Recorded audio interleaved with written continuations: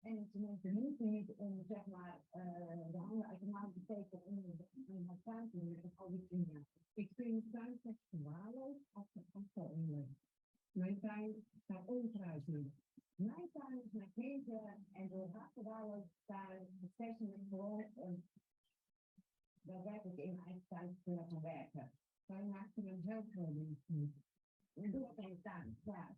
Mijn tuin gaat overal de schuur van. Ik ben helemaal klaar met mijn boek. Ik ben nu op dit moment boos. Rustig.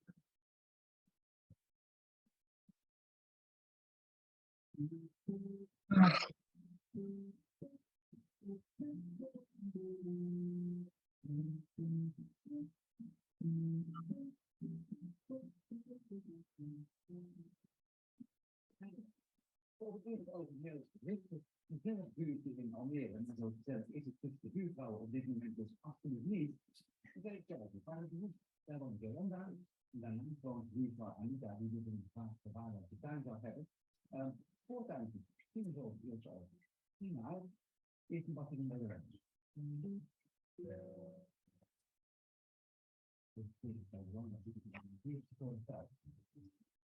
Hello.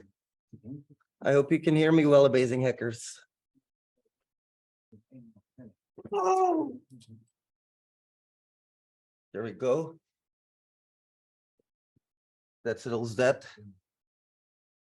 I hope I have your attention, ladies and gentlemen. Let me adjust the video a little bit. There we go. Now you should be able to see me a lot better. I hope that sets the tone a bit for this boot camp because, well, it's gonna get fucking crazy up here. That is the whole intention. I hope you guys can hear me well. If not, let me know. Because anyway, well, if you can't hear me, it's hard to let me know, but I'm going to assume that I am perfectly audible from now on. Perfect.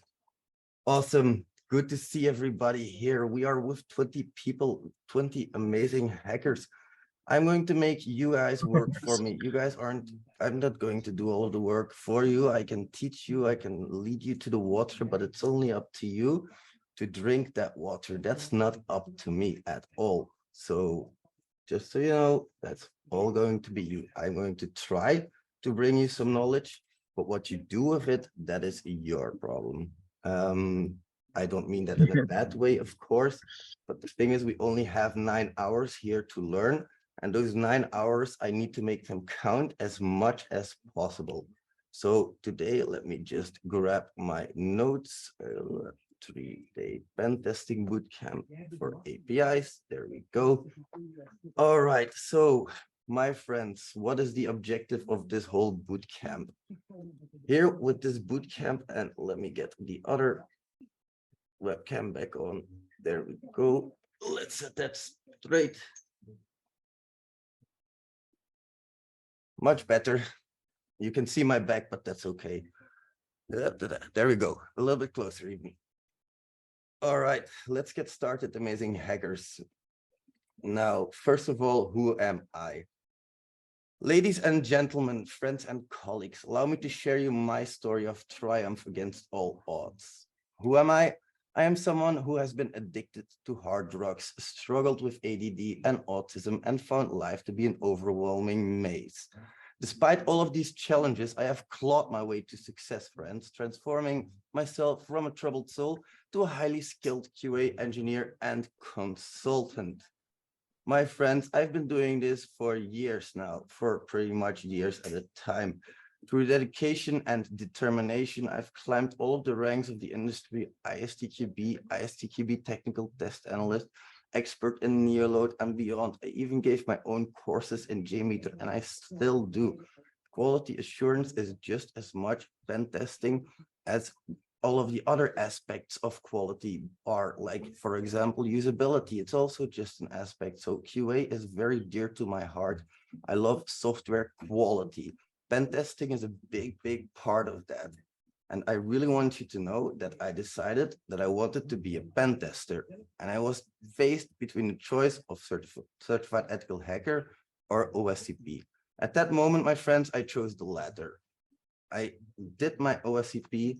I only had about an hour left or something, like 1 hour, and then 4 hours. I only had one flag left and about 4 hours at that time.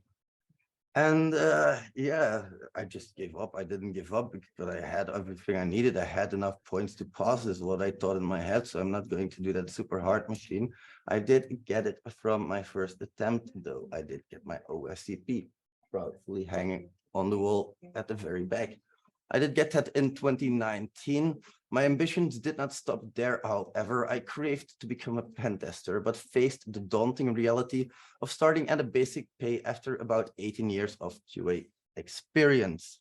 So I turned to bug bounties. In bug bounties, I discovered, let's say, about 30 bugs over a 2-month time period, and that secured myself a spot in the Integrity Top 20. I'm fueled by my passion and I aspired to create my own company. I knew that that wouldn't be easy, but I also knew that first building an audience around my skills, I could then market myself to companies with proven track record. For now, I stand before you, having gone through hell and back, my friends, as a living proof that anything is possible. If I can achieve this, why can't you? I have fought tirelessly to reach this point, and I will continue to do so, dragging you along with me through fire and flames. I'm going to build strength beneath your burnt layers. I want you to show what you're capable of. Are you with me? It's a competitive world out there, my friends. It's hyper competitive.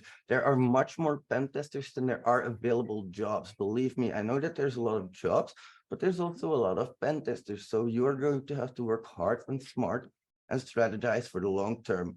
You're going to play chess with your target. You can only rest when you've given your all, when there's nothing left to give. I don't sleep when I'm tired. I'm asleep when I'm done. Remember, you can watch Netflix when you're dead. For now, you have a mission. Go make me proud. I'm not going to sugarcoat it, though. If you think you can compete by just doing the basics, you really don't stand a chance against me. And I don't mean that in a bad way, but my work ethic is unmatched. And it sounds egotistical, but my friends, I have a stomach flu right now. If I disappear, it's just because I'm puking. I really wanted to do this. I put everything in this boot camp. And even though I'm a bit sick, you see me here teaching. I don't feel well. I don't give a shit. I don't let my actions be dictated by my emotions.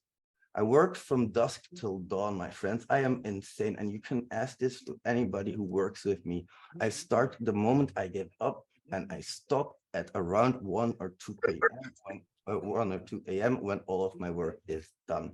I'm insane. You just saw that. I'm not the best, I know that. I'm not the smartest, but I never give up, and that's the difference. So I challenge you, come and get me. Through relentless pursuit, I have built a life many may envy, and yet I will not rest. I want to know my limits and push them further. How about you? You're not alone in your procrastination, though, but you're no longer alone in your journey either, my friends. Soon you're going to find strength, and I may be left in your shadow. There's nothing that I would want more than that. I want you to surpass me. Don't hesitate. Don't hold back. You have nothing to lose. Plan ahead, be persistent, be consistent, and never stop fighting like the ever-beating red heart within you. Understand that success may not happen overnight or even in a lifetime, but know that you can only strive to try, friends. Unleash your true potential, and together, let's conquer the world. Today, what does it look like? We have a few topics around what is an API, more of a general overview with some quizzes attached to that, and then setting up your own pen testing environment. I'm going to have you guys do that so you can run all of these labs yourself on your own computer with nobody interrupting you. We'll get to that later though, and I also want to touch on enumeration of APIs today already, just enumeration, not real hacking. So that means that we will be interacting with APIs quite a lot, actually, because we want to get to learn how to interact with those, but also that we're not really going to do hacking today. Why is that? I think it's important that people stop thinking of hacking the way they do right now. If you think about hacking, most people think about technical execution, about that exploitation phase. I'll put it that way. That's not really the way to do hacking, in my opinion. You have to understand what your target is. You fully have to comprehend what you're dealing with here. We get paid a hell of a lot, but it is because we have to have the brain capacity of a fucking rat, and preferably even a little bit smarter. But we really need to shine in this field. And to shine, you need to know what is the basics. That's why we'll start with those. As for the requirements, I will put them in the chat. If you have some time in between, please do install these tools. I got some questions in here already, I see. Yes, everything is going to be recorded. By the way, Eric, are you the Eric G that is with Aaron? Sorry if I asked too many questions. Hey, Sonu, also good to see you here. Awesome, everybody is there. I will mute Alexander for you. There we go. And also Mark D. I'm going to mute everybody for now. Also you. Can I mute you? Apparently I have already muted you. Sorry about that. So there we go. Oh, that's because there's no camera symbol. Awesome. So what is an API, my friends? Why am I not presenting? Because I want you to listen to me. I want you to take notes. I want you to take notes in a physical book. So I'm giving you a minute. Go grab a book while I go grab a chair to sit on, because that's a little more comfortable than the floor. So grab yourselves a book quickly and some pens, some writing material. Important.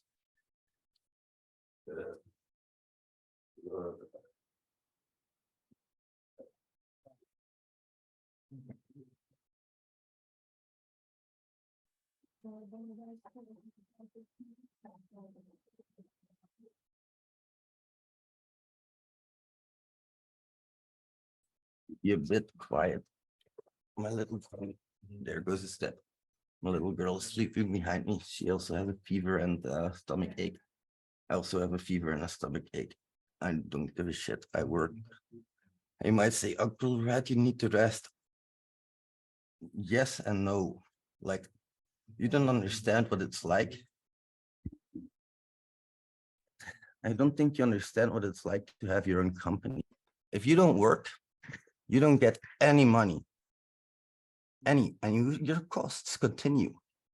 So that's why I love to work. Not only that, but it distracts me. I feel better. I also have fibromyalgia.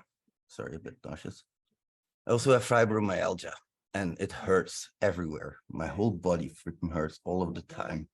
This is very distracting for me. So you're up against freaks like me who put all of their time and effort into something like this.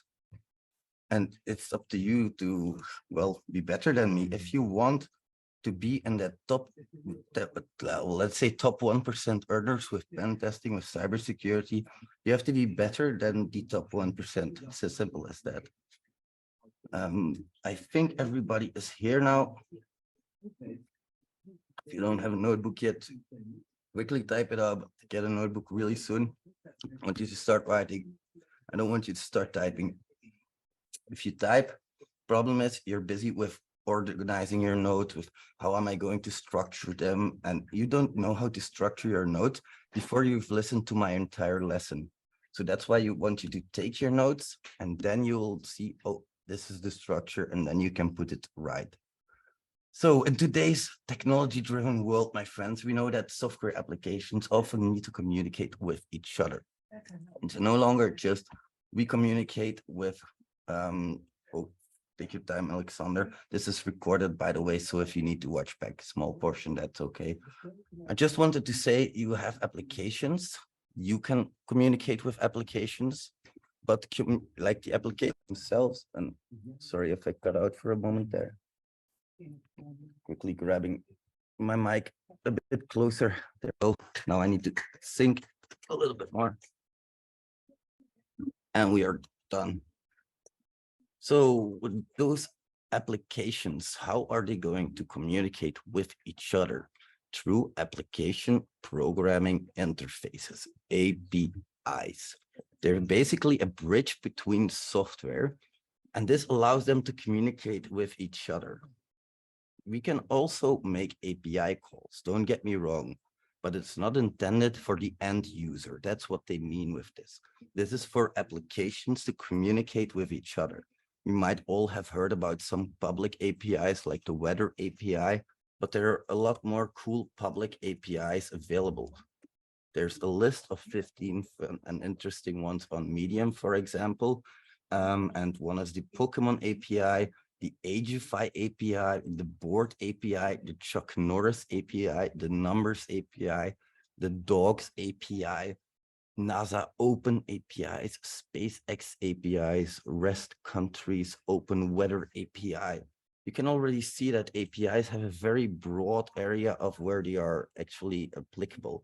And that is good because that's exactly what we want with our testing as well. This means that a lot of things can happen on API level and do happen on API level. That is interesting for me because I care more about the API than the UI. The UI is made to protect users from their own stupidity, whereas the API will usually have security rules such as verification, validation, etc.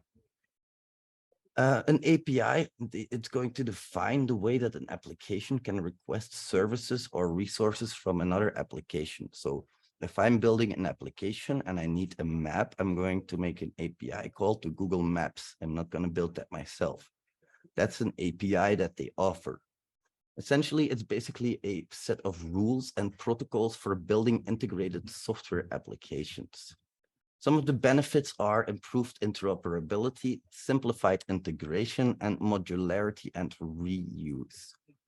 We're going to talk about three main types of APIs today. We have REST, SOAP, and GraphQL because they are often compared, but they can't be because SOAP is a protocol. It's the simple object access protocol, whereas REST is not a protocol. REST is representational state transfer. It's an architectural style for building network applications using HTTP methods, of course, whereas SOAP is then a protocol that is XML based for exchanging structured information in web services. So you're going to go make XML calls. Remember XXE, that's also very good for that, but you're going to make XML calls and it uses the SOAP web service description language, WSDL. Do you need to remember all of this? Not yet. You will mostly be in contact with REST APIs throughout the course. I might throw in a SOAP API here and there, but I will not throw in GraphQL. I do expect you to look up GraphQL hacking a little bit yourself. It's a query language and runtime for APIs. It's going to offer flexible data fetching, real-time updates with subscriptions, and it allows clients to request only the data they need. It's comparable with WebSockets, only with WebSockets, you actually start your connection, you make a connection with each other, and then you interchange messages, whereas GraphQL is not that. So let's talk about some common API technologies and formats, because you've probably all seen JSON, you've probably all seen XML. I don't need to go much deeper into those. That's usually how you can talk to an API, but there's much more ways, of course. Just know that JSON is probably going to be the one that you will mostly be using in our courses. So JSON is a big one for us. And then for API security and best practices, here we're going to secure APIs. What am I saying? It's critical to secure APIs, of course, but the best practices are sometimes a bit hard to follow because it's often easy for a developer to say, oh, I need this quickly, and they make it quickly, and then they don't respect the security and best practices. That's a big problem, of course. Regularly updating API documentation is a big one for that. And API documentation can help us as well. It's really easy to use. You have collaboration and maintainability in it because you can read my documentation, I can read yours. It reduces the errors because, of course, we know as developers what we have to do through the documentation. And there's developer adaptation as well. APIs with high quality documentation are more likely to be adopted by other developers because they understand it quickly. So they're more likely to take it up. I'm not going to talk about best practices for API specification in this course. I have included them. I don't think it's very relevant here. And then we have API specifications. That's a big one, though. If you've ever heard of Swagger, Swagger was initially designed by SmartBear Software. It's an API documentation and code generation framework. So it basically serves to generate documentation for you. It's a set of tools and a specific specification format that's going to allow developers to create human readable interactive API documentation. With Swagger, it's easy because we can just click around in the web application, but we have to define every single route and all of the parameters have to be defined properly. That means for us very specifically that some APIs might have endpoints, parameters, etc., that are not described in the Swagger. And that's because the developers decide what they put in that Swagger themselves. That's not us, unfortunately. We also have Open API that is formerly known as Swagger specifications. It's an open source API specification format. It's maintained by the Open API initiative. And it provides a standardized way to describe RESTful APIs, enabling both humans and machines to understand the API's capabilities without having to directly go to the source code of it. OpenAPI also has the same benefits as normal documentation would. It's always good to have that, and especially in our field, of course. Now I'm going to give you guys a quiz, and I would like you to note down your answers. But share the link. I will share the link, definitely, no problem. Let's see. So I have posted a little bit of a quiz for you guys in the chat. What I would like you to do is to just type the messages, but don't send them in chat yet. Do not send them in chat yet. So type out answers. Do not send in chat yet. I will give you guys about 5 minutes. We'll go over to a timer. And then we can, 5 minutes, there we go. So give me your solutions, my friends. I'm curious. I would like to share my screen if I can. Oh, there it is. The little controls were popping up. So let me share my screen. There we go. Now, I know you don't have the full information and you don't have the link to that full article yet. That's no problem. I will share that with you as well, of course. So let me already pull that out so everybody can have it. And for a moment, I'm going to stop sharing my screen because I need to make a little adjustment. Stop share. I'm going to need to make a little bit of an adjustment to give everybody access to this, record live lessons. This is going to be the API Bootcamp number 2. API Bootcamp number 2. There we go. And then we can share it with everybody here, of course.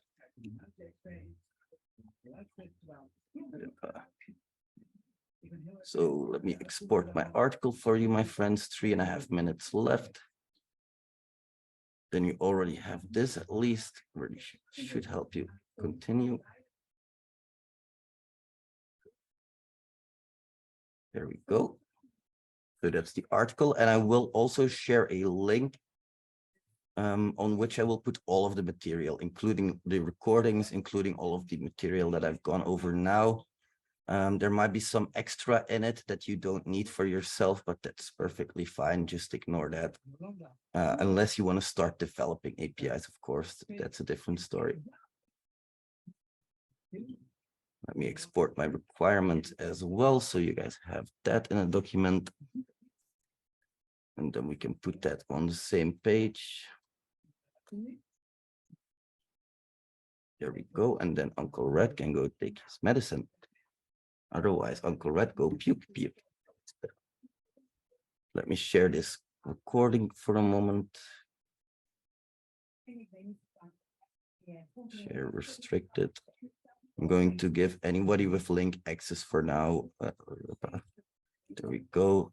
You will find all of the recordings there as well after this sessions. Now give me 2 moments and I'll be back. I hope you guys don't have trouble with the background noise, by the way. Do you guys hear that background noise and is it too loud? Let me know. I will be right back.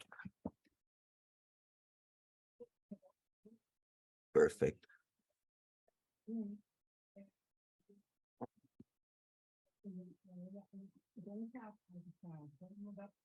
Dat is ook een beetje met fout. Dus dat is ook een fout. Ja, dat is geen fout. Alleen we hebben er dan ingevuld en dat is aan de zakken. En daardoor komt de statement tussen mijn vader en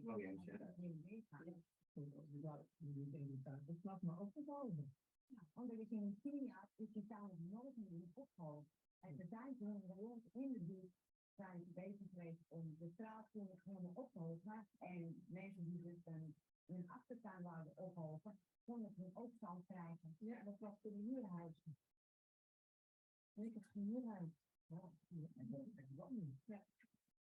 Maar, ja. Dat is wel verplichtend mensen mee. En dat is een minimum voor onderhoud doen. Dat heeft gewoon een paar keer uitgelegd. Ik heb de dingen weer meer gedaan voor. Maar u staat niet alleen op de wereld, hoor. Nee, dokter. Nee, schoonzoon. Nee. En verder helemaal geen familie? Ja, dat gaat. Alle familie? Bam. If you weren't awake, you are now.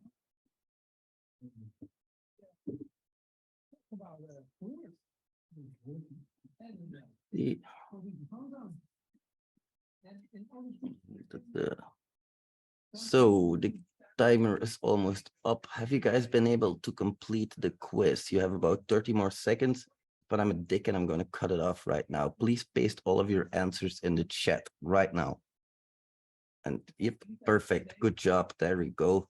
Mac, let's see what you have there. So we'll go over the answers together as well, but I want to see what you guys have first.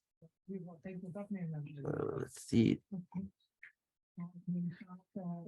So I will give you guys the answer sheet in here.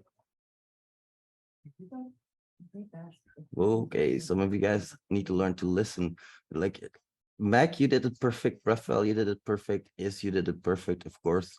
Like the score isn't perfect for you guys. That's not what I'm saying, but you guys understood what I was asking for. Perfect. Yes, also you, Sono. That's exactly what I mean. Samuel as well. Perfect. This, I didn't mean copy and paste my questions. And why do I say this? Because you will have to pay attention to detail to a very, very large degree. And if I say, just note down your answers and don't paste them in the chat yet, I don't mean copy my question. Not that it's wrong. I don't want to discourage you, Gaurav, at all. I just wanted to give you a heads up of what's about to happen in this course. We are very, very detailed. That's what we always watch. I think, yep, there is the answer sheet, my friends. You can score yourself. You can see how you did. And I'm curious, how much did you get? Did you guys get like 70%, 90%? Be honest, there's no shame here. Absolutely not. I'm not gonna laugh at you if you got a low score. Just curious about how much you got. I see Eric has it great. And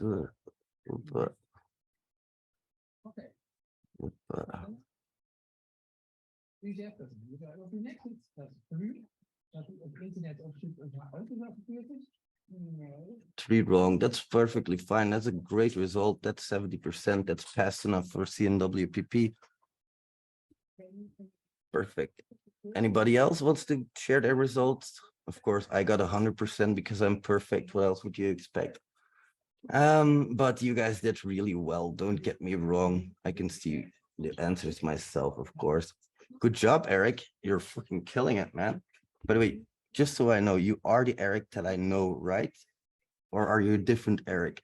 Because I know like another Eric G, and I don't know if you're that Eric G. One wrong because I didn't read careful enough. That's what I like. That's what I like. In my quizzes, you will see this as well. And that's my tip for you, Marius. If you make quizzes for me, we do things where we change up one word, but it change up the complete question. Like, what is a good bug bounty program and what is a good bug bounty platform? And they will both have the exact same answers just to trick you, but you have to select the right one in the correct category. So yeah. 4 wrong, that's okay. That's still 60%. Good job. That's no problem. 1 wrong, I missed the question. No problem. You guys did awesome then. You guys really are rocking it. I think you guys are ready for topic number 2, which is API security. I don't have to tell you why API security matters. I don't have to draw a picture, I think. As businesses rely on APIs ever more and more, the potential impact of security breaches grows. This results in financial losses, reputational damage, and legal consequences. API vulnerabilities and risks that are common are authentication and authorization flaws, injection vulnerabilities, data exposure, and incorrect handling of configuration, so misconfiguration. Those are very, very common as well, especially in the age where all of these APIs are getting swiped up to the cloud just so they can vertically scale, but they never really do. We all know how that goes. It just ends up costing them a shit ton more. But all of that is what you have to take into account. There you will also find a lot of vulnerabilities. And where do you have to look most? At your interaction points, at your integration points. As a QA tester, I teach this to all of my students as well. Where are you going to look? You're going to look at the integration points because their 2 teams are working together. You're also going to look at regression functionality, things that have been changed, because I know that often we don't even have documentation. We're going to talk about the OWASP top 10 vulnerabilities in detail, the top 10 2019 and the top 10 2023. I think it's important to know both, but I think it's also important to know that besides OWASP, which your top 10 list highlights the most critical API security risks, and it does provide good recommendations. It's a great list, but it doesn't cover everything. It cannot cover everything. It covers 10 vulnerability types, which each have their own vulnerabilities attached to them. So to be very effective in this type of testing, you need to know more than just the OWASP top 10. You also need to think logically according to the business. What are the requirements and how can I help them achieve that?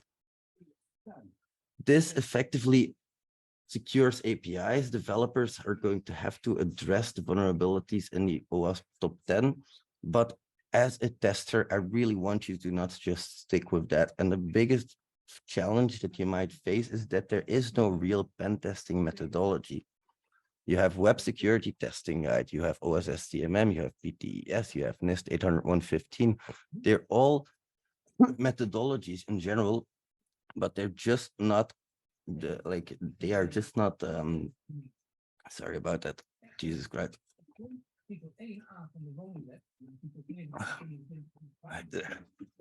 There we go. So where were we?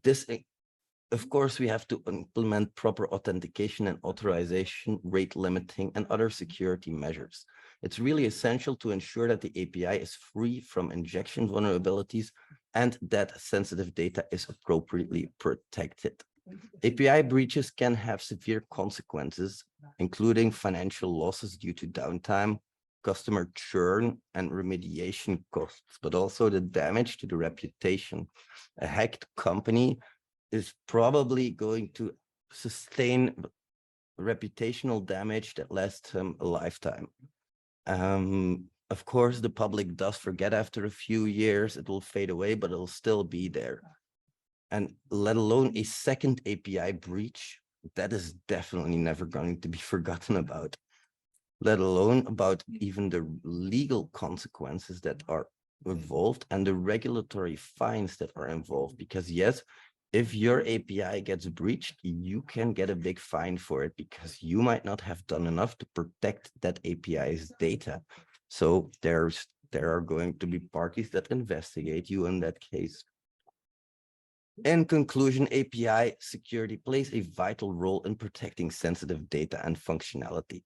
With a growing reliance on APIs and an increase in security incidents, developers must understand common API vulnerabilities and implement effective mitigation strategies. By addressing risks and continuously monitoring for potential threats, businesses can minimize the impact of API breaches and maintain the trust of their customers and partners. All right, my friends, I'm going to put in a new quiz for you. And yes, quiz after quiz after quiz, but that's just to get started. Later on, we will do a lot more practical, but now I need to hammer this in. Knowledge retention is important. So even these boring topics, I want you to do them at least once a day. Oh, you're another Eric that I don't know. Okay, gotcha. Sorry about that. You must be like, who the fuck are you talking about? You freak, stop fucking, stop stalking me. Sorry about that, dude. There we go. And my quiz, of course, I would like you guys to answer that as good as possible. Let's give you another 5 minutes. Reset to 5. And let's see what you can make of it. Please give me 1 second. I will be right back.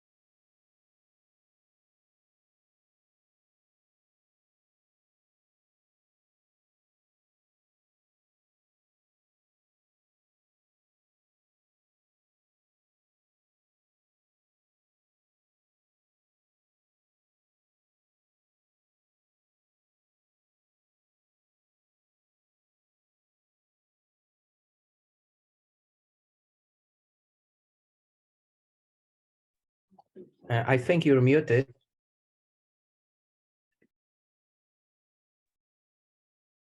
There we go. Sorry about that.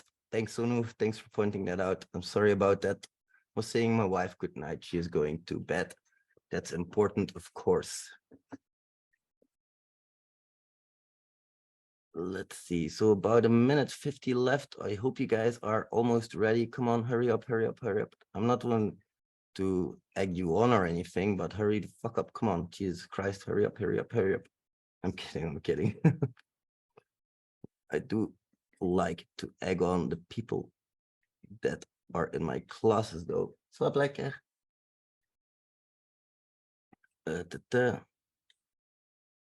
Hier nog chat. Love you. I believe. Love you. That wasn't to you. Well, I do love you guys as well, but you will have to earn my love. I don't just give it out to anybody. About a minute left, I think. Yep, about 1 minute.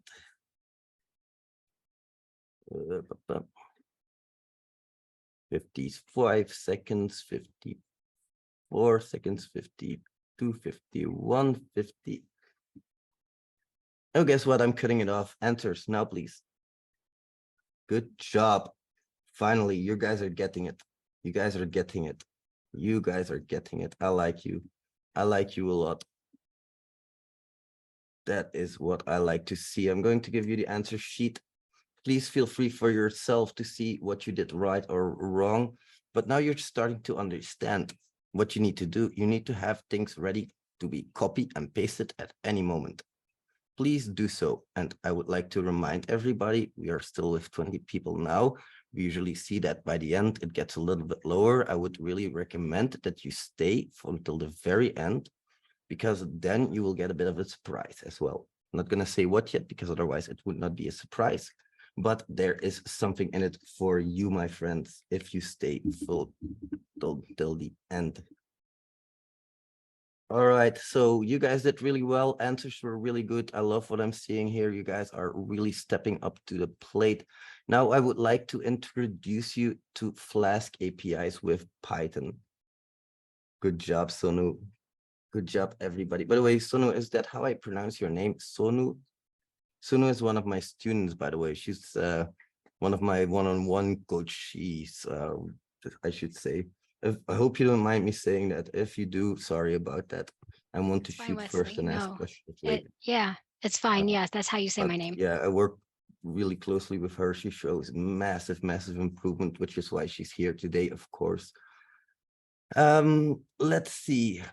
So I'm going to share my screen if I can find the, there we go. There we go. Now I should be sharing my screen. So I have here for you an installation guide on how to use Flask APIs with Python. I've built a lot of Flask APIs, and I want to show you guys something. You guys are getting a sneak peek of something that nobody else has been getting so far. Check this shit out. So you have a URL here with tag vectors, and this, check out what it does. It's going to start a browser.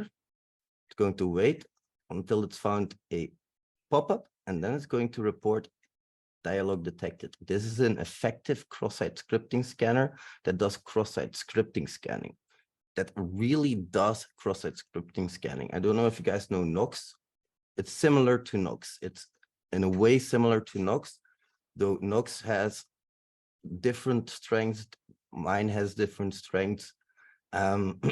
What you will get with my API later on is you will get a Postman collection, and that's it. And the rest is up to you. So it's much less user-friendly, but it will be cheaper as well on the other hand. So I'm not trying to steal customers from him, by the way. I love the guy. Good Logic is like one of my heroes, and I'm not even kidding. First of all, of course, you download Python. If you don't have Python yet, then you do pip install Flask. Don't mind that copy code thing. That is just from copy pasting. So you do pip install Flask.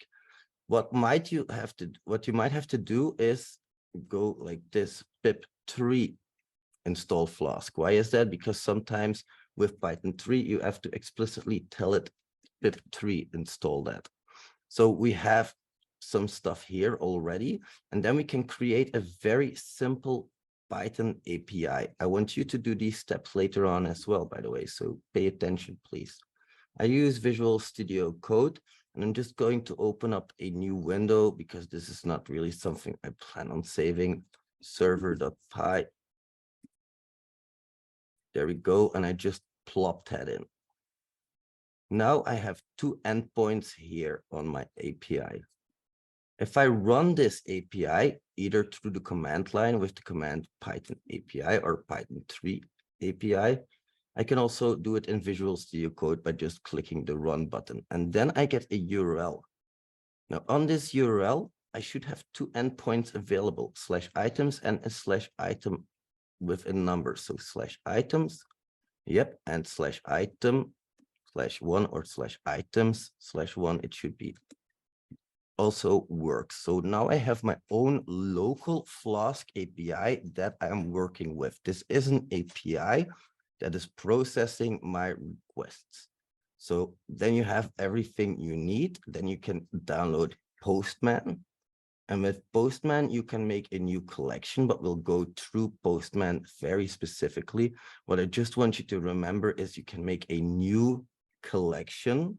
That's what you need here. And this collection, you can name it something very simple, like local server or whatever. And here you can make requests. So I'm going to add a GET request like I had before, where I had this, no, not this either. This is going to be a GET request in my Postman. Send. There we go. I have this in Postman now, and I can do the same for /items. I have that in Postman now. So it's just a little bit of small interaction. I've written a step-by-step guide with it. Download Postman, open Postman, create a new collection, add a new request to that collection, set the request type to GET and enter in the URL for your own local host. And then you can do the same for the items /ID endpoint. So going to throw that in chat. It's not difficult at all. You just saw me do it in a few minutes. It's really easy. Just go through it for a moment. The thing is, you just have to sometimes have somebody like me who kicks you in the ass and who says, go. Let's download the set PDF and let's open up Let's Chat. Oh, thank you, Sonu. Really appreciate that. You guys are awesome. I love teaching. This is one of my dream jobs. I'm not even kidding. I really want to transition into full-time teaching. And it's not because I don't want to do anymore. It's because I just love teaching. And I still want to do stuff. Like I still want to hack along and I still want to create methodologies and I will still want to think about attack vectors and shit like that. But I love teaching so much. It's incredible. It's the feeling you get when you see other people rise above what they were yesterday. Makes me smile. It really does.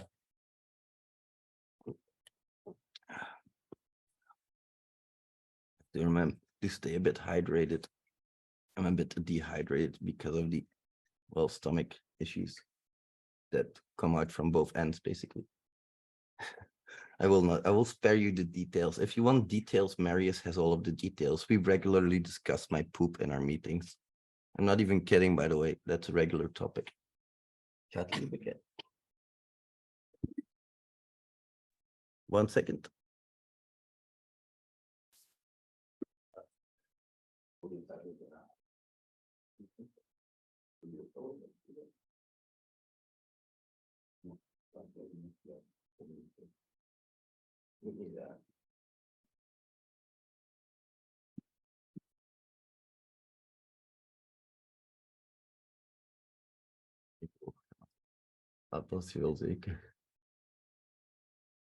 My wife wanted to say hi, but she's a bit embarrassed because of her hair.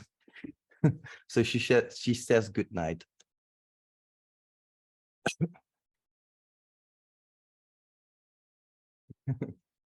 But like it. Love you. Here's a tip for all of you guys out there who can't get a lady. And I don't mean this at all in a misogynistic or whatever way, but I think that there's a trend going on where men are less men than they used to be, a lot less men. And recently I've taken up this different role of being more of a man, and not in a bad way, aggressive, but under control, in a way that I can really do some damage if I want to with hacking, while I'm controlling it. I can really, like, I don't even know where the fuck I was going with this. Anyway, I hope you guys are nearly done with that. It shouldn't be too hard. If you're not, that's okay. You can always rewatch the recordings. Let's just give it a few more minutes and then we'll go on to the next topic. If you guys have trouble installing, if you have questions, don't hesitate to ask, of course. That is why I'm here. I can tell you all of the things I did right, but in my opinion, what you are here to learn is all the things that I did wrong or incorrectly. I think that I need to pass you on what I have failed at, because you can learn what to do everywhere. Everybody knows what to do if they just read a freaking book. If I give you a book and you read a book on how to swim for 3 years, and then I throw you in the ocean, you know how to swim. You've been reading that stupid book for 3 years, but you will drown. So yeah, I don't know where I'm going with these stories, by the way. I'm sorry, I'm just a little bit rambly. It's late at night. The people who have been in previous boot camps, they will know me. Let me know if you're finished, by the way, so that way I know at least if it are going well. It's important for me that you do participate in these practical challenges. Why is that? Because I can theoretically tell you everything that you need to know, and you will still miss a lot, because I cannot influence the way you interact with these APIs. I can tell you how I interact with these APIs, but I need you to understand the APIs. That's important. I know that I'm going to, at this point, sound a bit like a lunatic, but you have to become the API whisperer. You have to understand the feelings of the API. You have to give it the right command to calm it down. You have to extract the information with a love letter. You're going to smother the API with love and care and hacks. If that makes sense. And no, I'm not drunk. This is my usual me. Well, you guys are doing that. Oh, you too, Marius. Orgus, you're fired. That lasted long, by the way, nearly an hour today. Orgus, you're doing well. That's freaking awesome, dude. Respect, man. You're really getting up the ranks. I made this crappy game. If anybody wants it, I can send you the source code. But what this game does, or what it should do, is it starts up this. Oh, sorry, that's my interception proxy that I was working on. That's not a game. This game. Where is it? Game.py. That's probably going to be the game. Very simple game where you either woodcut, mine, or you collect logs. If it will start, of course, I think I have a problem in my code. Yep, I have a problem in my code, apparently. But what's the problem? Let's see. I don't want to debug this here because this is not important for you guys, of course. Player.loadState has a problem.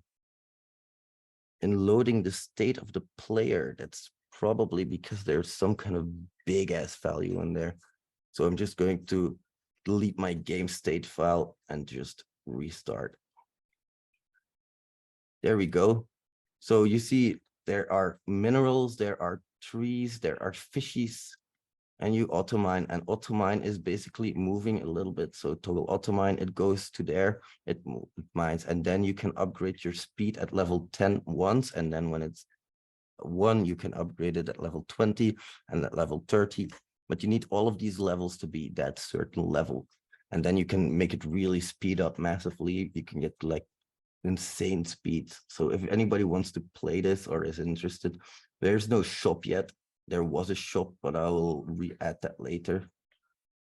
And I see that my kit is, oh, awesome, Junko. I will send you the source code in a bit. I hear that my kid is waking up though, so I'm going to grab her and put her in her own bed. I will be right back. Let's take this as a break opportunity. I will see you guys in 15 minutes.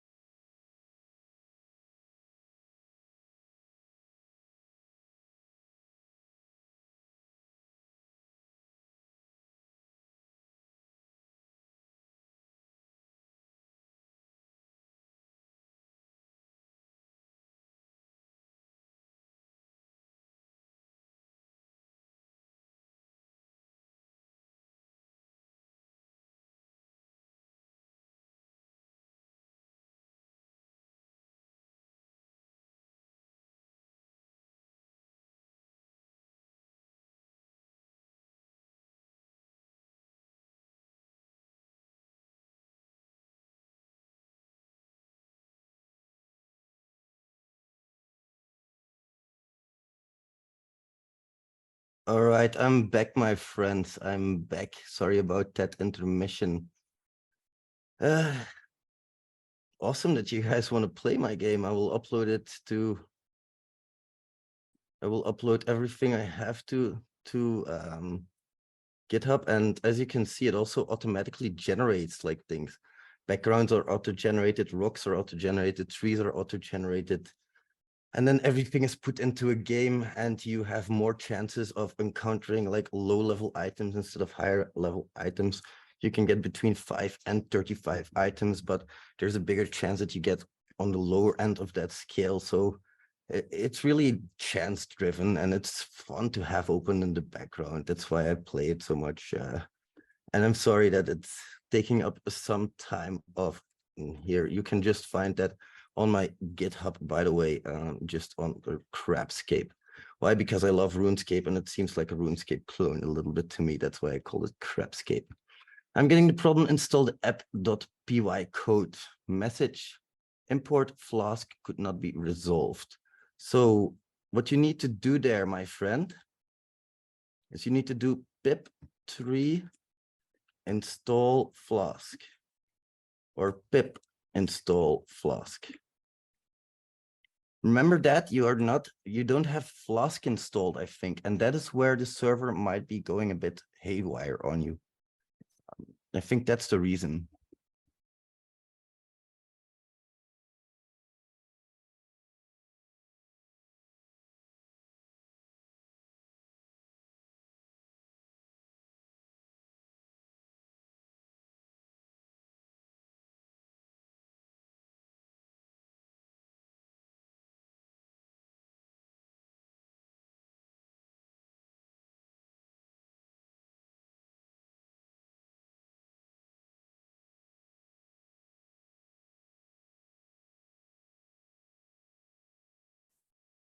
Sorry, I was muted, wasn't I?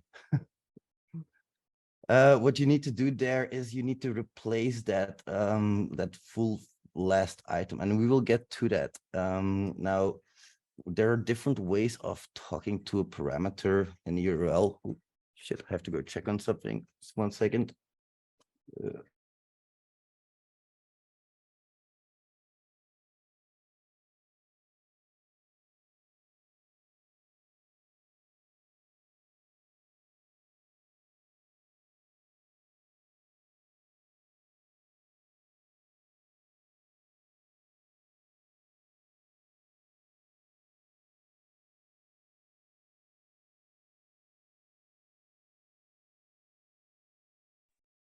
All right, friends, I'm back. I'm sorry about that. Yeah. Left something toasting that I shouldn't have left toasting, but it's all good now. All right, so everything's back in order. Everybody's there. Do you guys have any more questions about this? Because it's important that you understand these basics. This will allow you to basically set up any test server that we are going to run as well on your own local machine. So it might be interesting for you to run that on your own machine instead of on ours. I will activate some of these APIs as we go through them, but it's not my intention to do it for all of them. Some of them I might just go over the code even, because it's important that you also learn how to read this code and how to write these APIs. Might sound silly, but learning how to write an API helps you hack an API, helps you understand an API better. So that's what you should be focusing on, is writing those APIs yourself. Just to get a feeling of what an API is, of course, and then you can hack your own API. You can see which vulnerabilities exist here. Of course, here, what am I trying to do? IDOR. You can grab every single item that you want, and that is, if that would be a protected resource, a problem. In this case, it is not. This is just an API. That's what you can see this as. It's nothing more and nothing less. Whereas if I go to my labs, you will see that I have a lot more around API basics. These API basics are great to get started with. So for example, I will paste this link as well, so you don't have to go there. But on this endpoint, check it out. We are going to demonstrate various aspects of API design. Now, what do I want you to do? You all should have Postman by now. I will give you guys a Postman collection later on with all of these calls, but I want you to make them yourself now. You have everything that you need here. And what are we illustrating with this? The different types of query parameters and values. So you can just have the number, math, and then it will get two numbers and it will multiply them in this one, I believe. You have the greetings with a normal parameter name as we are used to in a GET request. Then for the post, we have, of course, a JSON body. That's important. You can do that if you go into Postman and you want to send something in the body, you can do that. Now, I'm going to let you do this for a few moments. I'm not going to let you fuck on for like an hour or so, but I would like you to try for a bit. So you can change the body to JSON if you have to. For example, in call 3. In call 4, it's just the subdirectories that we're trying to illustrate here. And here we have a special header that we need to send along, XAPI key. If we don't send that along, can be any value, by the way. If we don't send that along, we don't see anything. And here we update, we put something. So we send a JSON object with an ID and a value field to update an item in a simple in-memory store. This is not a database that you're talking to. This is in memory. So that means that once the application is gone, your data will also be gone. It's in memory. Also, there's a get with multiple search queries, optional parameters, etc. We have a post for uploading files and a get for downloading files.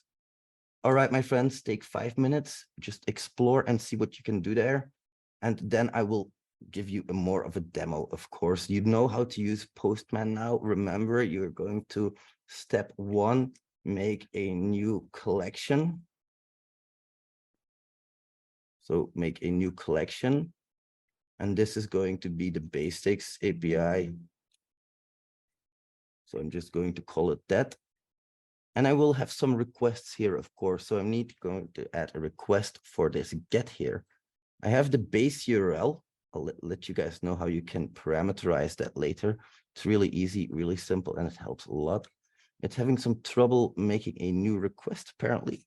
That is new to me. I might need to restart, though. I have been running this laptop for a while. Let's see. Let's just restart our Postman. Oh, no, something went wrong. There we go.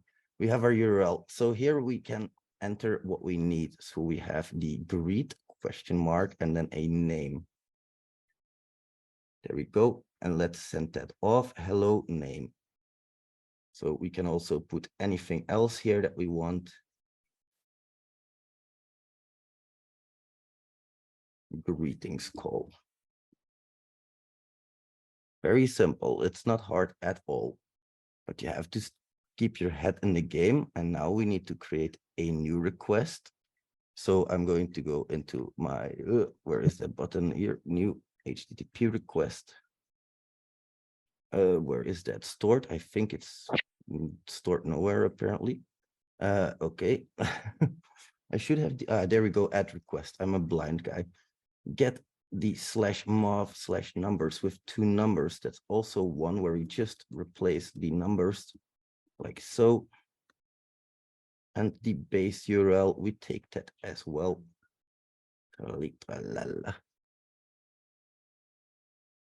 And we see that we get a simple result, 2 + 1 = 3. So then add all the requests to the collection. That's going to be step number 2. You'd have a very good description of what they all are. I wrote that description myself. I know it's excellent, and you cannot tell me otherwise. No, I'm kidding. By the way, if you have feedback, I would love to know. This is the MOV endpoint.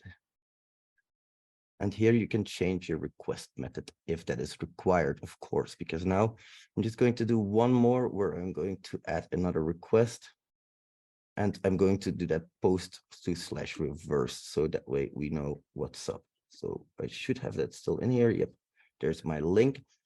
Now I need to put a body here, a JSON body parameter example, and then send a JSON object with a text field to get the text reversed. So we need a JSON object that's going to be raw and then JSON. So this is just the encoding or what your body looks like. So we need to have a JSON representation. So let's do that. Text. Uncle Rat Rocks. If I send this over, apparently method not allowed because I need to post, I'm a moron. There we go. We have our reversed text. That is awesome. That's great. We have 3 calls in here right now. So we need to add all of them. Go ahead, do that. I'll do that on my own as well. And then we can share all of this stuff, but I want you to give it a shot. Duplicate this.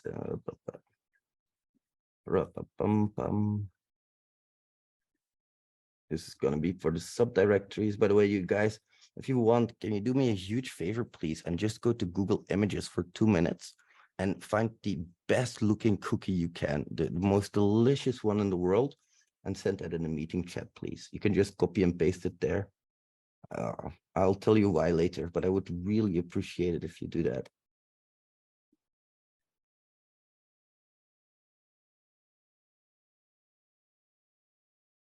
And then for the headers, we need to put the specific header.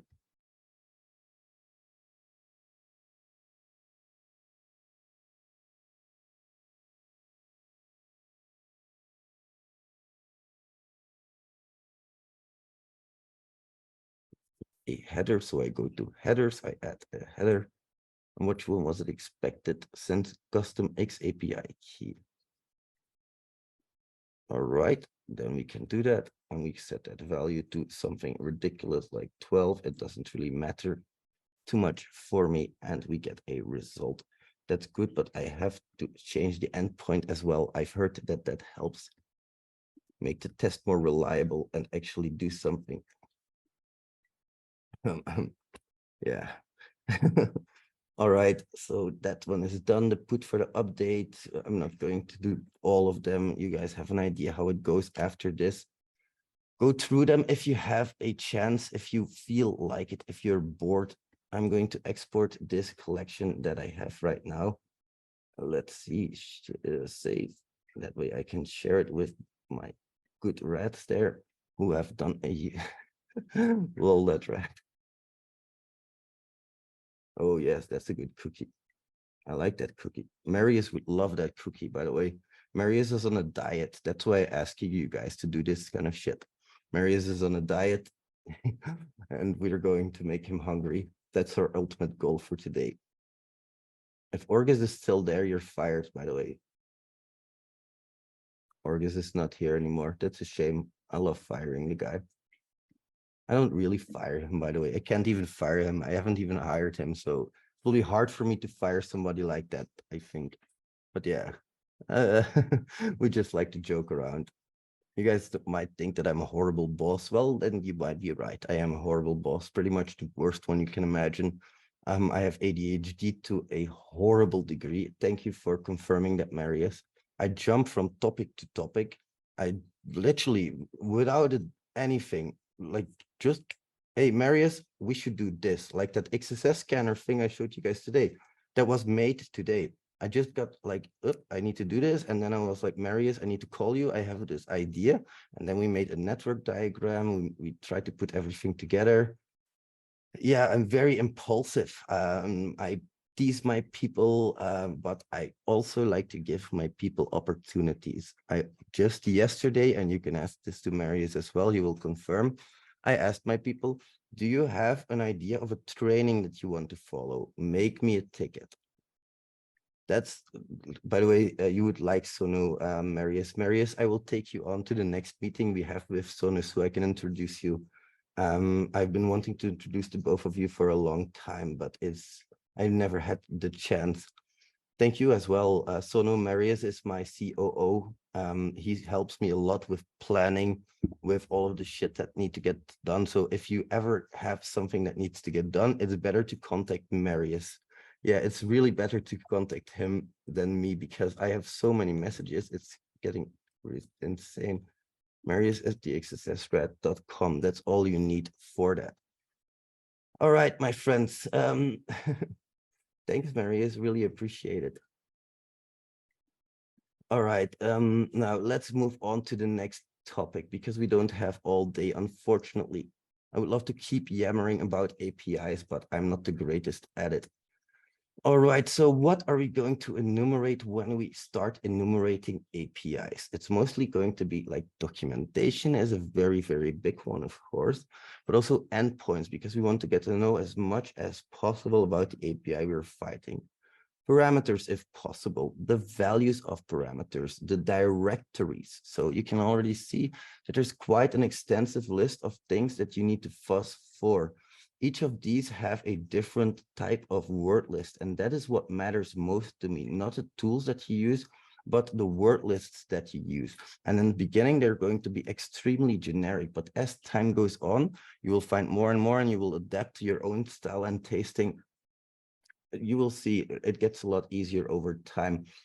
All of this whole documentation has grown over 4 years, and now I'm maybe over documenting a little bit, maybe a tiny bit, just like I may be using a tiny bit of AI too much, just a tiny bit, not too much. Yeah, here the word lists really do matter. So I have a parameter brute force that I would like you guys to do with a tool called FUF, or you can use your own tool, but I would like you to find the parameter that actually gives me something on my labs. So try to brute force this parameter. I will do the same. Do I have FUF locally installed? I do not. I think, nope. So I'll just go to my server then. Just go to my server then. Sound like this old lady. There we go at the server. Now we go and see for FUF. We have FUF. We need a word list. wget. Thank you. Parameter names. And let's do that now. FUF. FUF -u. And then I have, oh, nope. FUF -u. I still have my list somewhere here. This is it.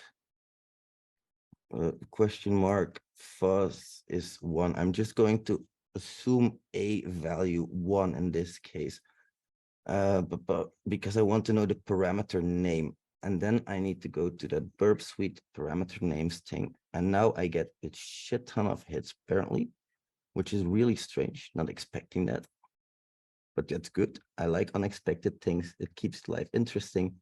It's more of a challenge that way. Let's see what we have managed to fuck up this time. Still good, still good, still good. I know a ton of errors. Why the fuck would I run nuclei? I'm not running nuclei, I'm running FUF. FUF. FUF, bitch. Come on. Jesus Christ. Yeah, holy shit. I think we finally arrived at something useful. Here we go, the tool help files, and then the FUF that we do itself. So we have the parameter names. Here we can see the progress, the duration, etc. Can we also see status code? Because this is really ordered in a strange way. Hard for me to understand it like that. Let me close it. Let me maximize my window for a moment. That might help already. Well, that helps. It does help a little bit. So we got a few status 200 codes back, which is strange because none of these are exactly what I was expecting or looking for. But again, that's good because unexpected is good, I guess. So what did we do wrong? Let's recapitulate. So we're going to execute FUF on this URL with fuzzy word being here with a value of 1. And a word list of burp parameters text. So that's really strange that for all of these, it would give a response. That means that if I put, for example, $d equals 1, it does give a valid response, but it's not exactly what I'm looking for. So you can see all of these URLs here, all of these 200, but that is not what I'm looking for in this case. So here I will be looking for something different. How can I recognize that? Maybe I should look at size, because I see they all have a size of 207. They have 19 words. So maybe something that has more than that will jump out. Who knows? It's these kinds of details that we have to watch out for. And now I'm just telling you a smallest possible bit about fuzzing and API, because it gets much deeper than this, of course. This is just the beginning. Fuzzing and API. We've seen it. There are multiple things that we can fuzz for, and that's why I like Burp Suite Discover Content so much, because that content discovery tool does it does what it says on the tin. It does directory discovery, it does content discovery, and all with one just file swipe. You created a word list and it will do that recursively. So I like that tool a lot. But if you don't have it, that's no problem. Of course, you can also use FUV. Now, this is how you use FUV, but there are problems again. So you see all of these 200 status codes, 207. I'm going to leave it up to you to see exactly what's going on here, how you can filter that out, because believe it or not, FUV actually has a filter out a status code or even size, I believe. Ooh, size. So here we have the help files. If we go look at that, these are just, there we go. I need to flag. So what can we negate? Match options, filter HTTP status code, filtered by amount of lines. That would be perfect. The FL. So I don't want to take in FL19. I see. If I go look, I don't want to invite teammates. Go fuck off. If I go look here, I should do F. And which one was it? FL. And I see that there are always 5 lines. That's better, isn't it? Now, I don't know if it will return something. Maybe I still made a mistake. That's possible. I'm just going to let it run for a moment, see what it returns. And then we can see if we have successfully identified the parameter. Now, it might take a little bit. Thanks, Samuel. I really appreciate that. It might take a little bit to execute. Please don't execute this all at once on my server. My poor server doesn't like it when we do this kind of shit. It really doesn't, and it will complain for the rest of the lesson. I don't want to hear its nagging voice. I mean, my daughter is sick. She's been nagging my head all day. Do you think I want to have some more nagging from my server? No, thank you very much, let alone my server admin, because that guy sees fucking everything. I'm not kidding, by the way. I opened up like 50 random ports for an exam. He was like, why the fuck are there 50 ports open? What the heck are you doing with 50 ports, you stupid moron? So yeah, that can be a part of your exam, by the way. I can give you an exam where you have to, well, I'm not going to spoil too much. I have already said too much. Let's move on to the next section, my friends, before we spill all of our secrets. So our 3-day boot camp. Now, for those enumeration of APIs, I have a API available for you guys as well. That's going to be that basic API. And basic API, I think we've done that one just now. Well, where is it? Fuck, this is not the right one. I need basic API, basics of, or where is the basic API then? Is that under enumeration? Yep, here, basic enum.py. So here, you're going to see that Flasker exists. I'm going to let you search for the documentation of this for a moment. It is on port 4466, thanks to our good friend Orgis. But if you go there, it's not started up. So let's start it up. Let's see code snippets. Go to there, CD to API, APIs. Where are we now? CD to basic to enum. There we go. And we have that basic enum. There we go. Now explore it, my friends. You should see this link. I will find it to you as well. As you can see, there's not a whole lot to explore, but maybe with some crafty looking online, you can find some information about Flasker, because I've already told you exactly what we are using. So if I just go and Google Flasker, I'm going to, fucking hell.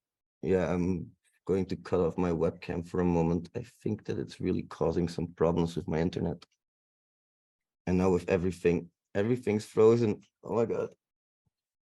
Excellent.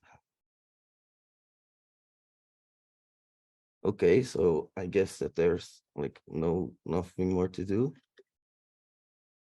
No, I don't want to capture. I want to cancel. It won't let me do anything. Fucking Zoom. Come on. There we go. At least I have my Zoom back. I hope you guys didn't still hear me. I don't know what the fuck's freaking on over that other screen, but while we get that resolved, feel free to explore the API already a little bit. I will tell you as well where you can find those documentations / API docs might be a good one to look for. Now, what I want you to do is I want you to go on there. I want you to describe that API fully from A to Z, what it does, what is required, describe it. Just look at this for a little bit, click around, and I will be back in about 2 minutes. I need to throw the hell up.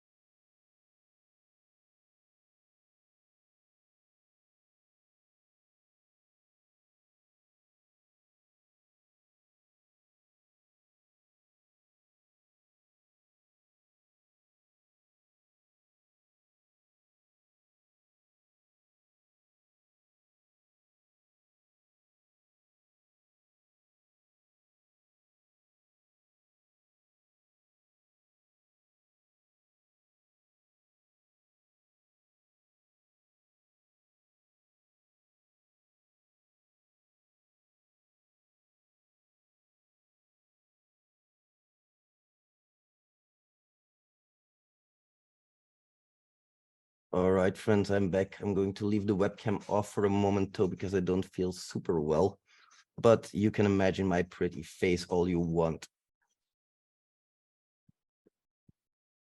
So let's get started, shall we? These are Swagger API documentations, and here you will find several functions to that Swagger API documentation. You'll find a link to /API specs1.json, and the beauty about that is that we can copy that and we can put that in Postman. We can just click import. It's going to open this for us, and if we click enter, then we can indeed import the entire collection. That's this one going to be a Swagger API students. And then we have the base URL that might not be filled in. Why is that? Because this is a variable. Variable can have 3 scopes. They can be in the initial scope. They can be in the collection scope, I mean. So for the whole collection, they can be in the request only.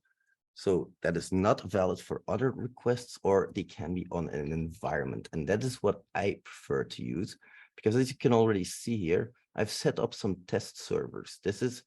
Imagine that this is going to be your production environment, and you might have a testing environment, and you might have a development environment. All are going to have different URLs. So I can take this and I can say here, dev env. And now I know this is my dev environment. And what was that port number again? 4466.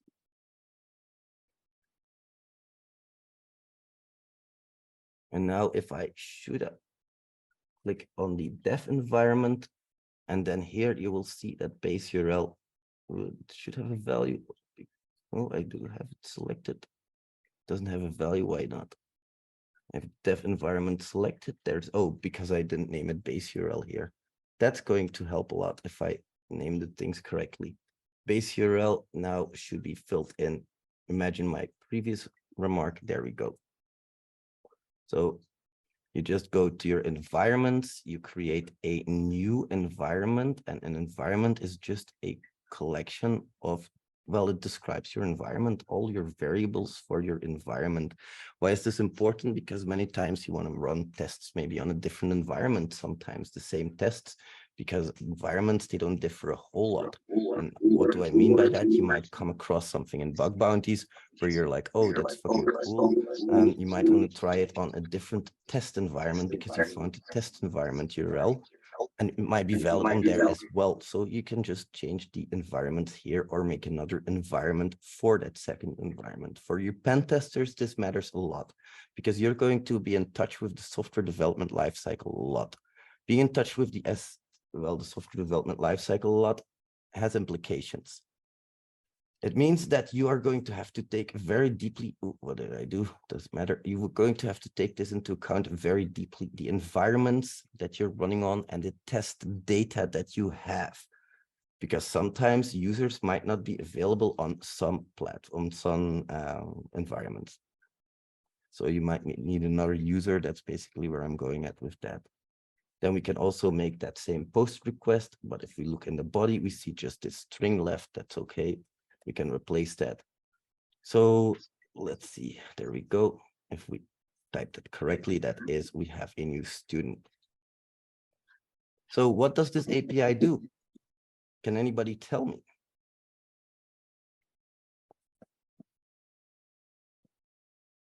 No, I'm curious. Of course, I'm curious, Rat.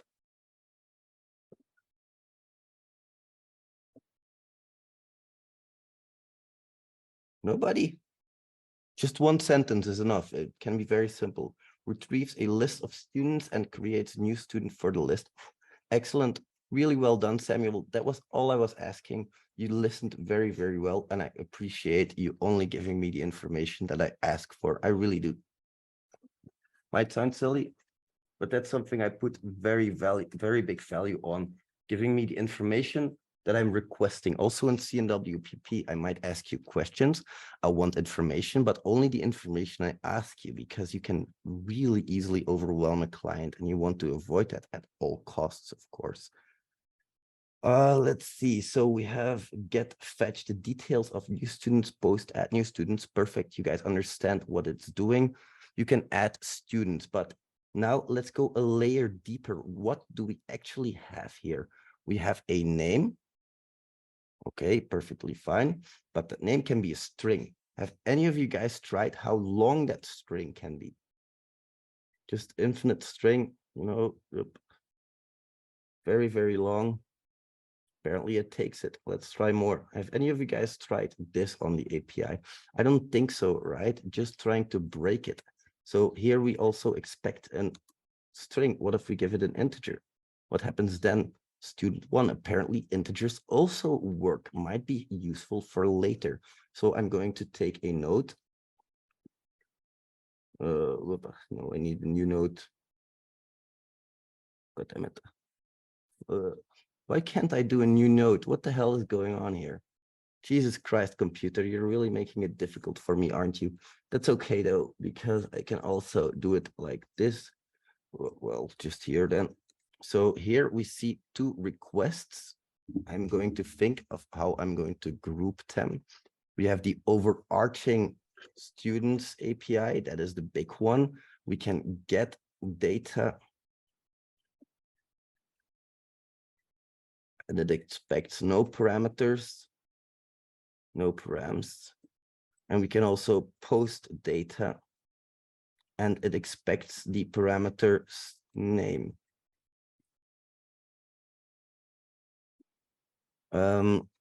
What these do, that's pretty obvious, of course. I will note it down still. So get list of students and create a new student in list. Now, another thing, let's try -1 then. Because if 1 works, let's try 1 -1 or 1, just -1.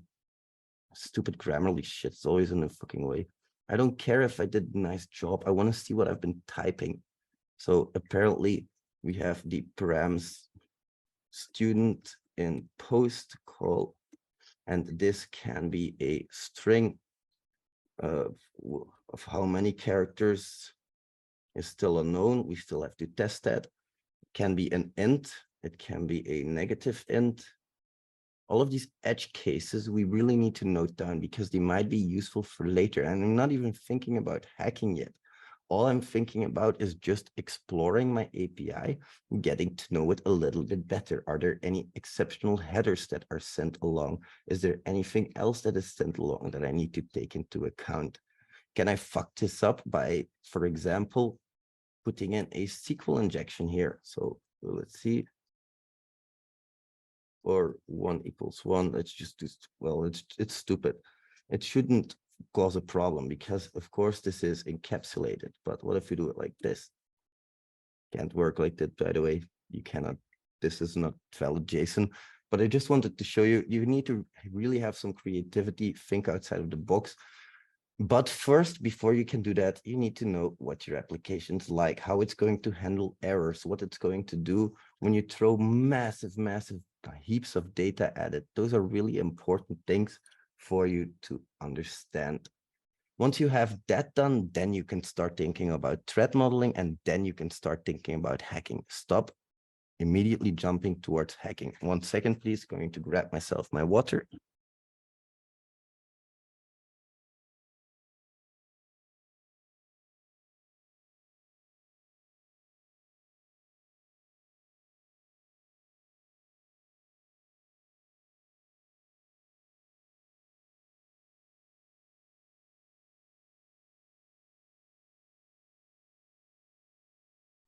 Sorry about that. Sorry if I disappear for a moment every now and again.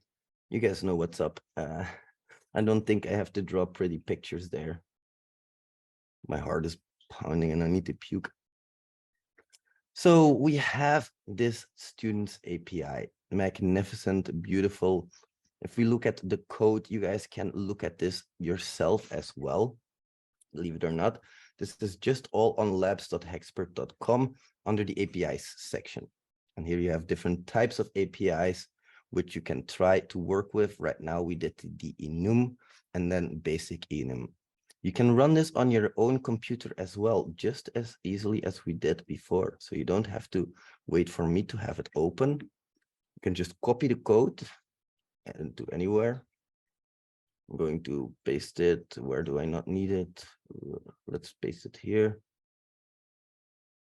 And this is going to be my, let's say, practice server.py. There we go. And if I start this, this should just start. Apparently, there is no module called Flask RESTful. So we install that. pip3 install, that should be. There we go. And now if we run, that should be better. Nope, we'll still need Flasker.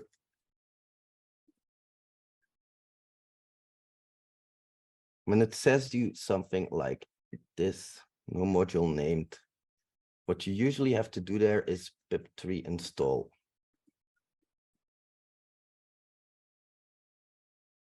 In this case, Flasker. All right, my friends. I have another API that I'm going to set up for you. Let's see. This is API E1.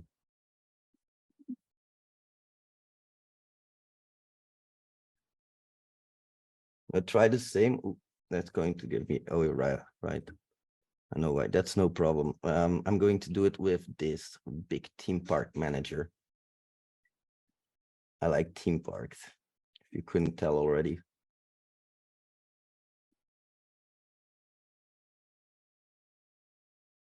Where is that located? Just under the APIs itself. Oh, because I'm in the wrong directory now. There we go. And we need to have the big theme park API.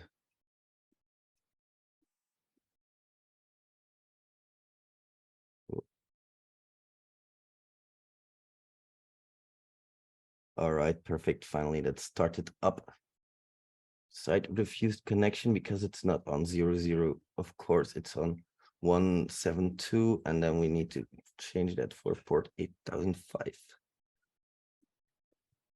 Oh, that's a little bit too high, isn't it?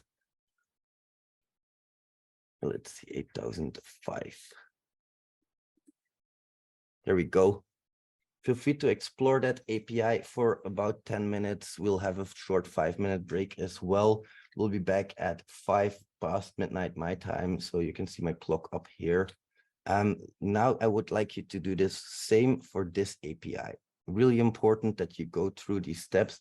Might seem boring, but remember, you're going to first look for documentation. Do I have anything available in my documentation list? Yes or no? Maybe. Maybe I'm a cheater and maybe I'm telling you guys. Who knows? I think you all know how to do FUF. I'm not going to complain too much about that. Just do FUF when you can or when you have to. But here you can import this again into your Postman. So give it a go, import this in Postman, and try to find the, like, what's this about? All of the calls, try to explore what it takes, try to describe it like I did right here with all of your parameters, with their extremities. Edge cases is what we call them often. Those edge cases are where the gold's going to lay, because those non-edge cases are easily covered by vulnerability scanners. All right, my friends, I will be right back, going to grab myself some more drink. And then we will continue with our lesson. Uncle, would you skip enumeration if it's defined? That's a great question, Eric. Well, it depends, because you can still enumerate for endpoints, directories, parameters, parameter values. Well, that's no longer enumerating. I know, sorry about that. That's more brute forcing. So would I skip enumeration if it defines scope pen test? It depends how defined that is, but it's a great question, Eric. Let's say that they give me a star dot domain, then it's easy, of course, a broad scope domain. But if they just give me a domain and they give me all the documentation, I would still start my fuzzers, because the documentation can lie. I can put in this documentation whatever the hell I want. And if I think a security risk is going to occur by me putting something in documentation, I will just leave it out. So that's why it's no longer enumerating. I know it's, why do I keep telling enumerating? It's brute forcing.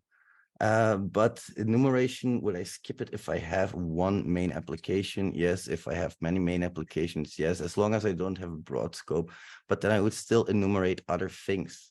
Like users, for example, I would try to enumerate, I would try to still do directory busting, content discovery. I would still do that, but again, that's more, I'm sorry, I always mix up fuzzing with brute forcing, and you can ask Sonu as well. In our meetings, I constantly mess that up. That's okay though. I want to say I'm only human, but I'm only rat. I will be right back, my friends.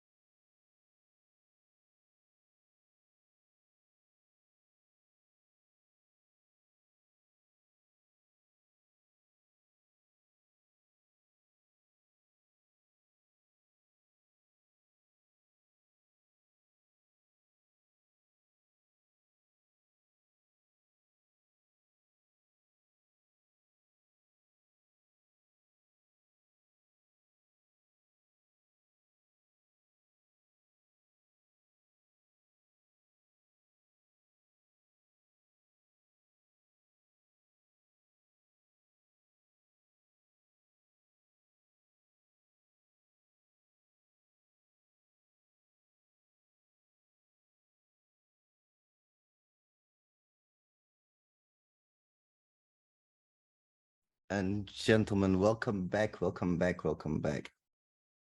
How did I draw that line on screen? Oh, somebody drew that line on screen. Lol. Can I remove that? I have no idea. Give me a second. Ugh. Screen sharing. Whiteboard, I guess. Ugh. That's not what I wanted to do, but fine. All right, just 2 more minutes and then we can continue. This was the theme park API, I'm assuming. So go back here. I don't need this anymore for now. Let's minimize that. I should have a collection in here for a big theme park. Maybe it's just not called big theme park. So I'm just going to import it straight away and move the chat window out of the way. There we go. So now we have a new Swagger collection in here. Where is it? Basics API, local server. Oh, geez, I have way too much shit in here, way too much. As you can see, it's all just trial and errors from the things that we have here. Fast API. I think this one, no, yeah, this one might be it. Yeah, the Fast API, that's the one. Sorry about that. All right, so in Fast API, you can probably see that we can do quite a lot with this API. Oh, that's no problem. It was cool. I didn't even know you could do that. Awesome. Let me continue with this with the session for like I think about 30 more minutes. I think I will continue just talking, and then I'm going to give you guys exercises because I know some of you guys might want to go to sleep. I know that it's 5 a.m. for some of you, so that's why I'm going to plow through this as fast as possible. But here in this work order API, we can see that we have attractions. We can register, we can grab a token. And for those attractions, we can delete, patch, post to create a new one, update one, or delete one. Those are within our possibilities. We can also, for work orders, the same. So we get a work order, we patch it or we delete it. And we can create a new one. For the login, we should get a token here if we have successfully logged in. So let's just give that a try. Apparently, I'm not at the right environment for this because, yeah, of course, the port has changed now. So I also need to go along with the times and change my port to 8005 in my environment. Dev environment to port 8005. There we go, much better. Now this, when I run this, this will probably be pointing to the right server now. Let's see, so here we have that login. Okay, not found. This username and password is apparently not found. So what happens when we try to just click register? Detail not found. Fuck, I think I'm doing something wrong here, aren't I? I'm probably looking at the wrong API. Slash attractions should be in here. Yeah, slash attractions is in there. But anyway, what I wanted to show you is that you've probably been overlooking this the whole time, but you can create new attractions, no problem. Well, of course, if it would let me, for fuck's sake. I think I really have the wrong API here in front of me. Let's see, base URL slash attractions, make a post request to that. Should be possible. Let's make a get to see if we can get that endpoint. No, so it's basically the endpoint that is bothering us. All right, let's see what's wrong here. Slash attractions. There's not much that I can tell is wrong here, to be honest. Let's hard code it in. That's better. And then we can make a post. And then we can see value is not integer. Okay. That is very verbose error messaging that this application has, and it's telling us that the body and capacity are not correct. So capacity, let's change that into an integer. Oh, Jesus Christ. Go away, you stupid Grammarly. There we go. Let's make that into a number. Normally, we should be able, yep, we are able to make an attraction now. We didn't even have to be logged in to create new attractions. The same goes for patching attractions, so updating attractions. We just got a number from here, 818. We can use that in other calls as well where we need it. Like for example, here 818. 818. Okay, those are the path variables, that attraction ID. Remember, you can have path variables who I need to plug in my computer. Otherwise, we will not have a very happy red computer in a moment. Give me a second, please.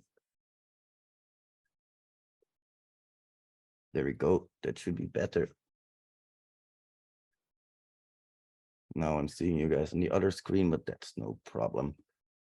I have double vision. So there we go. But now I can put my chat on this screen. Yes, I have two screens. Excellent. So let's see. Can you give us a high-level summary till now? I missed almost due to power down. No problem at all. This is basically the high-level summary in and of itself.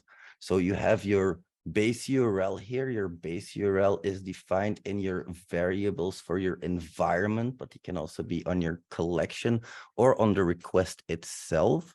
And then what I've done is I've just made a new attraction by listening to the error messages that I've gotten from the standard import. Oh, sorry, then you guys are, then I'm sorry, one sec, need to share my other screen then. Sorry if it's a bit distorted. Maybe I should do it. Can you guys read this? Because if it's a bit distorted, I can also share this on my other screen. That might make it a bit better to understand. Let me do that.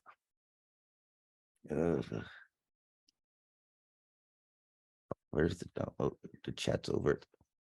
Lol. I was like, where is that window now? The chat was just over it. There we go. Let's go back to this one then. That should be a lot more readable. Thank you so much for pointing out. I really appreciate that. So we have different types of calls that we can make. It's just the HTTP verbs here because we have been talking to nothing other than your REST applications. Would this be a SOAP application? You would have to communicate in XML, etc. But right now we can just say attraction ID is this attraction. I'm going to send this off. Detail not found. That's because the base URL, I don't know why, but it keeps fucking up. Let me see real quick if I can fix that. So for the base URL, it should take that 8005 port. Yep, that's correct. If I go into my environments then, and into my dev environment, here I see exactly the same. I don't see what the fuck's going on. It's okay, it's late for me, so I have an excuse. I would like to know what your excuse is for not finding this. Detail not found. I don't know, dude. It's the same as always. It's never changed. Let's just put it in there, hard coded. I would prefer not to hard code it either, but since it's leaving us pretty much no choice, not found. Why not found? Because I'm trying to like that. There we go. So now we have in the body issues again, capacity not being an integer. Let's just change that. Jesus, I hate that Notion plugin. Guys, if you want to do yourself a favor, don't get that Notion plugin. And if you hate your worst enemy, get him that Notion plugin. It always comes exactly over what you're typing. It's not Notion, I mean, it's the, goddammit, for the, what's the name again? I can't remember. It's okay. Anyway, we have changed our capacity now. We have changed the name. We have changed the description. We don't even need to log in for this. Let that sink in for a moment. Everything here is open. It shouldn't be open because we clearly have a register and a login call. Why would we have those if we weren't going to use those, right? So that's something that you really need to take into account. Even now I'm trying to trick you because the API says that you have to log in. It tries to draw your attention to that login and to that register because I want to draw your attention away from the other calls.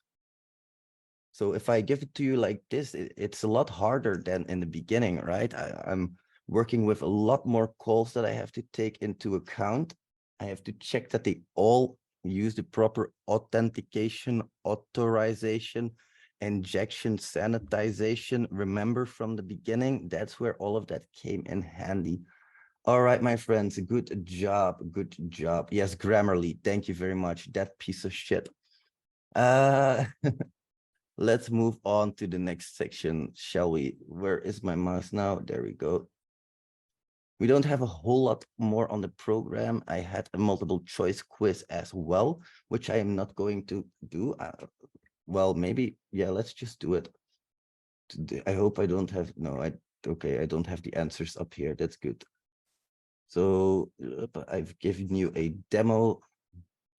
Jesus, yes, it did. All right, I'll just ask this question. So in the chat, let's see. Everyone in meeting should be able to see this. There we go. So the first person who knows this gets nothing. Just throw it in chat. Can we able to review this session 1 recording before? Yeah, I will.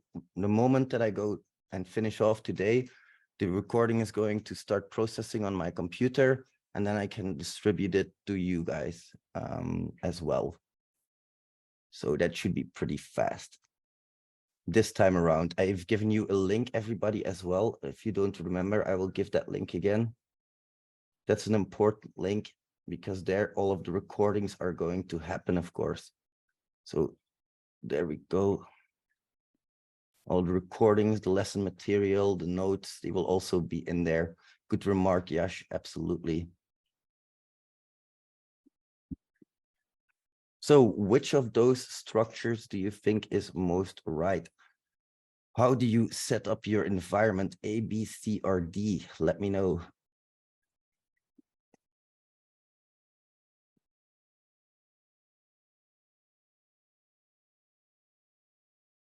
I need to repeat the question in the chat as well. I will do that. Why not?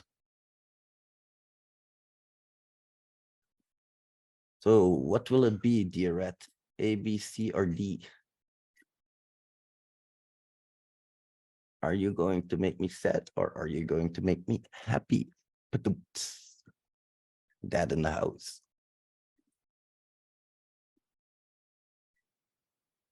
My God, my guy is so slow with this 1 speed. I am used to 12 speed because I had a 12 speed. It is, let me see, a lot of people have said a D. D is install Python and Flask, create a simple Flask API, install and configure API testing tools, advanced to using tools such as Burp Suite, Soap UI, and Fiddler for more complex pen testing. And 5 is learn how to use video editing software. Might sound strange, but no, that's not it. It's, well, in this case, I tricked you guys. I know I'm an asshole. That's step 5. Do you really think you ever need that? Learn how to use an online imaging editing tool. Learn how to use online text-to-speech software. Learn how to use video editing software. Nothing here is correct. None of these. There's always like some kind of bullshit in there that's not supposed to be. So to be a rat YouTuber, yeah, that's a good point. I like that point. All right, now a different question. I'm going to ask you guys again, A, B, C, D. Which enumerations can we do on an API? What do we enumerate for on API level? If you have your answers, I would love to know.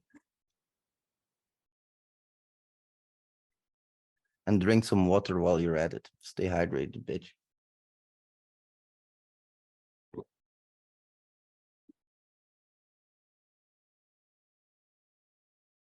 I see a lot of A's. I see a C in there. The correct answer is indeed A. Why not C? Database schemas are not fuzzed through APIs. So that's why, Mag. But I can understand the confusion for sure. All right. Yep, it is A indeed, my friend. Moving on. Oh, I'm not. Am I sharing my screen? I hope not. Otherwise, that would be quite stupid of me. All right, my friends. A, B, C, or D. What choice make it D? B is correct, Samuel. Good job, my friend. That is indeed the correct answer. pip/pip3 install Flask, not Django, because we want Flask installed. All right, onwards to question number 3. He is. He's a good guy. I have to keep an eye on him, that's for sure. Oh, oh, fuck, I didn't copy the answers. Oh, sorry about that. Oops. Oopsie.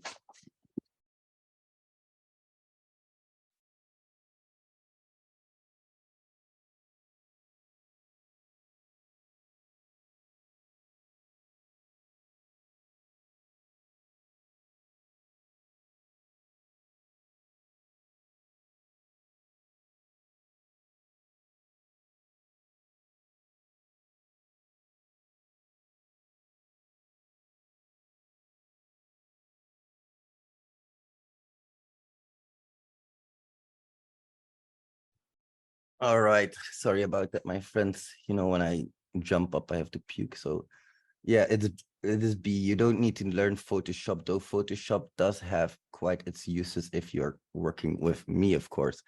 Next one, question 4. What does the /items endpoint return in the context? It's a very, very simple question. Do not overthink it. Why am I asking you this? Because you need to analyze. You definitely need to analyze.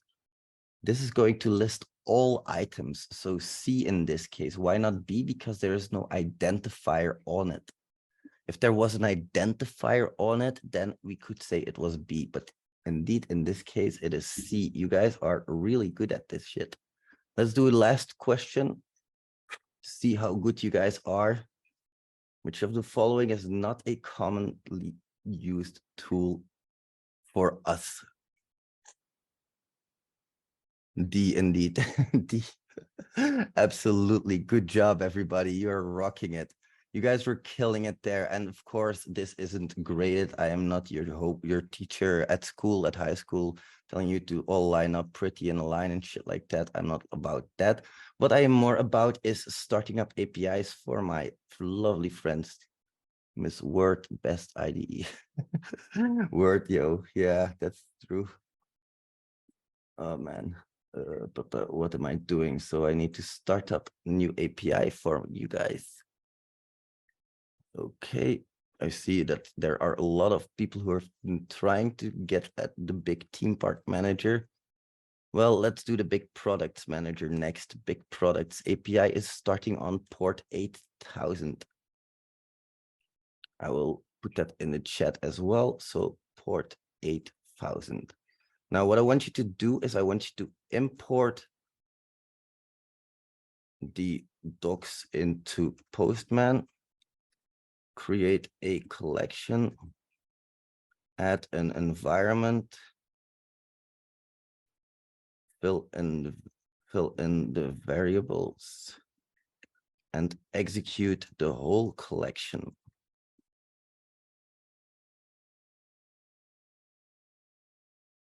Who needs AI when you get Clippy? Yeah, that's right. Who does?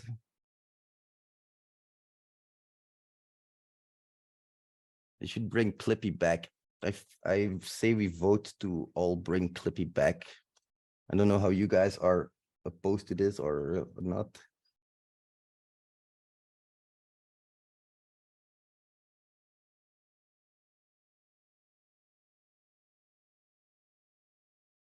Clippy is and will always be my #1 hero.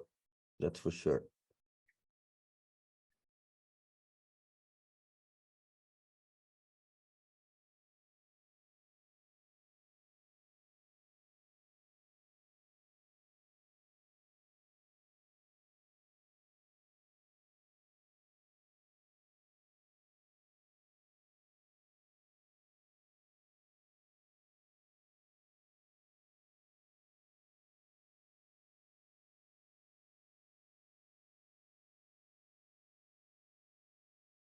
Let's see.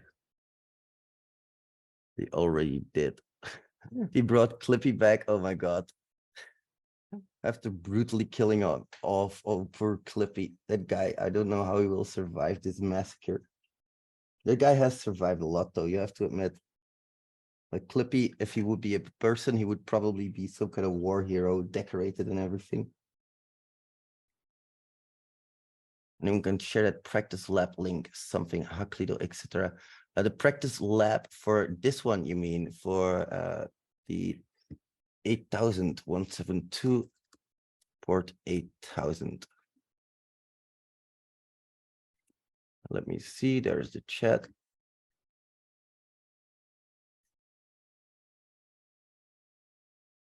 You mean the labs where you can find the APIs? My apologies, my friend. That is on labs.hexpert.com. And then if you go to the API section there, you can find everything that we have been doing today and much more even. My pleasure. If you guys have a collection, I would like you to share it with me through the chat here. Just throw your collections for Postman in the chat. That will be lovely.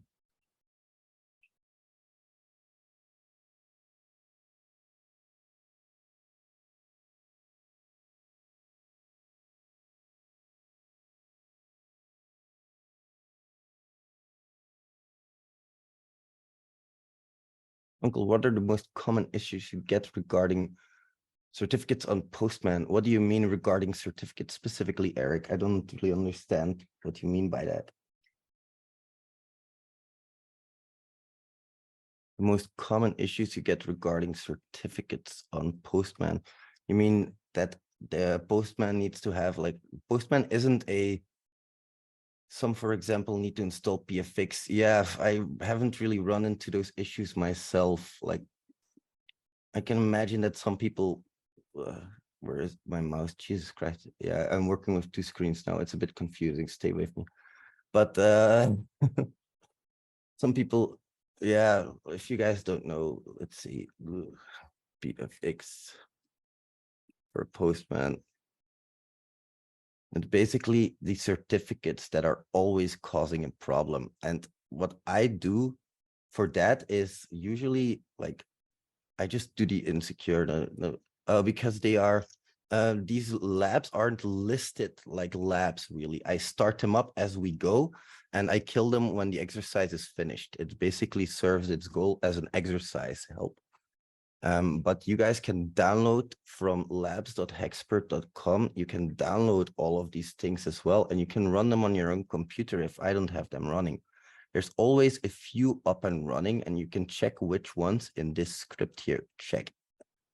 So here, all of the ports at the top, they will basically be always online because this script is checking if they're online. And if they're not, it's going to give me a remark so I know. And then it's going to restart all of those. So that is where you can find the APIs that are always running, and then all of the other APIs that we have been talking about and are going to talk about, you can find under that section. And you might be thinking, Uncle Red, we've done this 60 times over now. Keep adding to new collection, etc. We've done this over and over and over again. Yep, you have. That's true. And you will do it more, much more, until you're sick of it, until you absolutely cannot see my face again.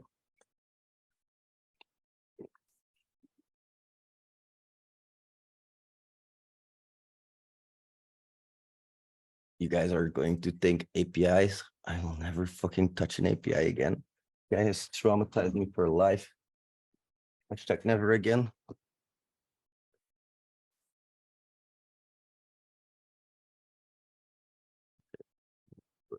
Fuck.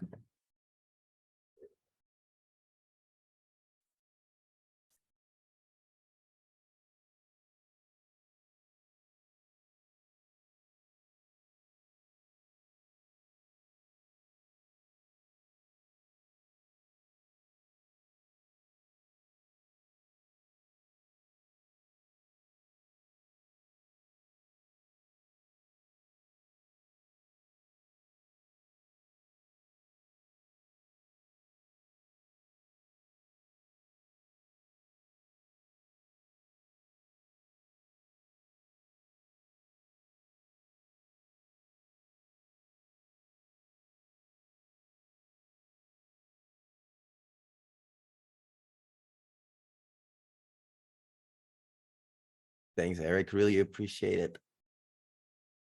It's with the kid, you know, you have a kid and then they bring home sickness from school, and it's always the same shit, you know, they always bring home something from school and then they get better and like then you get sick. Now it's your turn to get sick. That's how it goes usually.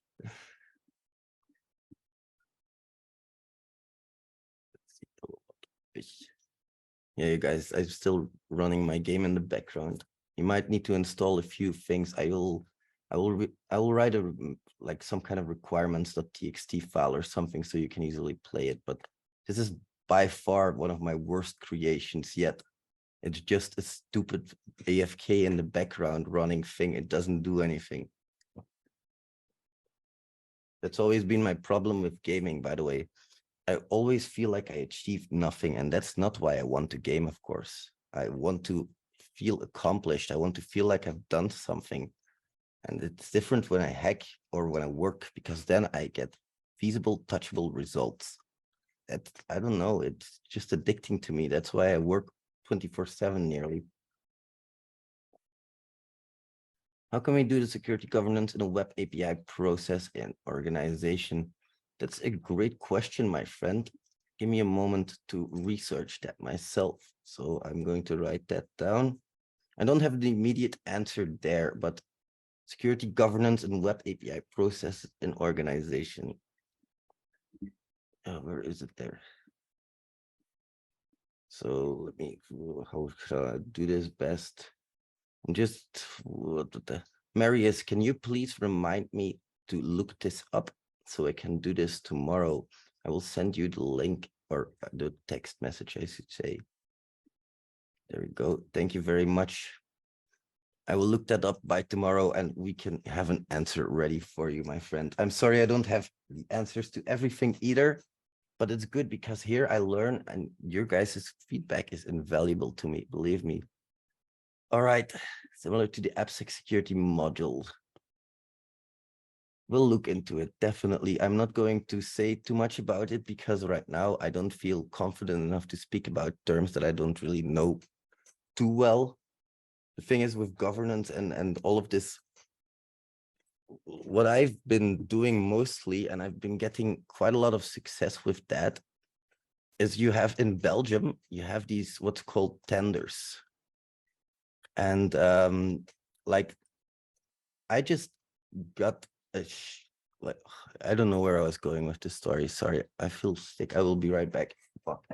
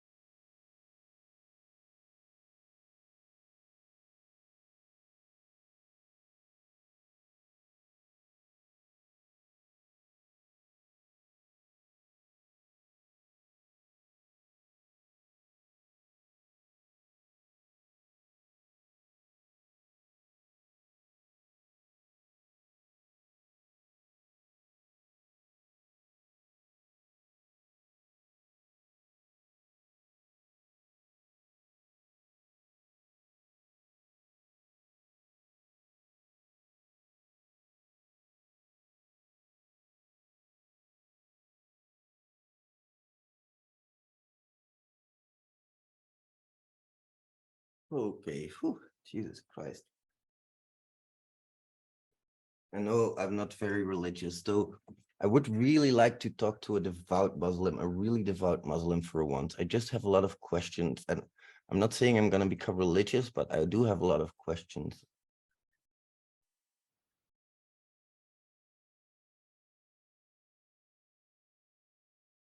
Yeah, thank you as well. I really appreciate that. But if you have any specific questions after this, of course, it's hard to think of things while we do it. But if you have questions after this, you can always contact us as well, Marius at thexssrat.com and info at thexssrat.com.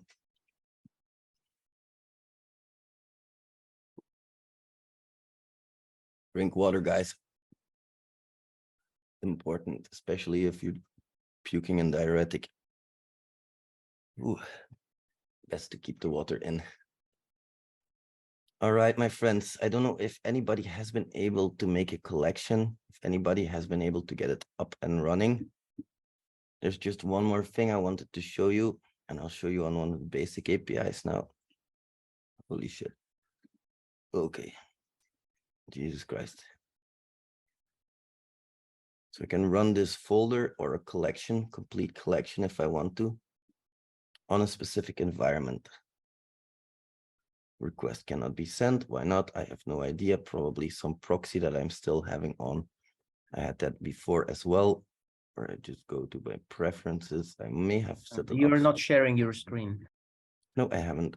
The thing with upstream proxies is this is really useful because I can set this to the proxy of Burp Suite. And then all of the requests also go to Burp Suite. It's really simple, but it's super, super effective. You can really, you cannot just see the screen. Sorry about that. It would be better if I share it, of course. The right desktop, so this one, much better. My apologies for that. So if I want to run an entire collection, if I've imported everything here, I can just click run collection as well. That will run everything for me. There we go. It's not getting it sent right now. I don't know why it's having so much trouble with this. Oh, because that API specifically isn't online anymore. Helpful, really helpful if you pick an API that's online. Let's try the Notes API. Those are always online. There we go. Run collection. And if we run this, you will see that it's trying to, oh my God, why is it not? Apparently it doesn't want to, oh, because it's, yeah, on 8005, we don't have anything open now. We don't have that Notes API open there. That's why. Let's see, do I have anything else here? I think this one maybe. Maybe this is the best to show you even, I don't know, run collection, a collection that works. That's the most important part. You want to run it when it works. And what is so cool about this is that, of course, this is our testing. This is just what we do when it comes to testing. But we can do multitudes of cool shit with this stuff. Like, let's say that you're doing injection testing. Okay, you have your whole list of your injection attack parameters. Perfectly fine. Now, what are you going to target? So, okay, how are you going to do that? You might have Burp Suite Intruder. Burp Suite Intruder works great. Nothing wrong with that. Only thing is, in the free version, it's balls because it's slow as fuck. Okay, what other options do we have? We have FUF as an option. We have WFuzz as an option, I believe. We have multitudes of options here available to us. I just like to do it through my setup here in Postman because it's easier for me to keep a track of everything. Everything is in one place. And just for clarity's sake, I will also import that JSON file that I've asked you guys to import. So we're all on the same page. Let's see, you gotta find it again, of course. Nope. I'll just do it in chat. Where's chat? Oh, no, I'm at the end of screen. You see, I'm getting old. I really am. I'm like freaking 30 years old. There we go. Now I need the chat. No, there it is. All right. So where is that link I sent you? There we go. It's just port 8000, of course, /docs, because I haven't really told you how to get to these documentations yet. Of course, it's /docs. So you did have to do some brute forcing in this case. Is that a bad thing? No, of course not. But once you get it, let's say this one, now try to import that into Postman.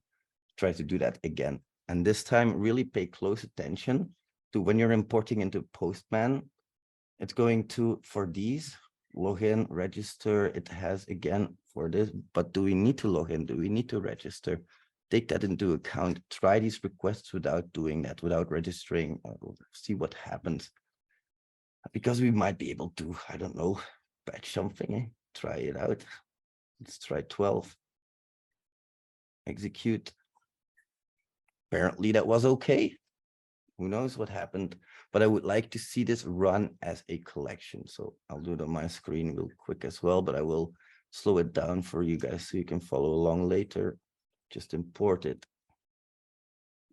And when you import it, there we go. It should bring a new collection. Oh, fuck. I pressed back too many times. New Postman collection. Yes, please. Now, which one is it? The fast API copy 3, I'm going to imagine. Yes, it is. Excellent. So now this should have hopefully a base URL set. Let's see.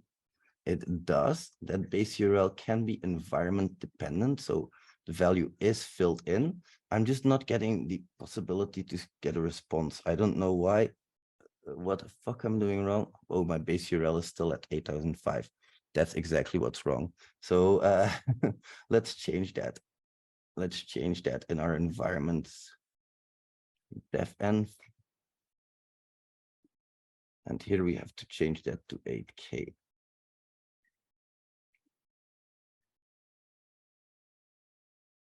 That's going to work better. Now we have an environment, and always remember to save when you're on your environments, because if you don't save and you start working on this, then your saves will not be propagated. Now, just a quick little test. Okay, detail not found. That's perfectly fine. We just have to see that we have the right URLs there. We can do that. What I wanted to show you was this collection runner. So it runs all of these tests nice and smoothly. You can do the exact same thing, but it says there is no tests here. Now, what would you like to do? For example, you would sometimes, at least I think, like to test for SQL injection, right? So what are you going to do then? We need values and variables here. We need variables. So for the username, I can pick a variable, and I have to leave this out, user.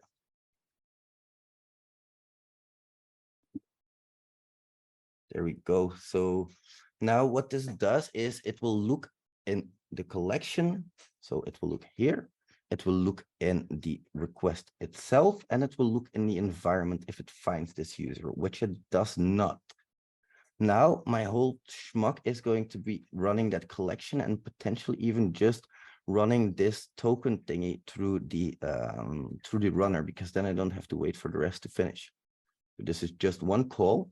Now I'm going to select the file, and now I'm going to select the file with SQL injection parameters. I don't have one ready, but if you do, you're going to select your file and you're going to run it as often as it will allow you to. I think I have some CSVs in here from previous courses.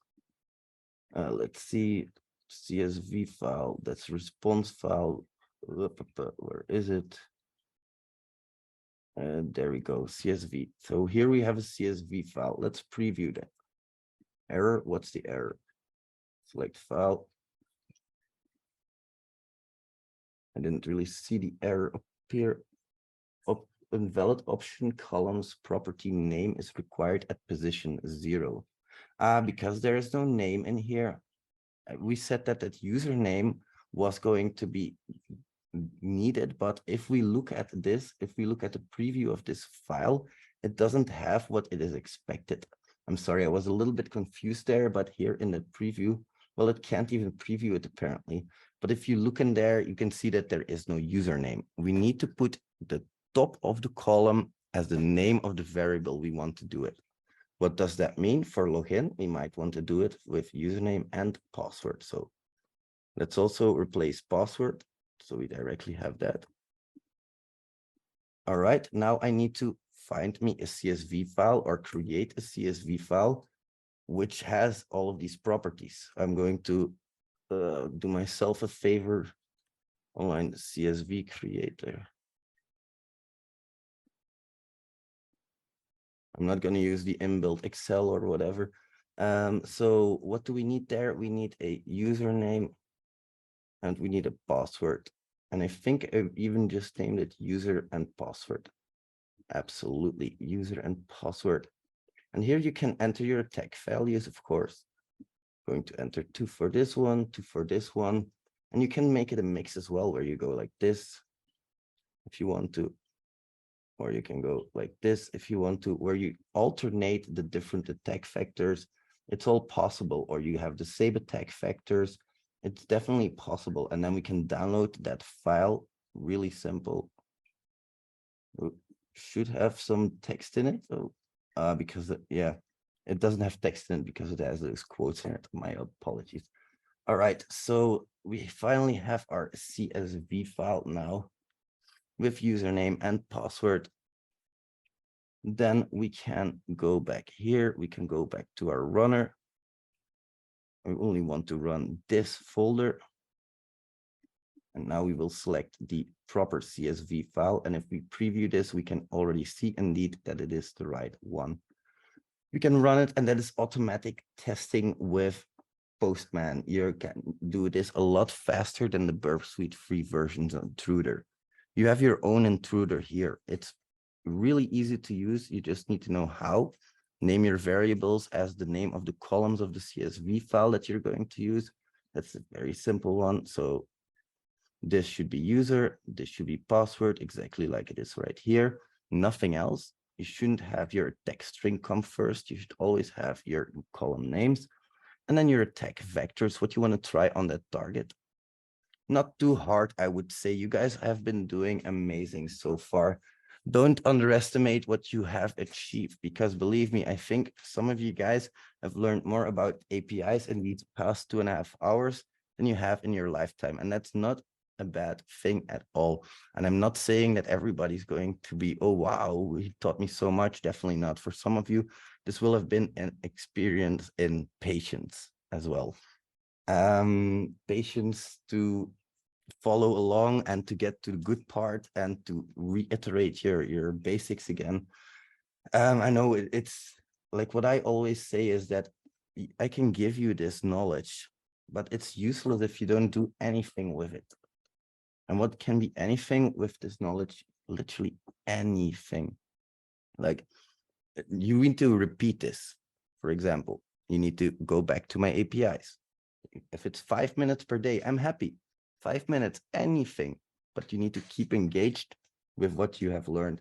Otherwise, you will forget what you have learned because you're not engaged. All right, my friends, it's getting late, so I'm going to give you guys one more assignment.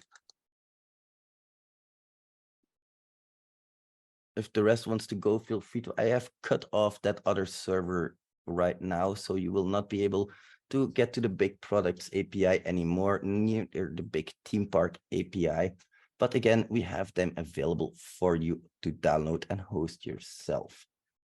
Now, I've made an OS because I don't like the way that, let's see, rat OS. I don't like the way that modern operating systems are going. I don't like that they're concentrated on a computer. So I bought the amazing idea to move an entire operating system to the API level. Fantastic idea, I know. Now, how are you going to interact with it though? Because of course okay, you have that URL now, but you don't have the documentation URL yet. It's the same as always, /API docs. Perfectly fine. Not going to give you any other tips here. But try to, sorry, that is not the correct one. Was that the correct one? I doubt it. I highly doubt it. Serving Flask app. Is it a hardened OS? Oh yeah, definitely. For sure, my friend. Sure, we make hardened. Now, how do you interact with this? I will tell you to a degree as well, because otherwise you might be stumbling. I see that the API documentation for that is going out, which it shouldn't. For this API, where is it? Red os.py. There we go. Oh no, it is right. This right. The Swagger was right. You can interact with my operating system. And the question if it's hardened, it's rock hard, dude. Like it's harder than a Tesla Cybertruck's windows being smashed with a steel ball and breaking in front of the whole crowd. That's how hard it is. So you can basically do what you have to do, of course, here. You can do /API docs for the Swagger documentation. I always need to find my mouse. Where is it? Oh, I think my screen is stuck again. Can you guys still hear me? Is my whole computer stuck now? Okay, perfect. Yeah, the computer was completely frozen for a moment. So sorry about that. But when it comes to the code, no, it is right. You can excellently just go to, what was it? Jesus. I have the link here, 83399. 8399, I see to say, /API docs. So apparently, what can we do with this operating system?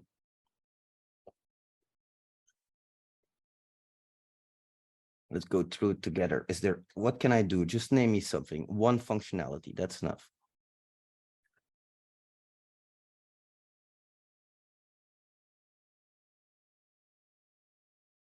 Come on, guys, I have it right in front of you. This isn't the hardest thing I asked you this evening. This should be a piece of cake. Don't be shy, come on. Username login, view the files exist. I like it. So we can log in, we can view if a file exists, we can create a file. Yep, very good. We can delete a file, but you guys like this list file. What else? What else is there? Might be very important.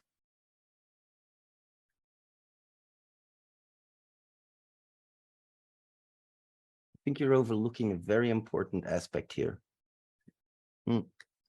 No, command history. Yep, indeed, Mac.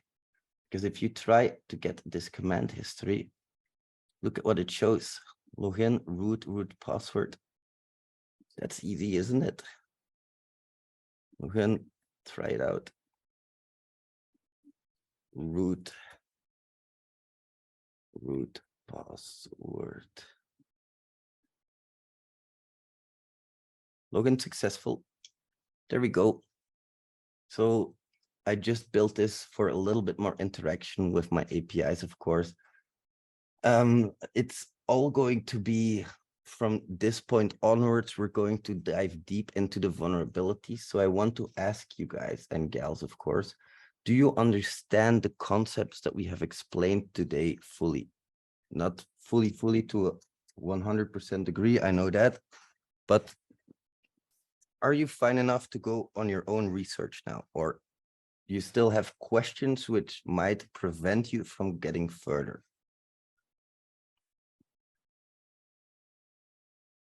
I don't really see. I understood this well enough. Thanks, Samuel. That's awesome. Thanks for the feedback. By the way, you've been doing really good. Only partially. That's okay. Raghavendran. Sorry, geez, pronunciation. Please feel free to watch. Yeah, definitely. It's been a pleasure. You guys have been awesome. Working with you has been a blast, because know what I need to research before tomorrow. Yeah, there's quite a few things. Of course, I will share all of the documentation with you as suggested before. I will also share all of the all of the documentation, all of the recordings are going to be shared afterwards. That's important as well. Same time tomorrow, indeed. That's correct, Meg.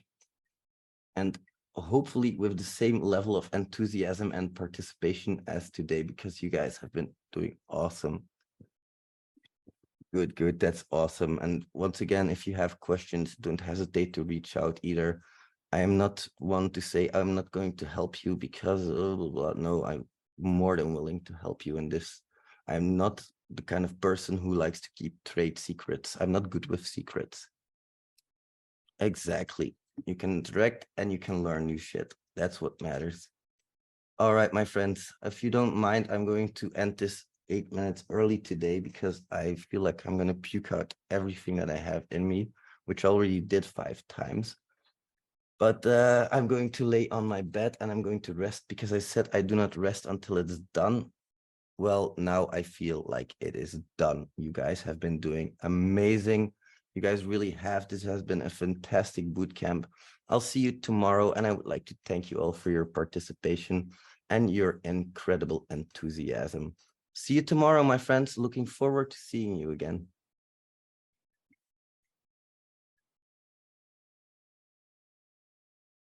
Hey, Marius, have a cookie. Computer. Recording in progress, my friends. Feel free to unmute yourself if you have a question. Feel free to raise your hand. You can do that in the reactions, I believe. Raise hand, as you can see. Then I know that you have a question. For those of you who were not there last week, most of you were, but we saw a bit of the basics of what is an API, how do you interact with it, what kind of documentation are we talking about here, all this kind of good shit. But today we're actually gonna hack APIs, and to hack APIs, let me know how many of you guys have already interacted with APIs in the wild, like just an API request, something, an API call, anything, not even hacking related. Only curl, yeah, that's awesome. That's already a great tool. I love curl to interact with APIs. That's definitely a good one. Anybody else? Any interaction with APIs in the wild? Okay, good, because you guys are going to hack a lot of APIs today. I hope you're ready for that. Now, to hack APIs, we've been doing it with Swagger. Remember, Swagger is that documentation for the API where you can see all of the endpoints with the parameters and all of that stuff. We will use that again today, but I will also show you more tools. I'm going to share my screen. There we go. All right, now the first tool that I would like to talk about is Postman. Let me create a new workspace for this lesson specifically. I'm going to make this a public workspace so everybody can view this workspace later on as well. And just maybe I should call it something more suited: API pen testing bootcamp 2023 number 2. All right, there we go. So here you can see that we have quite a few options available to us in this tool. This tool is specifically made to interact with APIs. And when you start it up, you will see this screen where you have your collections that you can do. You have specific API demos that you can have a look at as well. Some engineering onboarding and API testing templates. These are really cool templates. And if you click them, it will set up your workspace with templates that you can use as well. We're not going to do that though, or well, we have done that, but I'm going to remove all of these, the whole collections basically. So let's just remove all of them. And we will start with a brand new one. Now, what's a collection? The name says it all. It's just a collection of API requests. That's it. So you have a request that's made, can be get, can be put, can be post, you know, the request methods, because we are interacting mostly with REST APIs today. And there we go. So in our case, remember you had that REST versus SOAP thing where SOAP is mostly through XML communication. We have REST in our case. In our case, it's mostly going to be through JSON. Those are those data formats that you can use. Well, today we're going to use them quite extensively. We're going to create collections and we're going to add requests to them. I will do this manually first, but you already see this handy dandy little import button. An environment is also something very useful if you're testing on multiple environments. So if you have like a production environment, a pre-prod, if you have a testing environment, you can add those environments here and you can add environment variables to them. So let's say that we have a prod and we have a specific URL for prod. We can do exactly the same thing for your staging. I don't know how many of you guys saw staging environments before, but staging environments are basically where teams test if their software is ready to deploy into production. Well, that's really useful. Don't forget to save, by the way, because now you can split that up, and in your collections right here, you can select your environment that you want to work with. So remember that, that's very useful. And you can also see a history of your calls. And if you want to see more, you can even add all of these cool things here to your sidebar. What are those APIs? You can actually define your API here in Postman. Now, that's the API definition. We're not going to work with that quite a lot, but this is just a YAML file. If you're more interested in that, go Google that. I'm not here to teach you that.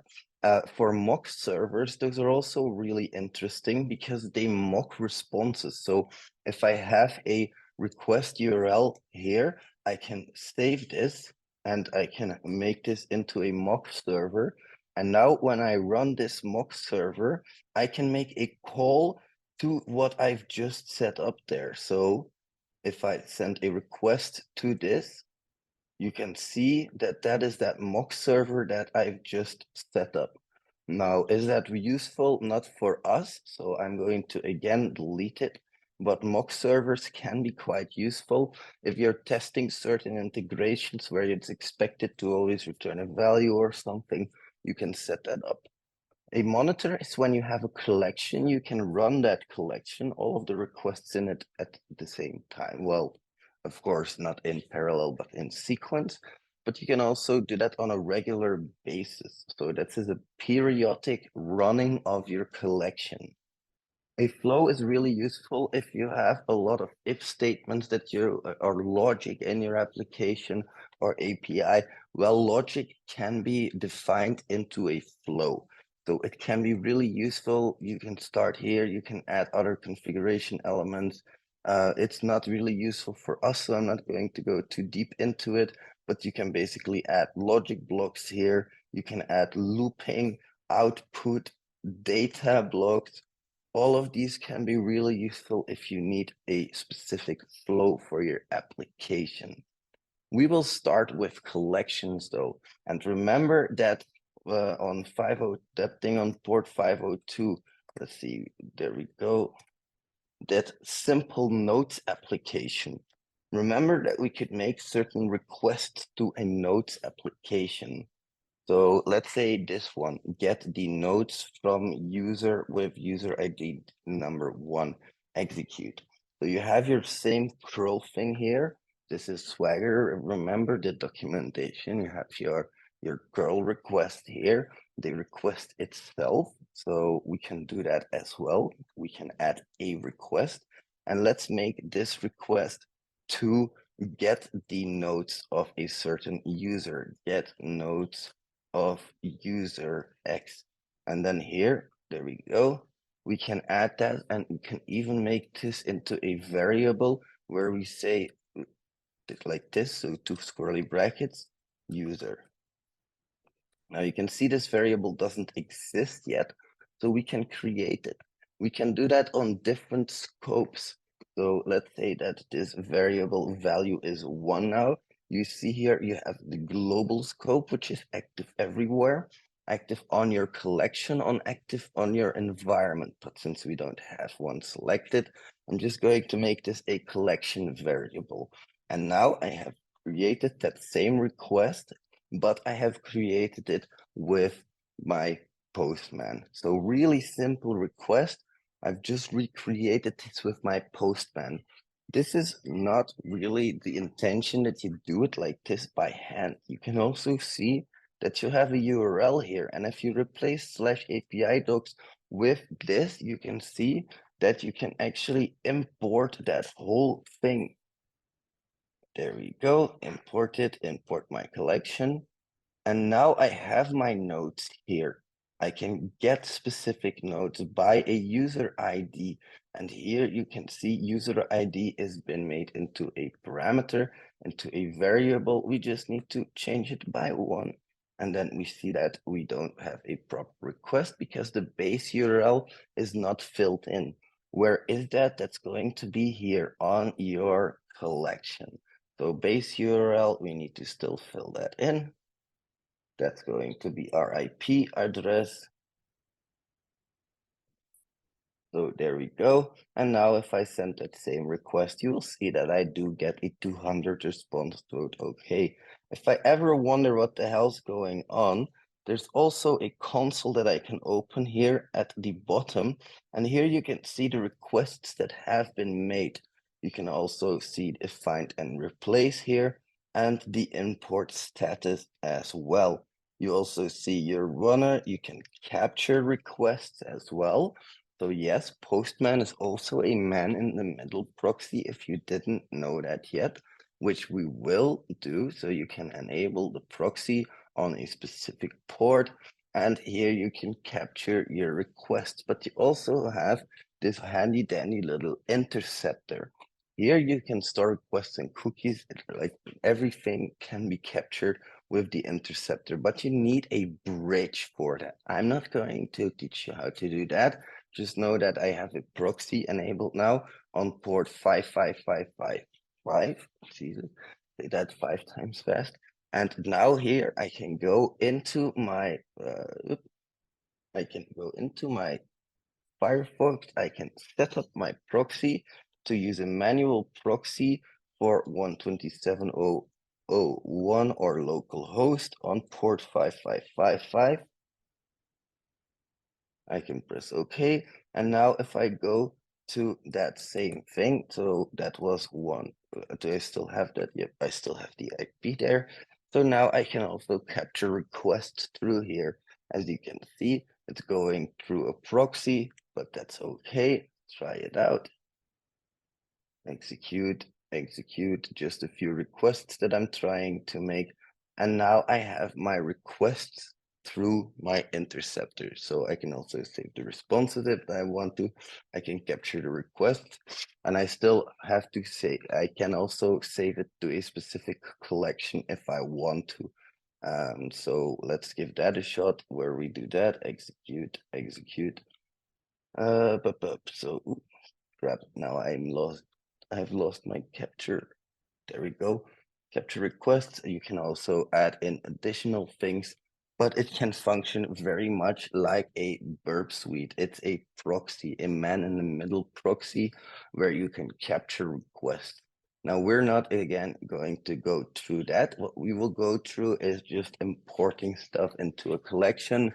That's something that you can easily do. So you will try that later as well, of course. One thing I still want to go over though is, let's say that you want to run Postman with a file and you always want to insert that value. So let's say create node. Here in the body, you actually want it to be a certain variable from a CSV file. So what you can do then, and I hate this freaking Notion shit, go away.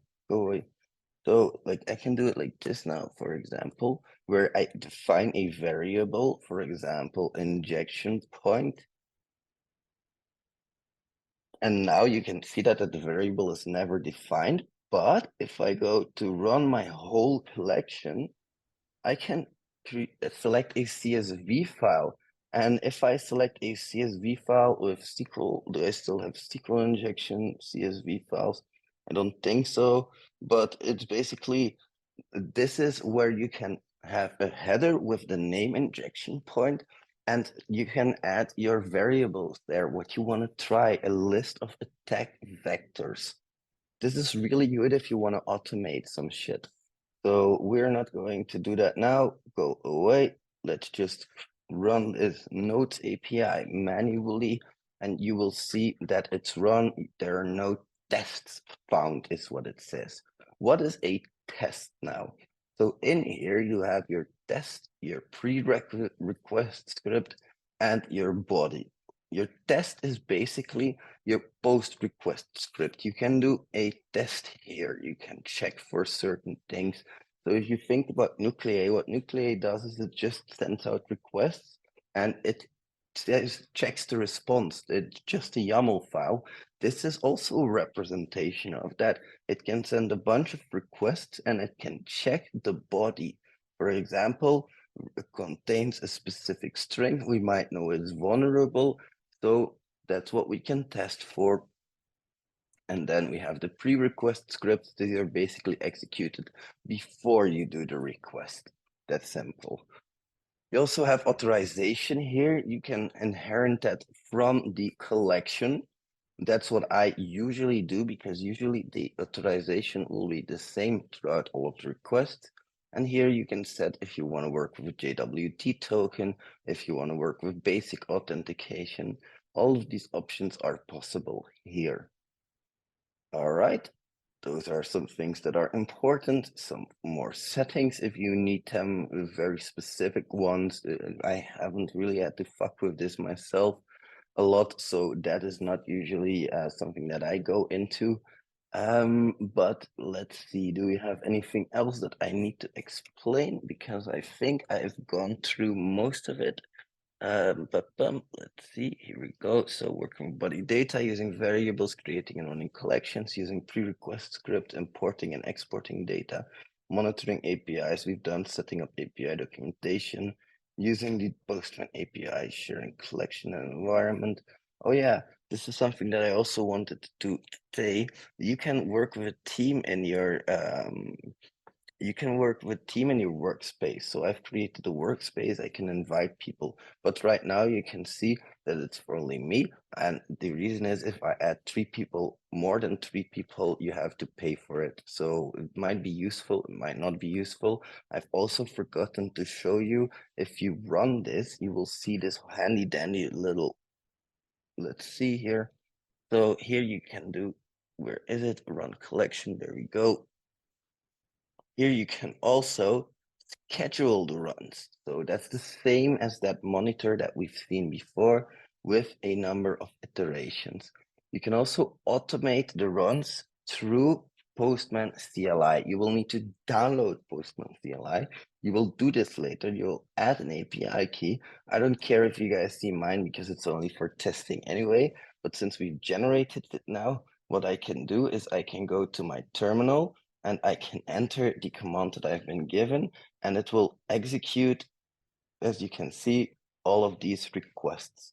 Isn't that freaking awesome? Now you can automate your Postman testing.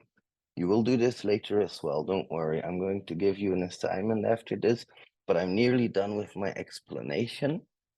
Let's see, so integration with CI/CD pipeline, I haven't shown you this yet, but you can also configure this with a CI/CD pipeline. You get this handy dandy little YAML file, which first installs Postman CLI, logs in with the API key, and then runs the collection. You can choose if you want this on Linux, macOS, or Windows, and what specific provider for Git that you have. Bitbucket pipeline, Circle CI. What am I saying for Git? I mean, of course, for your what do you call Jenkins and that shit? Well, you know what I mean, where you put up your pipelines. You can choose which one you have here. Of course, my favorite, Jenkins. But it's super useful. I don't know how many of you guys will find this useful in their work. I don't think we should talk too much about the Postman agent. Also, we have the API network where you can go through public API. So if you're looking for a specific API, this might be the place to get started. If you're looking for a database API, if you're looking for specific APIs around security, application security API, who knows what all of this is? I have no idea, by the way. Application security, API security configurations, host names. Get the host name. Well, I guess it's, I don't know what all of these APIs are, by the way. I think it's just awesome. And if you really want, you can also click on a collection and you can mock that collection. So right now I have unfortunately added all of these API. Oh no, I'm just in the Akamai workspace. So if I have my own collection here, the regression tests, I have no idea what the hell I just added. I think I just added some kind of Postman test. It doesn't matter anyway. I can mock this collection. That's what I wanted to show you. Right click mock collection, mock this server, and then you have a specific environment if you want, simulate a delay, if you want to test certain things like 2G, for example. There we go. And now you have yourself a mock server. You can make requests to set mock server. All right, my friends. Now you are up. It's your turn. What I would like you to do is please download Postman. I would like you to import what was on our URL here. So I want you to import these API docs. Remember how to do that. Go to API docs. You have that URL here. Replace API docs with that. And then I would like you to, sorry about that. My laptop almost slipped away. Make a few requests. I want you to run the collection through the runner, and then I want you to run the collection through Postman CLI. Last thing I want to say is you can also use Newman Postman CLI. As you can see, Postman CLI uses, but where is it? So if I run this now, run collection, it uses this specific Postman thing, Postman CLI, and it has to have connection with the internet. But sometimes you're behind a VPN, that's not possible. In that case, you can use Newman, which is an NPM package, Node.js, basically JavaScript for servers. All right. Hey, good evening. Hope you're doing well. Postman really is excellent and useful. It's one of my favorite tools, to be honest, because you can make it into a nuclei for yourself. You can make it into an automated testing tool for yourself. You can integrate it into CI/CD pipelines. You have all of those monitor options. I think it's a fantastic tool. I really do. So give it a shot, my friends. I'm still here, by the way. You can talk if you want. We will not take too much time for this, about 10 minutes or so. It's enough time for me to have a small bit of rest. I'm sorry, I can't go on for an hour like I used to at the moment. Still a bit sick, but I'll be much better than I was. That's always good news. By the way, stay hydrated, my friends. Don't forget to drink. That's important. You're doing fantastic. You're doing awesome, but don't forget that there's a world of exploration in front of you and that you're not done. Basically, you're never done, but that's the cool part about this. I think I love never being done. I love always having a fucking mission and new shit to explore, new stuff to learn. There are more tools to explore APIs, by the way. I just think that Postman is the big one, and I work with it quite a lot. I don't know if any of you guys work with APIs in your day-to-day job, but dude, APIs are so fucking vulnerable, much more than web applications. Why is that? Because web applications, I don't know, basically, I don't know, like APIs, it's easier for me to find something in an API than on a full web application. Absolutely. And it's also because a lot of people, they don't really know how to interact with an API, at least not in this way, if you know what I mean. What I can do to API is fantastic. This is security testing to the max, in my opinion, because there are a lot of scanners and APIs are very tough subject because there's only the OWASP API top 10 really. There isn't really an API pen testing methodology, you know. So this one is a bit of a difficult one.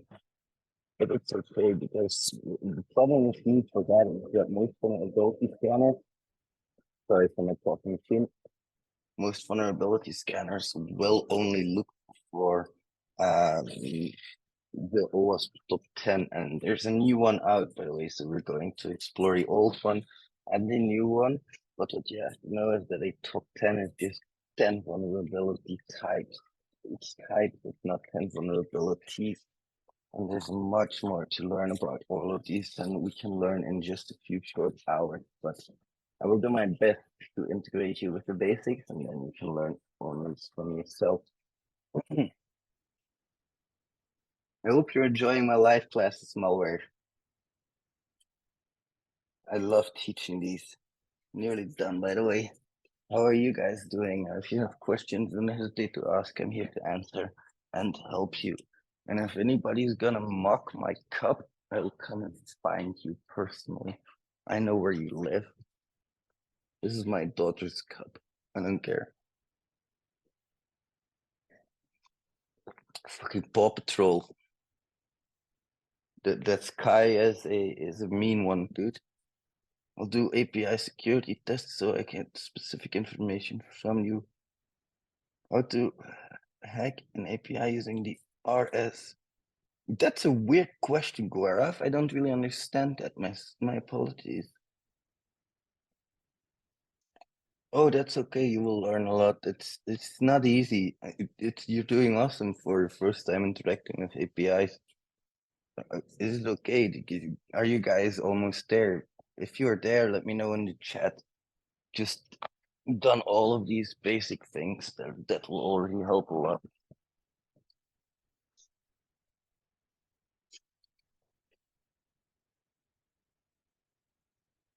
Cookies?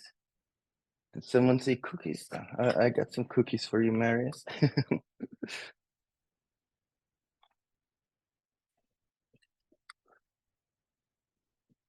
I prefer cannabis cookies. You know, cannabis cookies are also welcome always. Any day of the fucking week. Any day, bro. I should probably close my Discord. Not there's a whole lot of important shit going on, but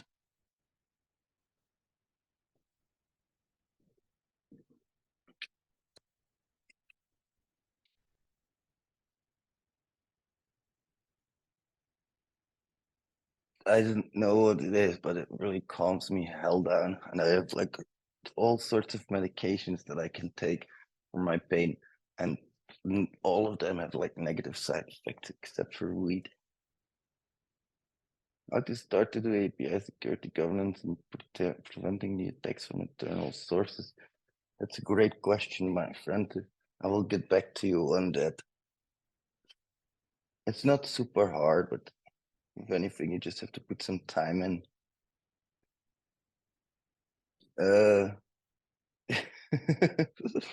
Of course not, Khan. Of course not. I'm gonna put on some music for myself as well.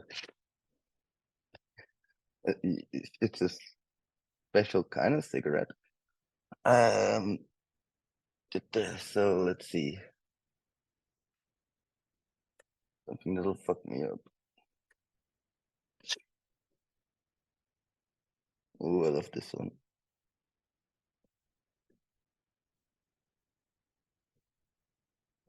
Are you really just smoking a cigarette, or are you also smoking a special cigarette?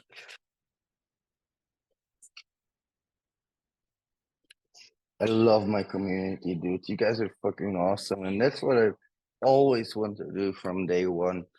I always wanted to have that close bond with my audience, you know. I want to be the guy that you go to the pub with and you go drink a beer with and you talk to. And that's the kind of guy I want to be. Not like, and nothing against these people, but people like Live Overflow, I feel like he's almost unreachable, you know.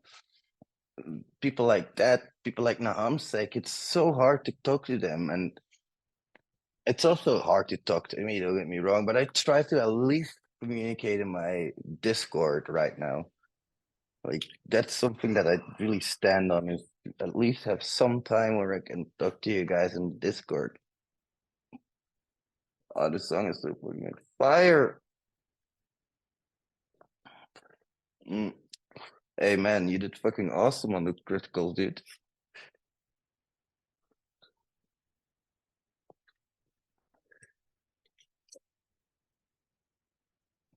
Are you guys almost there, by the way? Postman interaction, okay, because we will be using a lot more Postman today, believe me. At least that's the intention. Now, if we have time, I will get to burp. But you guys know how to use burp. I mean, I'm preaching to the choir here. The same goes for fuzz, because we have been fuzzing APIs. Just remember that you can fuzz so much more. Parameters, values, endpoints, even API, like URLs, you can fuzz quite a lot. What I do want to do though is give you a demo on how we talk to APIs with Selenium. Hands up if you've ever heard of Selenium. I thought so. I know. Oh, awesome. Fucking cool. You guys are the best. Share information on nuclei. Definitely. That's a good one. And awesome that you guys have heard about Selenium. You know what Selenium is, my friend? Selenium is a test automation framework, and you can use Python to talk to Selenium. Now I'm going to open up a new Visual Studio Code window, and I'm going to open up a new file. So this is just a Python file. There we go. And I'm going to paste all of this in. So what I have here is an API. Okay, very simple API. I seem to have some problems with my fucking API. File not found. What the fuck am I loading? Oh, because of course I need to make the specifications as well. So is this even the right one? Ooh. Yeah, okay. So I need this one. Ooh. Right here, please. So I'm starting up a simple API and I have missing things. So what I can do is just pip3 install Flask. Now that's requirements met. What doesn't it have? Oh, invalid syntax because I forgot to paste. Yeah, derp. Port 5000 seems to be already in use. So let's just take another one. Port 5333. There we go. So we have something active now. Now I want to test that. So I have this very basic Selenium script right here. I'm going to explain to you what this API does. So let me zoom in a little bit. First, we import Flask. Flask is to create that API. I have some in-memory storage of 3 users. I have a route to log in, and this login does what you think it does. It just logs you in. Now I have this test here, so this will be test.py. And in this test, you can see that I am using Selenium with my Chrome driver, and I want to get on this port here. So let me get the right port, 5333, test valid login users. It's going to try to log in with user 1 and invalid users. So it's going to try to log in with user 2. Sounds very simple if I put it that way, doesn't it? But what happens is, and of course, now I need to, first of all, so what I will do is did I even save that? I think I did. So test.py here, what I can do is I can copy that path and I can go here and I can go like Python 3. And then I need to do pip3 install Selenium because I don't seem to have it yet. Selenium. There we go. You can always repeat this at home, by the way. Let's see, Python 3. And now it's going to open Chrome, as you can see, and it's going to try and click on that. Apparently something's wrong. I haven't fully optimized, so it cannot find this element. That's what's wrong. It was able to open the page, but it couldn't find that specific element. That's not a huge problem. What does it do? It tries to find elements by name or by CSS selector and click on them. If it can't find them, it cannot find them. That's no problem. Let's see if we can even find them.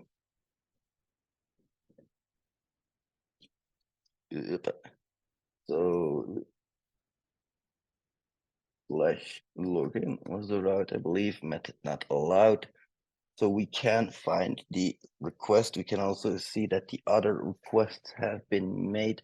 It tried to make it get to /login. Method doesn't seem to be allowed. We can also just see that in here, method has to be post. Of course, it cannot find that because I don't have a template or anything. So just a little bit of a demonstration of how you could interact with it with Selenium as well. Why is that important? For pen testing. If you're a pen tester, you will deliver a proper custom Selenium framework for CI/CD integration. What can you do, for example? You can make the test data come from a CSV file really, really easily. You can repeat your tests automatically time and time again without having to worry. And that's great for regression testing, by the way. So there is definitely room to use Selenium. We use it quite a lot in our pen tests, which is why I wanted to show you guys as well that Selenium is an option. Now I will give you the materials for this as well, of course, in that shared drive. We will repeat that. Yeah. Selenium can be used for screenshots. Yep, that's true, malware. I need to improve my software skills. Yep, it's definitely software development is very, very useful because that's why I'm making some APIs as well and showing you the source code. We will go through most of the APIs that I'm making with source code, and also you can understand what's going on in the background. And today you will also build your own APIs. Yes, you're gonna build your own API, special little surprise for you, because I think it's important that you understand what the fuck's going on in the background. You asked me to explain nuclei a little bit as well. I can do that as well, of course, before the break. Then we'll take a short 10-minute break after that. So in nuclei, what is it? Basically, it works on YAML templates. There are public templates. We can all download them. You get them when you install Nuclei, but you can also create your own YAML file. And it's really easy. There's some metadata, the requests that being made, and then some checkers. And then you can run that on all of your targets. That's what Nuclei is. But the Nuclei template directory is so big already. So to be careful with my laptop. Nuclei template. Here you can see a shit ton of templates already pre-created for you, and you can create your own really, really easily. What are the tools used for developing an API? Great question again. So for APIs, what's often used for development is either something like PHP, Python, Node.js. Node.js is just JavaScript, but on a server level.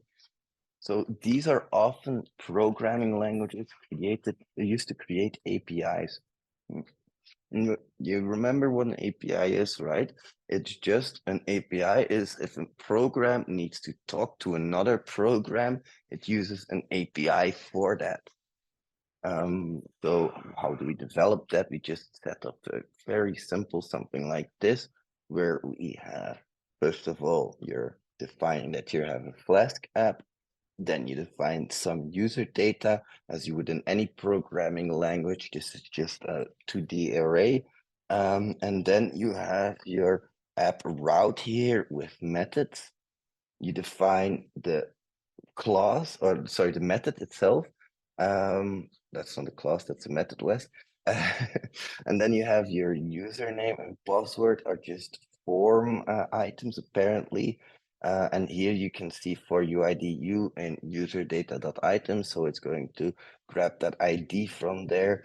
If the username and password match what you've entered, it will put you in the user object. And if you have a user object, it says user logged in successfully. So that's just my API. Everything it does is here and super, super simple. And then I define app.run, and now I can talk to my API. I hope that was a bit clear because it's not always clear what APIs are to some people. But if you understand this concept, then you know that if APIs are made for programs to talk to programs, you also know that security is less because they don't expect humans, or they might expect humans, but not in the same level as a web application, for example. We'll go into some more details later on. Let's take a short 5 to 10 minute break. Let's put up a timer on screen. And if you have questions, feel free to ask them as well, of course. You have been doing that very gracefully and you have been participating awesomely. That's what I like to see. We'll get to some more vulnerable APIs in a bit. Because now I have a good foundation for you guys. I think that's solid. And now the next thing is going to be building upon that foundation. Yeah, just for Marius. Wesley, What's up, man? this is Raghavendra from India. Hey, what's up, I man? It's good to speak to you. I hope you're doing good. Yes, thank you. How about you, my friend? Yeah, I'm fine. I'm eagerly waiting for your class. It's around like 2:30 now here in India. Oh my God, yes, it's late in India. You were Uh, there last time as well, right? It's so Yep. awesome to have you back, man. I remember you Thanks. also asked about the government last time. I'm sorry I forgot to look it up. You can blame Okay. Marius.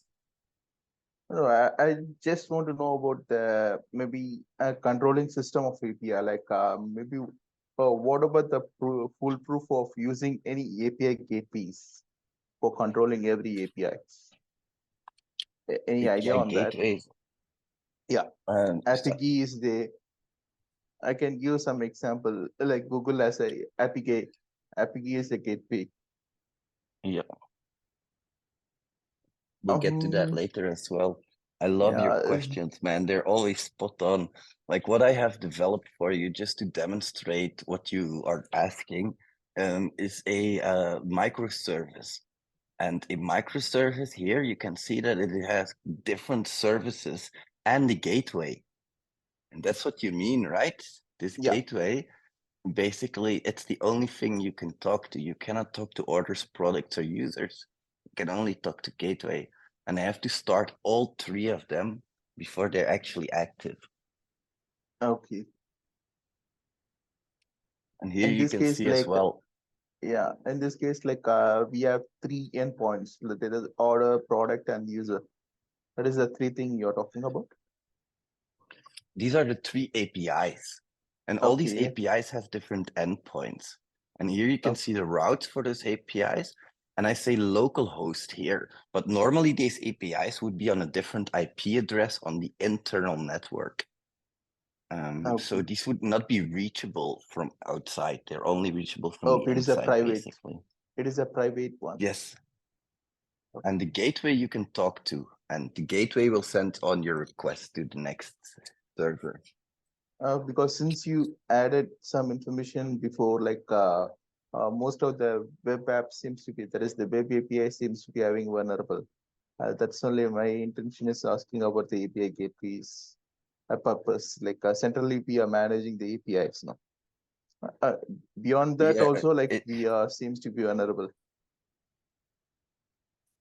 what's so good about API gateways is that often they pass on information from microservice, but a microservice can also talk to another microservice. So let's say that I have users which talks to product, and the moment the gateway passes something on, it is protected. It passes on the header, the authorization header. But when users passes on to product, it can lose that authentication header. And that's where second order issues can occur because it's passed from item to item to item, and along the way it can lose its security mechanisms. Okay. I hope it makes sense. Yep. And I have another question like is this. like maybe it is relevant to the hard-coded API exposed like while testing using some tools like Fortify. I used to get like Firebase is the one thing. It is showing the API keys in public. Whether it is necessary to do hot coding on the API key. Good question. I love your questions, man. So API keys can either be public or private. And if it's a private API key, that's a big problem because it should never be anywhere visible, of course, to the users. But if it's a public API key, that doesn't matter. That, for example, Google Ads always passes along its API key and it's always visible. That's no problem. But you saw me in Postman, I also had an API key here.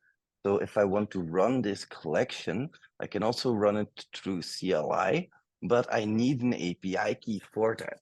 And if you guys see my API key, you guys can see this API key now. Yep. So this is just an API key. You can use this. This is my private one. I shouldn't give this to other people because now other Okay. people can run my collection with my API key and pretend to be me. Okay. And if you find a private API key, that's a problem, of course. Yeah, you're totally right in that. And often you will find them in JavaScript files. JavaScript files are ripe with this kind of shit. Okay. Maybe like if the API seems to be used in the switching cases, whether it is a good practice to expose the public key. Maybe like That's no example, the problem. Firebase. That is no problem. No, that's no problem. I've seen this often, like Firebase. Yeah, Firebase public keys is no problem. Okay. Hold on, Firebase might be a private key. Firebase is for testing applications. You can really easily deploy through Firebase, so you might be able to grab a version of software that is not fully out yet, and you might be able to access the system that way. So yeah, you might need to investigate. Yeah.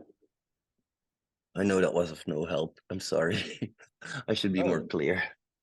Maybe you have given some sort of information. Maybe I can try to do some groundwork on that.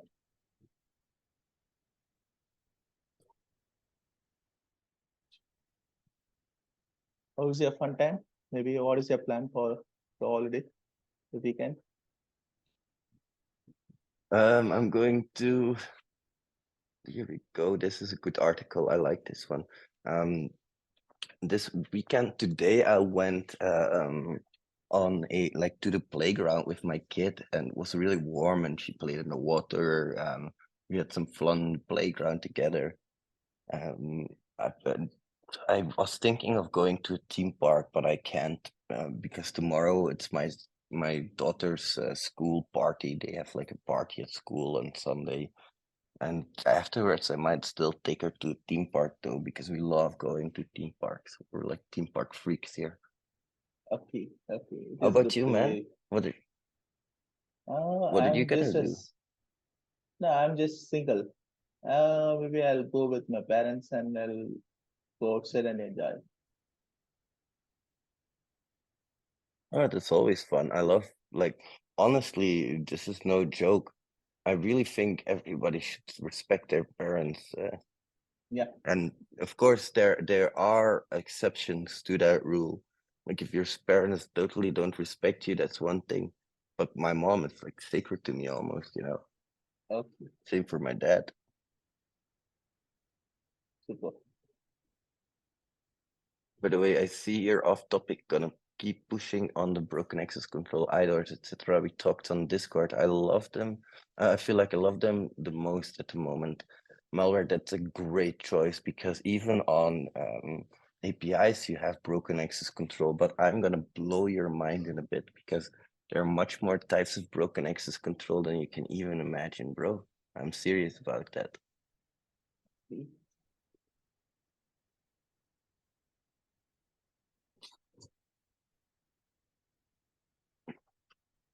And maybe someone might ask some questions apart from me. Oh, Maybe I'm thinking of someone should ask. Yeah. Yeah, one moment. I'm going to put my rabbit inside. Sure. My rabbit and my guinea pig. Where the fuck is that stupid rabbit? Oh, this is always a struggle. Come here, you fat pig. All right. How long you're doing it? Like maybe like how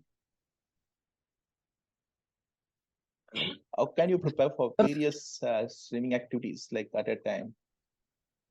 Sorry, one moment. Come here. Okay. Come here. Stupid pig.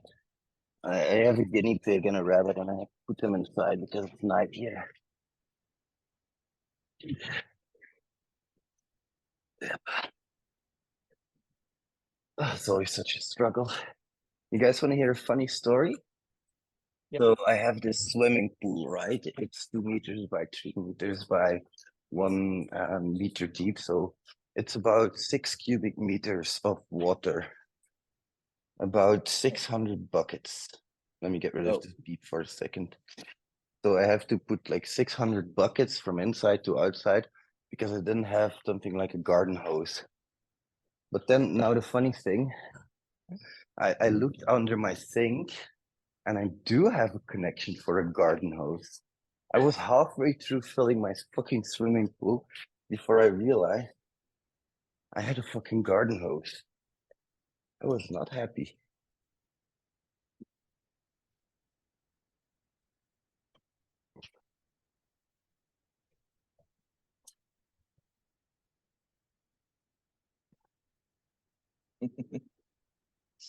Go.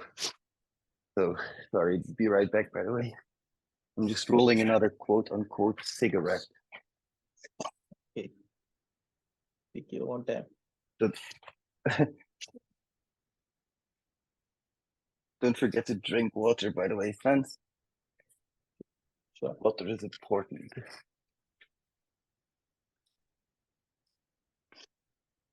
I have some problems with my stomach and also with my bowel, so I'm dehydrated 90% of the time these days. Not fun. What is the issue on that? I have inflamed bowels and irritable bowel syndrome. So like I have diarrhea constantly, which is very bad, of course, because it drains all the water from your body. And then my stomach, I have stomach ulcers that were bleeding recently, and I was puking, so I puked up like chunks of my stomach, which is fucking disgusting. Okay, then you try for like ice apple. Sorry, bro. You can try ice apple to keep Ice it cool. apple. Yeah. Oh, I'll try. Thanks for the tip, man. Okay.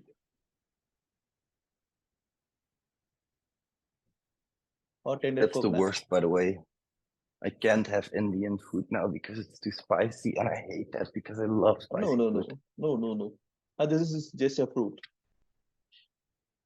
Like you have lychee out of India. Similar to I that, like lychee as well.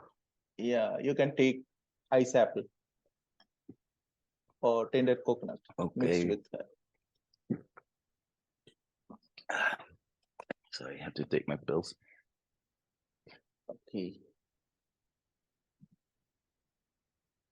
What was recorded, Mary? Oh, my mistake. Yeah, that was recorded. Yeah, we were having a meeting a while ago, and like Marius was like, "Hey, I found a free trial," and we were like, "It's $1. It's $1. It's not a free trial, Marius. Come on, bro."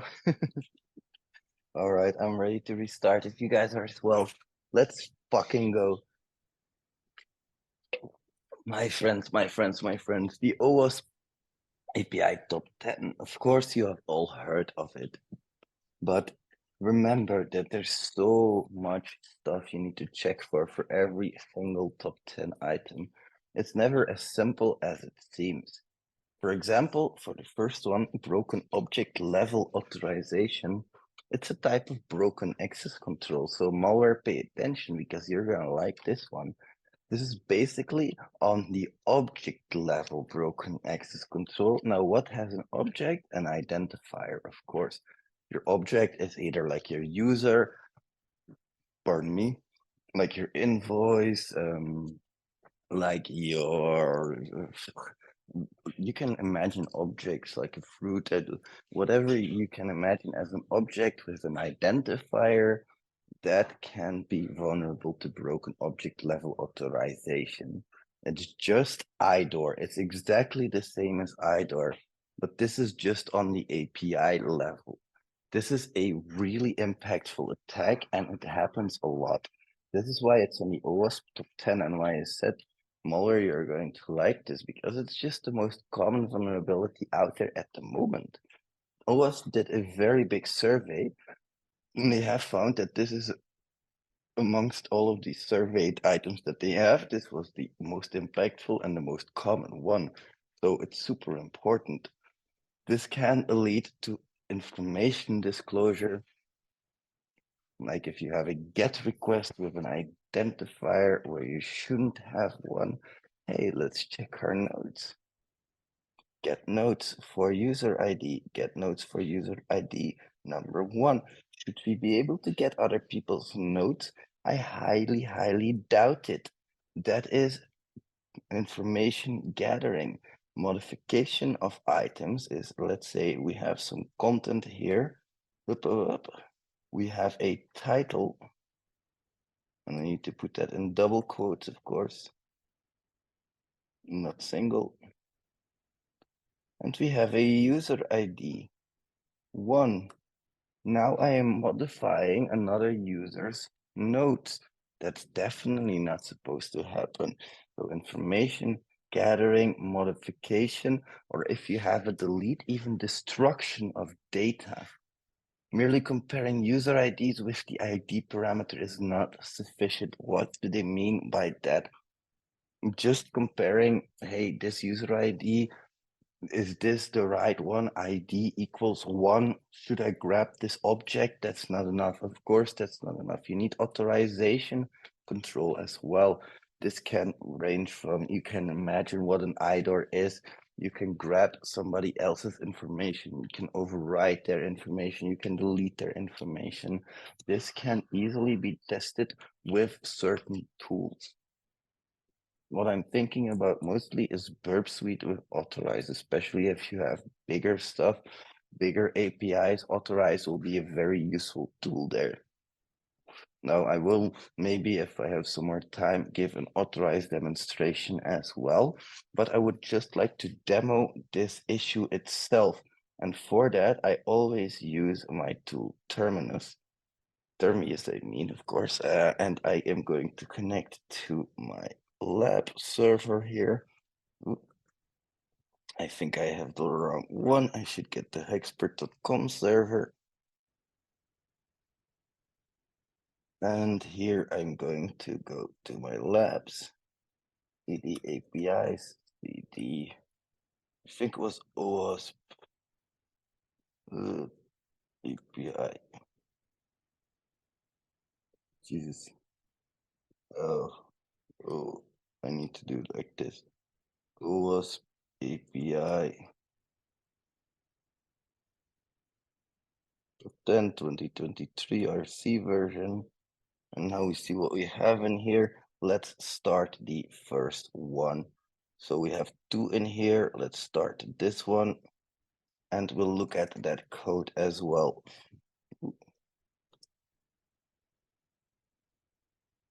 All right, so we have something up on this board right now. Let's look at the code together and analyze what we have running. So I've opened this one right now. And again, you can see really easily, we have a Flask application with, imagine this sensitive data. So we have SSNs and we have salary and we have a name. I would imagine that that could be vulnerable to IDOR. Identifiers 1 and 2. You have routes here /data and then a record. You can see easily get that sensitive data, user ID equals, and then if user ID equals record ID, then it's going to do this. Now user ID, you can already see where it gets that from the header. Now let's try to talk to this. Let's open Postman and let's make a new collection. New collection. And this new collection, we will name it OWASP API Top 10 2023 version. Here I'm going to make a new request, add request, and for this request, I would like to make it go here. Let's rename this. I'm going to zoom in a bit so you guys can follow easier. Let's call this A01, and this will be number 1. And we enter the URL. And remember, it was /data /a number, but we had to add a header user ID equals 1. And if we do it like this, you're not authorized to access this data. I probably have the wrong, nope, it's user ID. And that should be request get user ID. Then it should return, yeah, it should be the same. Data 1, user ID 1. I seem to not be able to access it still. Probably something wrong with my horrible coding. But I think you can understand where we want to go with this. So here we're able to access sensitive data that we really shouldn't be able to access. For some reason, it doesn't want to work for me now. That's okay. It's just a demo, thank God. But I will have a look at this later, why exactly this isn't working. You can see that we get the same here, but of course we don't have that header with us either. User ID 1. Should we maybe make that 2? I don't know. Nope, definitely not. By the way, somebody has a hot mic. I don't know who, but there's some background noise. It's probably me. I'm gonna. Oh, no problem, no problem. So let's let's open up the other one. Hopefully that will go better. All right, so this one is that one. There we go. We have a new server running on that port, and now we have this code running right here. And here we can see that we again have some sample data. We have a method find user by ID, which is going to go through the users, and find document by ID, which is going to find the documents. We have a route API users and then the API itself, the user ID itself /documents. And we can also go to the document ID itself and delete it immediately. We also have an API endpoint to create documents and update a document. I want to put all of this in my Postman. So let's do that. Let's go to Postman collection. We want to add a new request. So add a request, and this is going to be A01 number 2. Number 2. All right. And here we want to again talk to, we have a get for this one. /user /documents. Send that out and we get Alice's documents. That's already really good. We want to have another one, which we duplicate because we can also get the document itself. Document ID. Sorry, my friend, I didn't understand that. Going to quickly, I didn't save it. And when you save and you don't duplicate, then you have a problem. So here we can replace this with what we have here, and we get document number 1, method not allowed, because we only had a delete here. Let's delete that document. We can change the request method here, and we can send that over. Document not found, that's okay. We can see again, doc ID was the document identifier we needed. That's perfectly fine. Then we delete that document and it was successfully deleted. Let's go. We don't have that document anymore. That's awesome. But now I also want to create a document. And why is this the broken object level authorization? We always have identifiers here. I think that's clear, right? Those identifiers really make a difference. Now let's duplicate this again, but let's, in this case, we're going to post because we can add a new document. And here we have the same endpoint /API /users /1 /documents. I believe that the endpoint was indeed. Yep, there we go. And we can make a post and we can see that we have a new document here. So let's just make that post. Document created successfully. If you need to add a body, you can do that here as well. And then we have an update. So we have a put as well. Again, let's save this properly and then duplicate it. And this is the endpoint for API users. Oh no, I had to do this updated document. /doc2. Let's do it like this. We get to do a put. And we've updated our document. We've gone through this. We have a modification of data, deletion of data, getting of data, creation of data even. You can see how this can be a problem. And again, even the creation of data, a post which you might not expect can be vulnerable to IDORs, is vulnerable to IDORs because you're making a new item on that user. That's also an object. This is a 2D array. So you have a user, but users have documents as well, 2D arrays. So first dimension user, second dimension document. Is that clear, my friends? Let's see if you have any questions about that.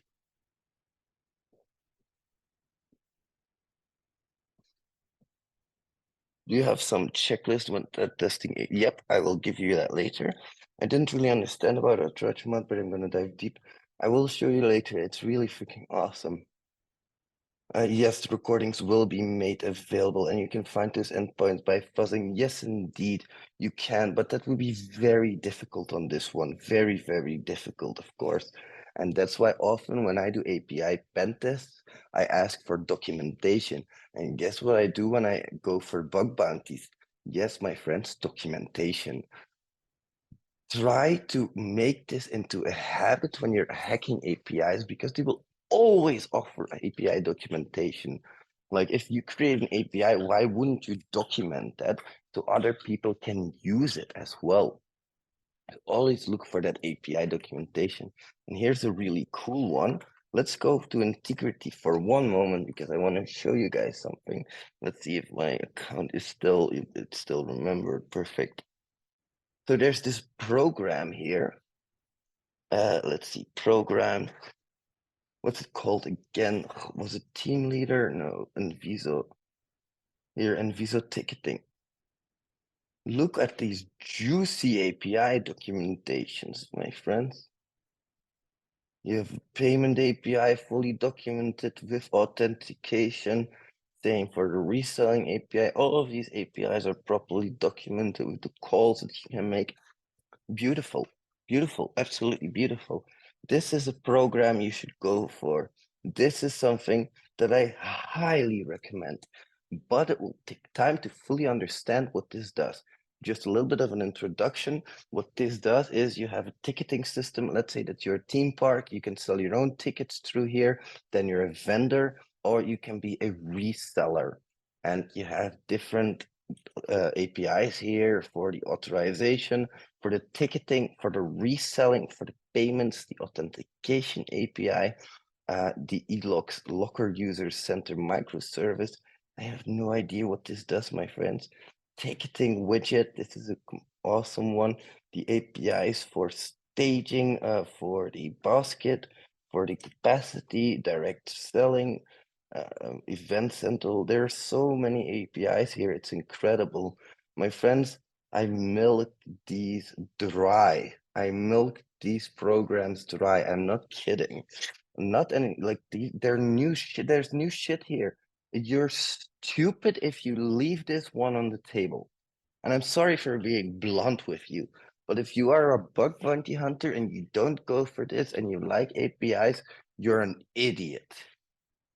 Just think of this as your normal hacking that you're used to, but these APIs, just think of them as other web services that you're communicating with. That's all. If you have your Burp Suite open, and you click around, you will see calls to all of these APIs, and these are in scope.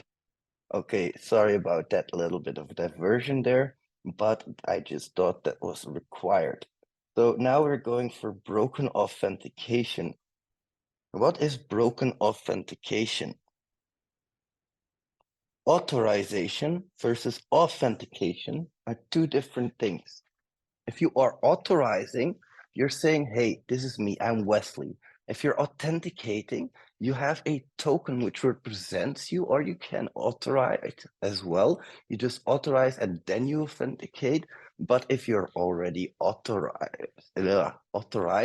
then you usually get some kind of token, so you don't have to enter your username and password and everything you have to do. That's token gets authenticated. Broken authentication. Authentication in APIs is often very complex. You have JWT tokens, you have OWASP, you have basic authentication. There's many different types of authentication. And believe me, you're often just as confused as a developer implementing this. There's basically two big issues here: lack of protection mechanisms and misimplementation of those mechanisms. This can be used to do account takeover, basically, but also read data, perform sensitive actions on people's behalf, anything that has to do with your authentication. So are you authenticated to do a specific action? This is almost broken access control, but it's not really, because it falls back on anything authentication like. So this case, microservices can also be vulnerable if you can access them without authentication. You guys have seen those microservices that I've built. If you can access them directly, which you will be able to do, then that's vulnerable because you need to be authorized for that normally. APIs talking to other APIs also have authorization in between them. Example, the text scenarios can be bypassing rate limiting with GraphQL query batching and taking over user accounts by updating their email addresses without confirming the user's identity. Funny story, by the way, our LinkedIn got hacked a while ago. That bitch changed my email address as well. Fuck, I'm so fucked up, dude. Like like at 3 a.m. I get this call. What the fuck's going on with your LinkedIn? I tried to log in, can't anymore. Password changed, email changed. The bitch is crazy. She really didn't do herself any favors, did she? But if somebody, sorry about that, by the way. Prevention mechanisms include understanding all authentication flows, using standardization mechanisms, implementing MFA, and protecting against brute force attacks. SMS MFA is not strong MFA. Anything phone number or SIM related is not strong MFA because there's things like SIM swapping. Refer to OWASP authentication cheat sheet and other resources for best practices. Can we hack a JWT token? I tried changing it to null but invalid signature. Try finding the signature. That's always what you can do. If you see anywhere where that seems like the signature, just try it. It's hard to crack JWT tokens specifically. It really is. And somebody's fucking calling me. What the fuck? It's 11 p.m. I hate that shit. It's always my fucking neighbor. He's always asking for, you know what, and I'm always saying, fuck no, I'm not a coffee shop. Go spend your money there. He always says, like, oh, I hate it when he asks that. I smoke for myself, but everybody needs to keep their hands off my stash because I am a pain patient. I have fibromyalgia, and I go crazy if I don't have anything to smoke. It hurts so much, dude. It really does.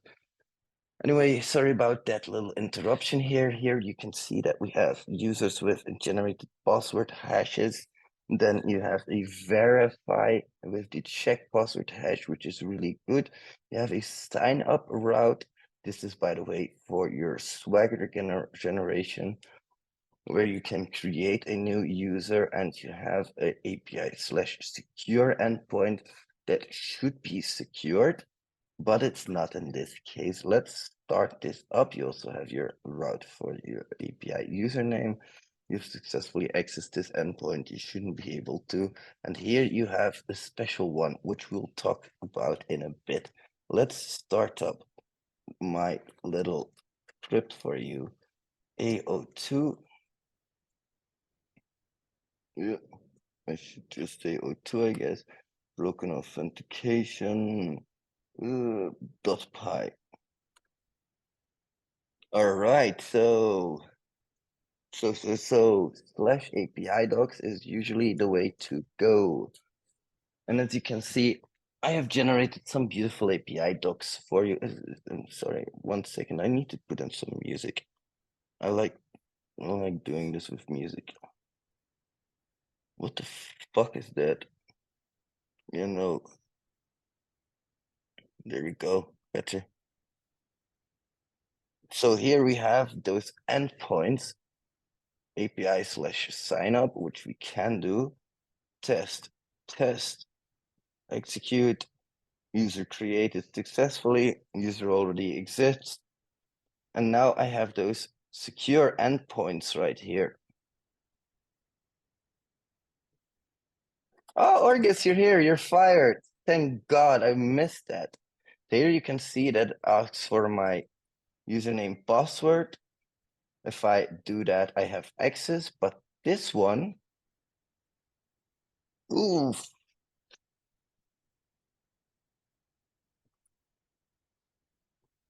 Even with curl, she did not with curl this time. Oops. But that's okay. So these endpoints should be protected. And here I have a special one because I can change the user type, but it's nowhere in there and I need to make a put. So I need to do this in Postman. I'm going to have to do it in here because I cannot make a put in my browser. But here's a little bit of a trick for you that I'm going to show you now. And I think you will like this. Let's say that you have this request, right? You know, you have those developer tools in Firefox. Well, you have that network tab. Everybody probably knows that. But in Firefox, here you can edit and resend a request. So if you ever want to do that and you want to change the request method, for example, post, you can do that. You can do that in Firefox. Isn't that fucking awesome? Now, I bet you guys are learning some fucking tricks right here, aren't you? And the cool thing about API hacking is that the better you understand how to create and how to work with APIs, the more of an advantage you have over other people. You guys are fucking rocking it. I hope you guys are realizing that as well, because this is not easy shit. Now we have that put here. We could do that. I'm not going to show you everything step by step. You know what I want to do here. It should be a protected endpoint. It is not. You can update the user type. How would you find this? Hardly. You would hardly be able to find this. Thing is, it's not in the documentation and it won't be because I have explicitly chosen to leave it out of the documentation. All right, my friends, period 3. This is, you guys are going to be mad by the end of the day. I promise you that.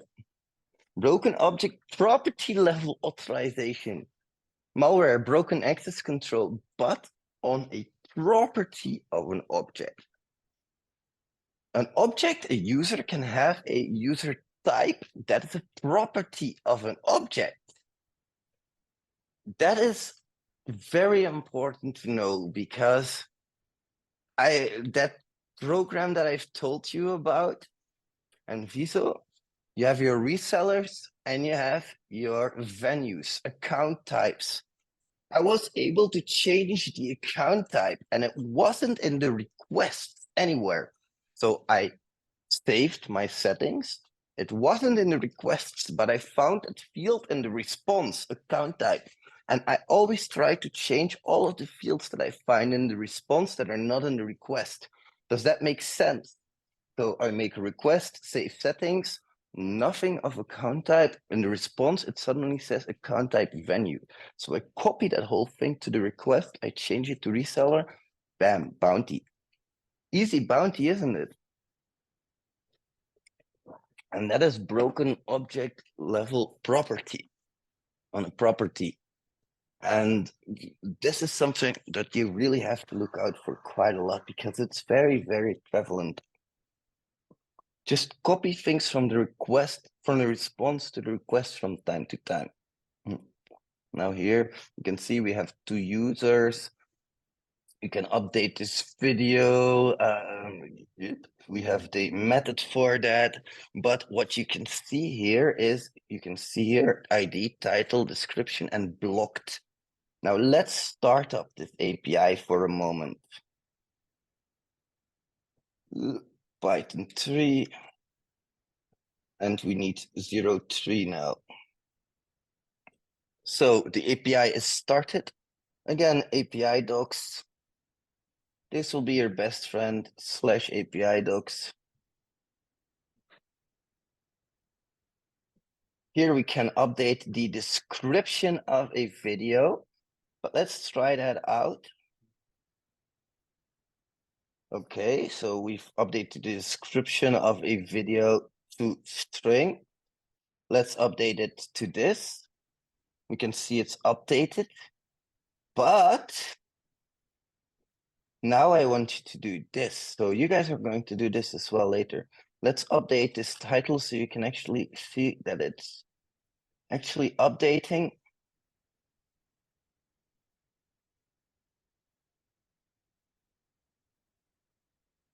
You can see that blocked updated. ID didn't, title didn't, but blocked did. Now you go try that. Change blocked to true, change it to what it's not. Just make a request execute, then copy from the response to the request. Do that. Do that. Come on. We don't have all day. It's not hard. Click /API docs /API docs. Come on. Chop, chop. And you make a request, then you change that stuff from the request. Here, you just make a request and you copy this. You put it here. Quick, quick, chop, chop. Come on, we don't have all day. What the fuck are you doing?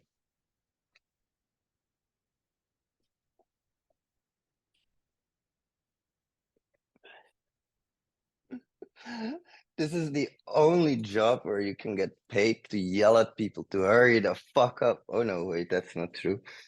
Still, I like my job. Orgus, you're fired. Good, hold on. Orgus, you're hired. Orgus, you're fired.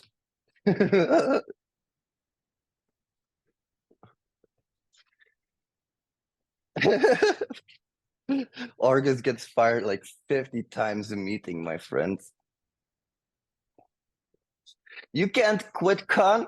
I fire you. God damn it. You're all fucking fired. You're not quick enough.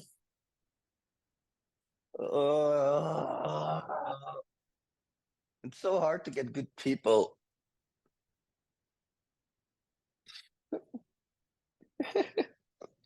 This is why I love these sessions, dude. And battery is also dying for my headset, which I hate because I love talking with a headset on.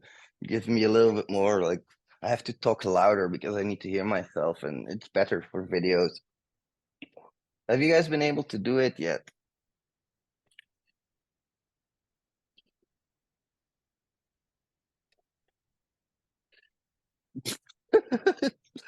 Have you guys been able to do it yet?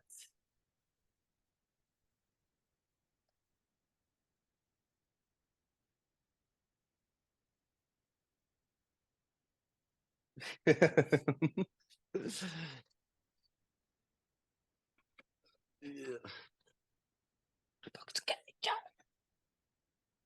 missed a really cool part, by the way, Orgus. I don't know if you were there at the beginning. What am I saying? You missed a cool part. By the way, you guys, if you haven't been able to do this in your own time. Oh yeah, of course. Take like 2 more minutes.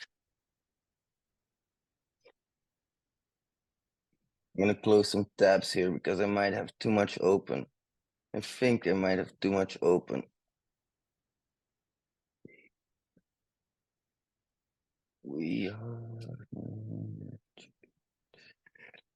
Let's go. Unrestricted resource consumption. This is a new one. This is, for example, so let's say that you have some cloud services going on. I'm going to take the example of Amazon Web Services because I'm an AWS representative, plus I know it best myself.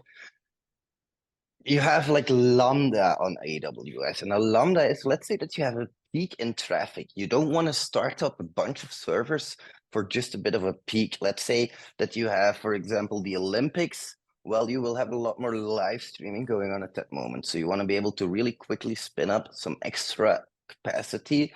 But the problem is, if you don't restrict that, it can go unlimited. It can do that in many ways. It can go unlimited for the consumption of lambdas because it can spawn a million one. Because while a lambda is spawning, it takes a few seconds. If more requests come in, more lambdas spawn. So you can imagine that can get very quick, very fast.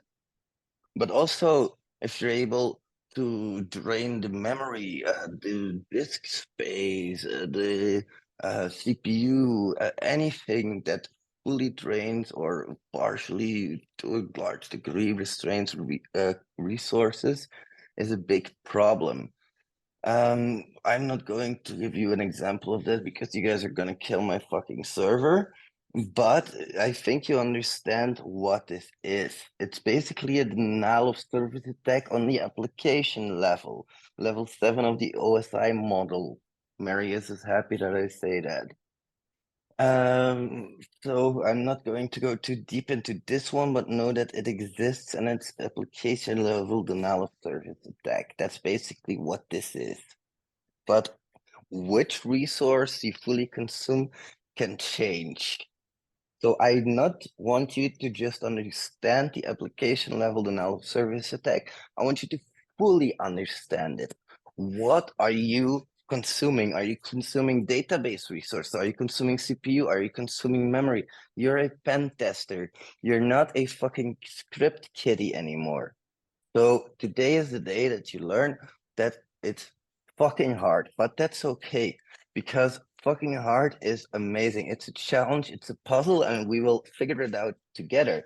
On to broken function level authorization, broken access control, your your vertical level broken access control. That is what that is. So basically, you're able to execute functions which you should never be able to execute. I don't think I can make it much more clear than this, can I? We have some examples as well for you. Two user types, normal user and an admin, but the normal user will also be able to view things on the admin endpoint. Let's start this up real quickly and have a bit of a look. So this time we want to start 05, Python 3, 05.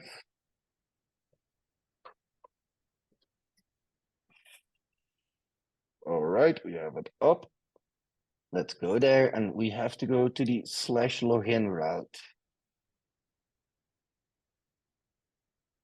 Here we have a user ID we can log in as. Let's log in as user ID 2. I logged in as user ID 2, yet I can see this. This endpoint is not protected against authentication attacks. You can see how this can easily get mixed up with broken authentication. That is because it is the same. The thing is, broken function level authorization is broken authorization, but broken authorization is not only broken function level authorization, but also broken object level authorization and broken object property level authorization. Can you still follow? It's fucking insane, isn't it? Well, yes, broken access control or his, but there's so much depth to broken access control, and people who tell me that broken access control is easy, I will laugh them in the face because I know all of this shit. And if you know all of this, you have a much better nose for broken access control. This will help you sniff out those functions that you need. Functions, objects, or object properties. These are 3 different types of broken access control. They are all broken authorization issues, but broken authorization is not only one of them. Fucking awesome, isn't it? onwards to server-side request forgery. That is where we can make the server perform a request for us. You can also see that we have some swagger in here. We have a route API fetch image. But that fetch image route, where is it here? It takes parameters, name, description, in, required, and type. That name URL means that it will resolve to grab an image. It's going to use that image, that URL to grab an image, but it's actually doing a request. It's using that to make a request, and that is where it goes wrong. Because when it makes that request, here you can see, where is it? Here, it actually can do server-side request forgery. What is this? Let's say that I have an internal server that you normally shouldn't be able to access. You can now access it because this is an internal server accessing another internal server. You can also even do port scanning with SSRF, but you do need to have some internal knowledge of the internal network to be able to fully exploit this. I hope that makes sense. If not, let me know, because this is not the easiest thing to understand, but it's really, it's like, I think Nahamsek got a really heavy exploit on Lyft or Uber. Nahamsek, Lyft, SSRF. Yeah, here we go. I love this report. You guys should really read it. It's fucking awesome. Now, security misconfiguration. How much more vague can you be? Well, I'm not going to go too deep into this because security misconfiguration, I mean, basically anything as long as it has to do with configurations. I read a write-up on port scan through SSRF and it's crazy. Yeah, I will give you guys, if you are interested, port scan SSRF. This is a great article. I love Acunetics, by the way. I love their blogs. Do you guys, I'm going to give you 2 seconds to think about this. Lack protection from automated threats. Your API lacks protection from automated threats. What the fuck could that mean? Let me give you a second. API lacks protection from automated attacks. Funny, isn't it? Think about ticket scalpers. Think about Flipper Zero. I just ordered myself 2 Flipper Zeros. There are scalpers constantly automatically scanning if there's new things in, and they want to buy it immediately as soon as it is in. This is a really big problem in the car industry, for example, because I know that there are very big bots that are always looking at these advertisement sites to see if some new car comes available. That is what lack from protected, lack of protection from automated attacks means. So it's nothing more than that. Can be also just this is like rate limiting missing, but rate limiting isn't the only protection you can do for automated attacks. CAPTCHA is also one of them, for example. Now, lack of inventory management, this is just that I don't know what APIs I have running. Shadow APIs, I might have not a clear overview of the versions that I have running. That's it. Unsafe consumption of APIs. We are consuming data without validating that data, and we are not sanitizing that data because we assume that it comes from a reputable API. As you can see, we don't verify that data coming in. That can be very, very, very dangerous.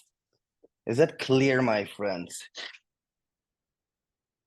Argus, if you pay me the price for one, I can definitely send it to you. I can send it to you to play with as long as you send it back to me. I'm fine with that. Let's see. All right, my friends. Now here is the real kicker. You guys know my labs, right? labs.hexpert.com. You have this APIs thing right here. This is everything we've just seen. You can run all of these APIs. Yeah, that's no problem. I'll send it to you, bro. You can play with it. All of these APIs are available here. You can run these on your own computer. So give that a shot later on because it's important that you understand the security risks associated with APIs. Now, I am just yapping here. You have to practice this on your own. You have to. I am not going to be able to hold your hand forever, and I only have 9 short hours to teach you. I want to teach you properly, but I need to teach you the basics. Rewatch that, do it as you go, and practice, practice, practice. If you want vulnerable APIs, you can. Ooh, what the fuck is this? Fuck. I bricked it. I have no idea what I've done, but I bricked it. If you need vulnerable APIs, there's bigger ones in here as well. We are going to go through them, but there's also APIs like CAPIE. Why the hell is it? Fuck. Now I fucked it up, didn't I? Yeah, I did fuck it up. That's useful.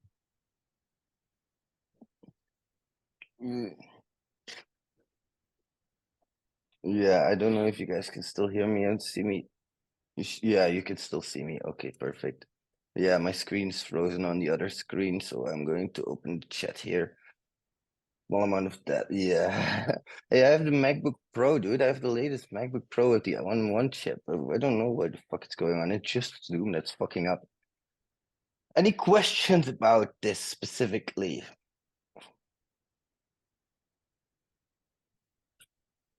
I have a toy. I have a toy. Oh, go fuck yourself, dude.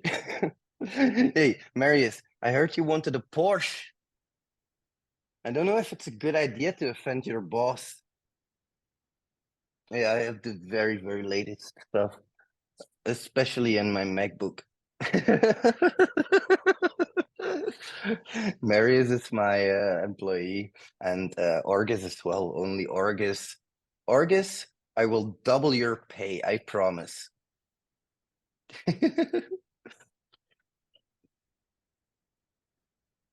Yeah, it's like Marius is my COO, so he is Chief Operational Officer, basically.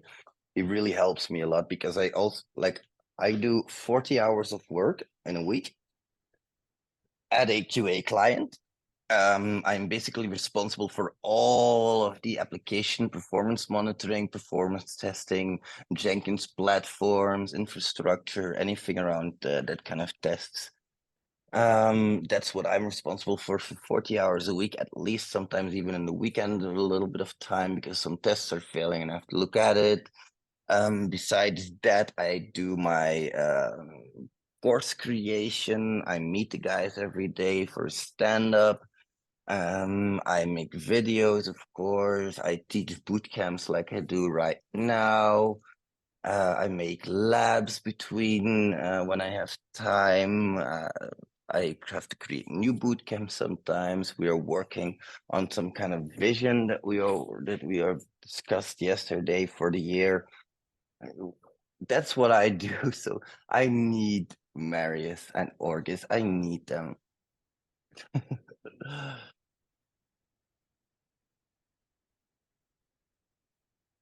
Oh no, it's okay, Sunu. Sonu, oh, by the way, Sonu, I still have to talk to you. We can resume our sessions next week. Everything is figured out. Thanks for your patience. I really appreciate it.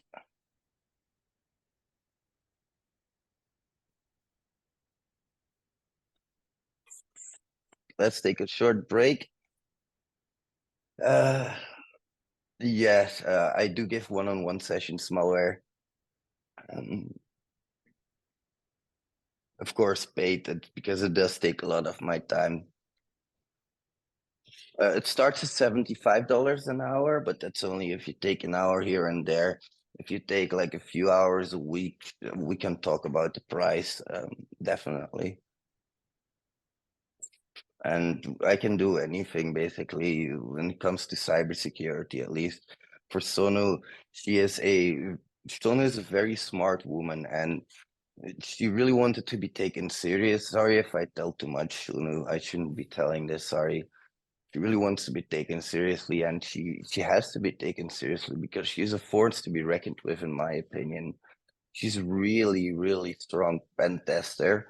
And for her, I'm teaching her like vulnerability scanning, the vulnerabilities, how you read a report, how you create proof of concepts, now API pen testing as well. But also bug bounties. I don't hunt myself actually anymore. I just coach other people doing bug bounties because I like them reporting the bugs. I don't need it anymore. On my other account, the Amazing Ferret, no shit, I have over 100 invites on that, and I don't want to do bug bounties anymore. I think bug bounties is good to practice on to start with, but it's kind of like it's not even hacking anymore. You have to be at the top of your game. So yeah. Indeed, the places are very limited. If you want malware, we can have like a short session and talk about it. It's like a free 30-minute session, of course. Thanks, Sony. You're a really good student. Honestly, I really enjoy that. And what I really enjoy about Sonu is that she's very on time as well. If we have an appointment, she's there. She's always there. And if she's not there, she will let me know. I really appreciate that about people.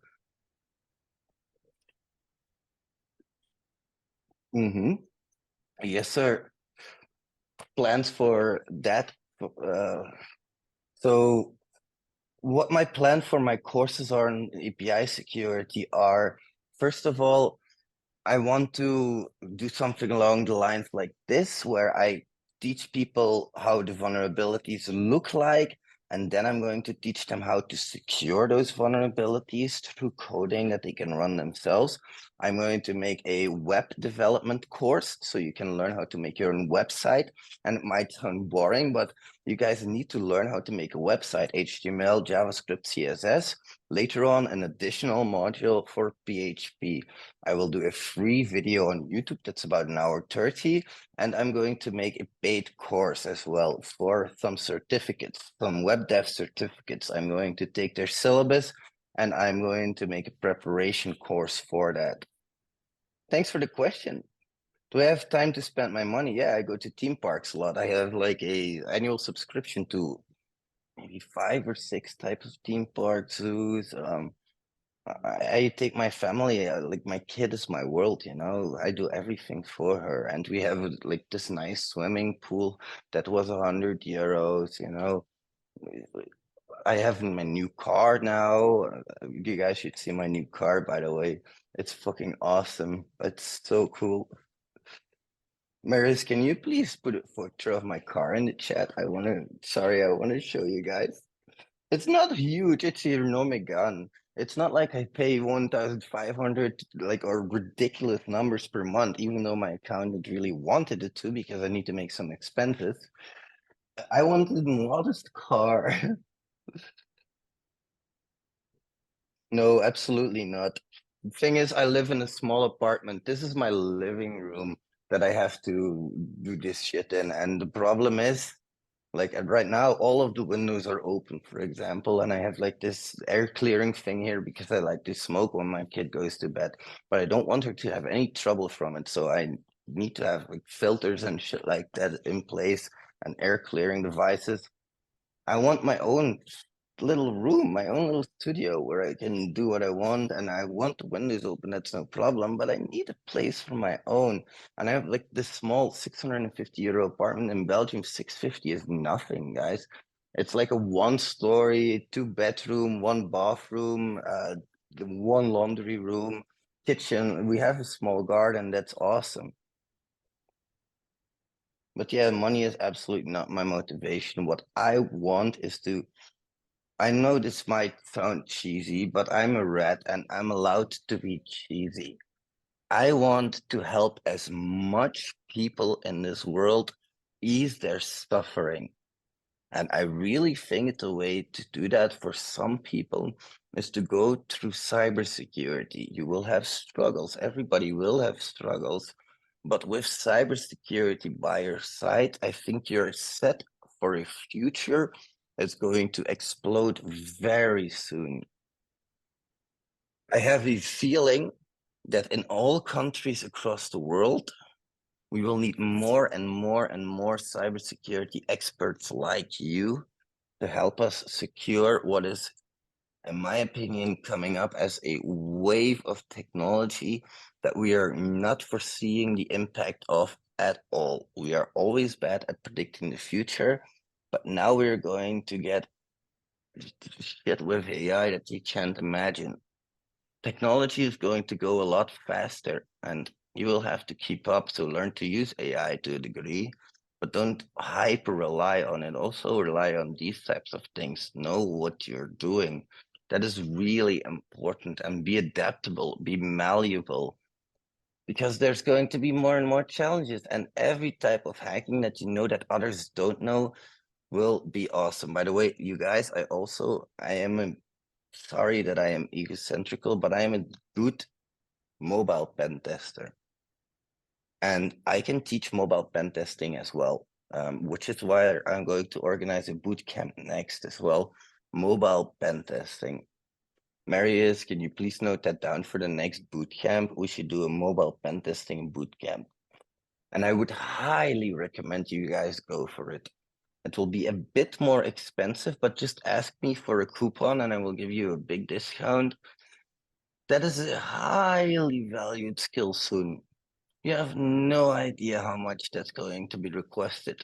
And that's something I still wanted to pick up with you as well, Sono, but separately, and maybe also in a bootcamp, who knows, that mobile pen testing section will be important because you have platform-specific issues and you have communication with the server issues.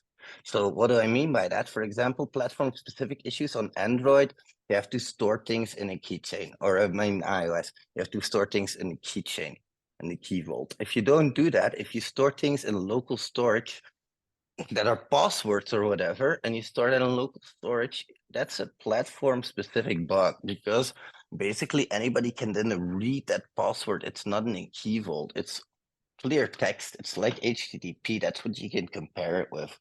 But you have also your communication like you do with Burp Suite, where you intercept what's going on between the server and the application.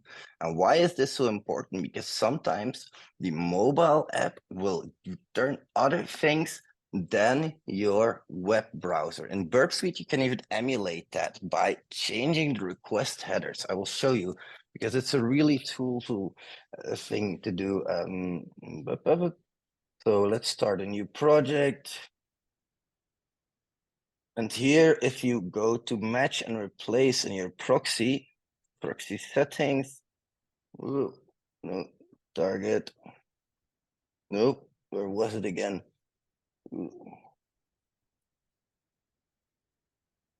Yep, here. So proxy, tools proxy, here you can replace your user agent with iOS, for example, or Android. If you check this, everything will be returned like it will be returned from an Android, from a mobile device. Same for this iOS. That's cool, isn't it? If you want to ignore cookies, if you want to rewrite host headers, if you want to add spoofed course headers, you can do all of this with Burp Suite Match and Replace. You can also add your own replace section here, which is really, really useful. Good tip, even if I say so myself. Thanks, Mulder. You need more. I need more fucking joints. That's what I need. I like living in a small flat. It's less to clean. Hey, that like the thing is, malware. When will you be good enough? Serious question. When will you be good enough?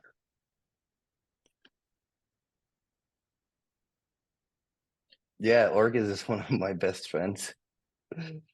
That's my car. Yep, that's my baby. Thanks, Marius. I really appreciate it. So Android, because iOS you need special equipment for. The the mobile pen testing bootcamp and mobile bug bounty bootcamp will be in Android because you can easily do that on any computer. How you can contact me? The best way to contact me would be to join my Discord server. I am often in my Discord server. You can just tag me in there at Uncle Red. Just let me know, and but if I am not there immediately, somebody else will be. Let's see here, invite people. Copy. And if you want it more formal, you can also always email info@thexssrat.com, but try to include Marius at thexssrat.com, please. And also, if you can, if it's not too private, Orius at thexssrat.com. These are my employees and I love them to death. I'm not even kidding you. Yes, malware. The bootcamp will be a paid thing, but once again, if you guys want to join, let me know because you're going to get a heavy discount on it. I'm thinking somewhere around 150 euros. I'm going to make it again 3 days, but we will have to make it 4 hours per day. Well, no, not iOS, because yeah, I need to have special equipment and I don't want to force you guys to buy that. Absolutely, Glove. Thank you as well, Khan. I really appreciate it. I'm pushing so hard now all day, long study and hunting, and time passes like crazy, but I never feel like I'm okay. But I can see what I knew 1 year ago and what I know now. Here's my advice for you on that, malware.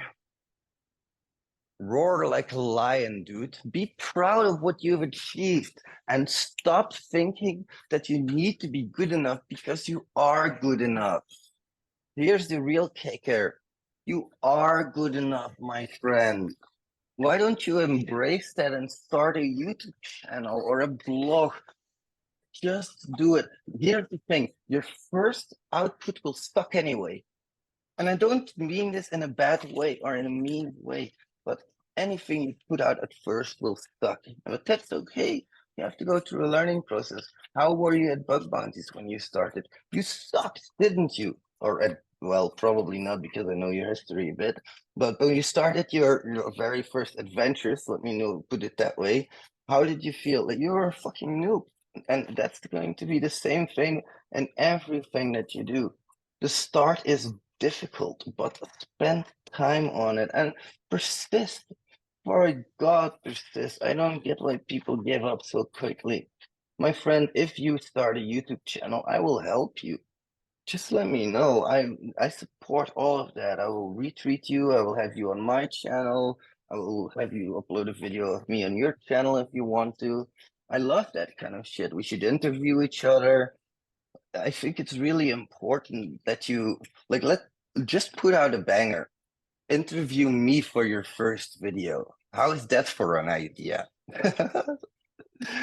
And no, I'm not egocentrical. It's just that I know that I have a large following. Like I have 108,000 people on Twitter, so I can always promote that whole interview to them, and it'll be a good start. I can help you set shit up, and we can have like a short talk about how to do that. Let me know if you're interested because I want to support you. I really think you have some knowledge in that head of yours that I want to pick out, and I want an interview with you as well.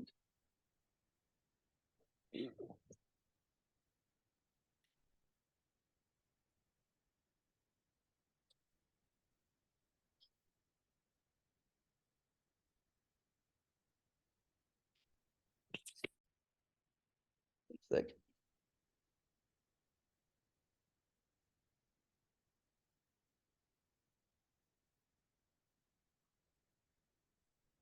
my earpods are empty. Ugh. And this one as well.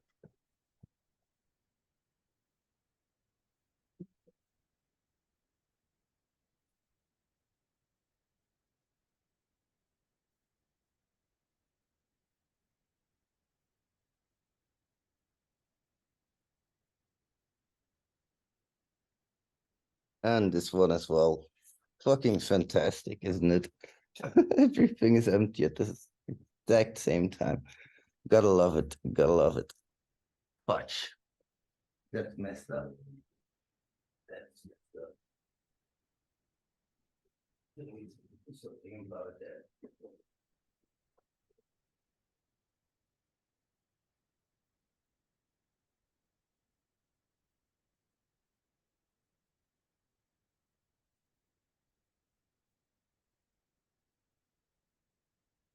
Sorry about that. By the way, I really want to have some kind of headset. Oh, I have one.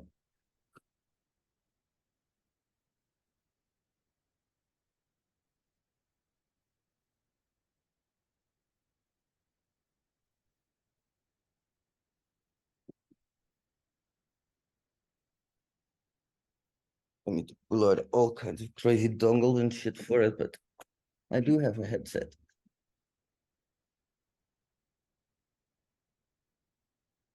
Sounds very stylish. All right, my friends, can you hear me better this way?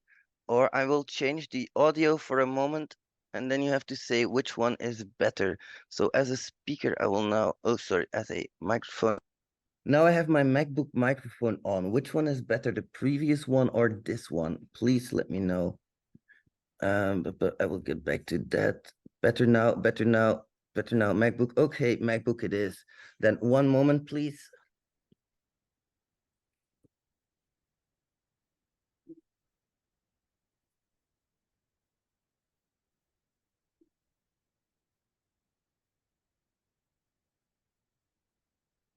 All right, so what I've done, let me put it like that, that's better. I have gotten my magic trackpad, so you guys don't hear scratching all the time from me. Can you guys hear me all right now? Let's see. All right, if you have problems with the audio, let me know. Oh, oh fuck you too, Argus, I love you. You guys are fucking amazing, you know that. I always love doing these boot camps. We egg each other on all the time. It's normal for us. Let me put out the audio to the different one. There we go.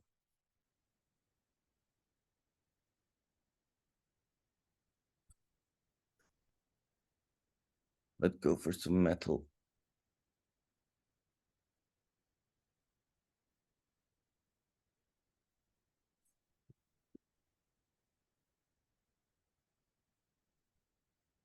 All right. I was talking about you never feeling good enough. My bro, my man, always be proud of what you've achieved. A year ago, 5 years ago, 7 years ago, 20 years ago, you always grow. It's just that you never feel good enough. Nobody ever does, but that's why we have each other. If you have a difficult moment, if you're having a difficult time, reach out, dude. Like, we're supportive of you. We do love you and we think you're good enough. And even if you can't love yourself, we will do it for you at that moment. It's a really common feeling. Sono is totally right on that. By the way, Sono, am I pronouncing your name right? Sono, is that how you pronounce it? I'm sorry if I keep fucking it up. And my friends, yes, please remember, if you are there tomorrow as well, you will have a nice surprise. Not really can, but I want to make more time for traveling because I want to go to conventions. Traveling to like Brussels or something in Belgium, yes, but not really outside of the country. And I really, really want to go to India someday because I have so many fans in India and I just love the country, dude. It's an amazing country.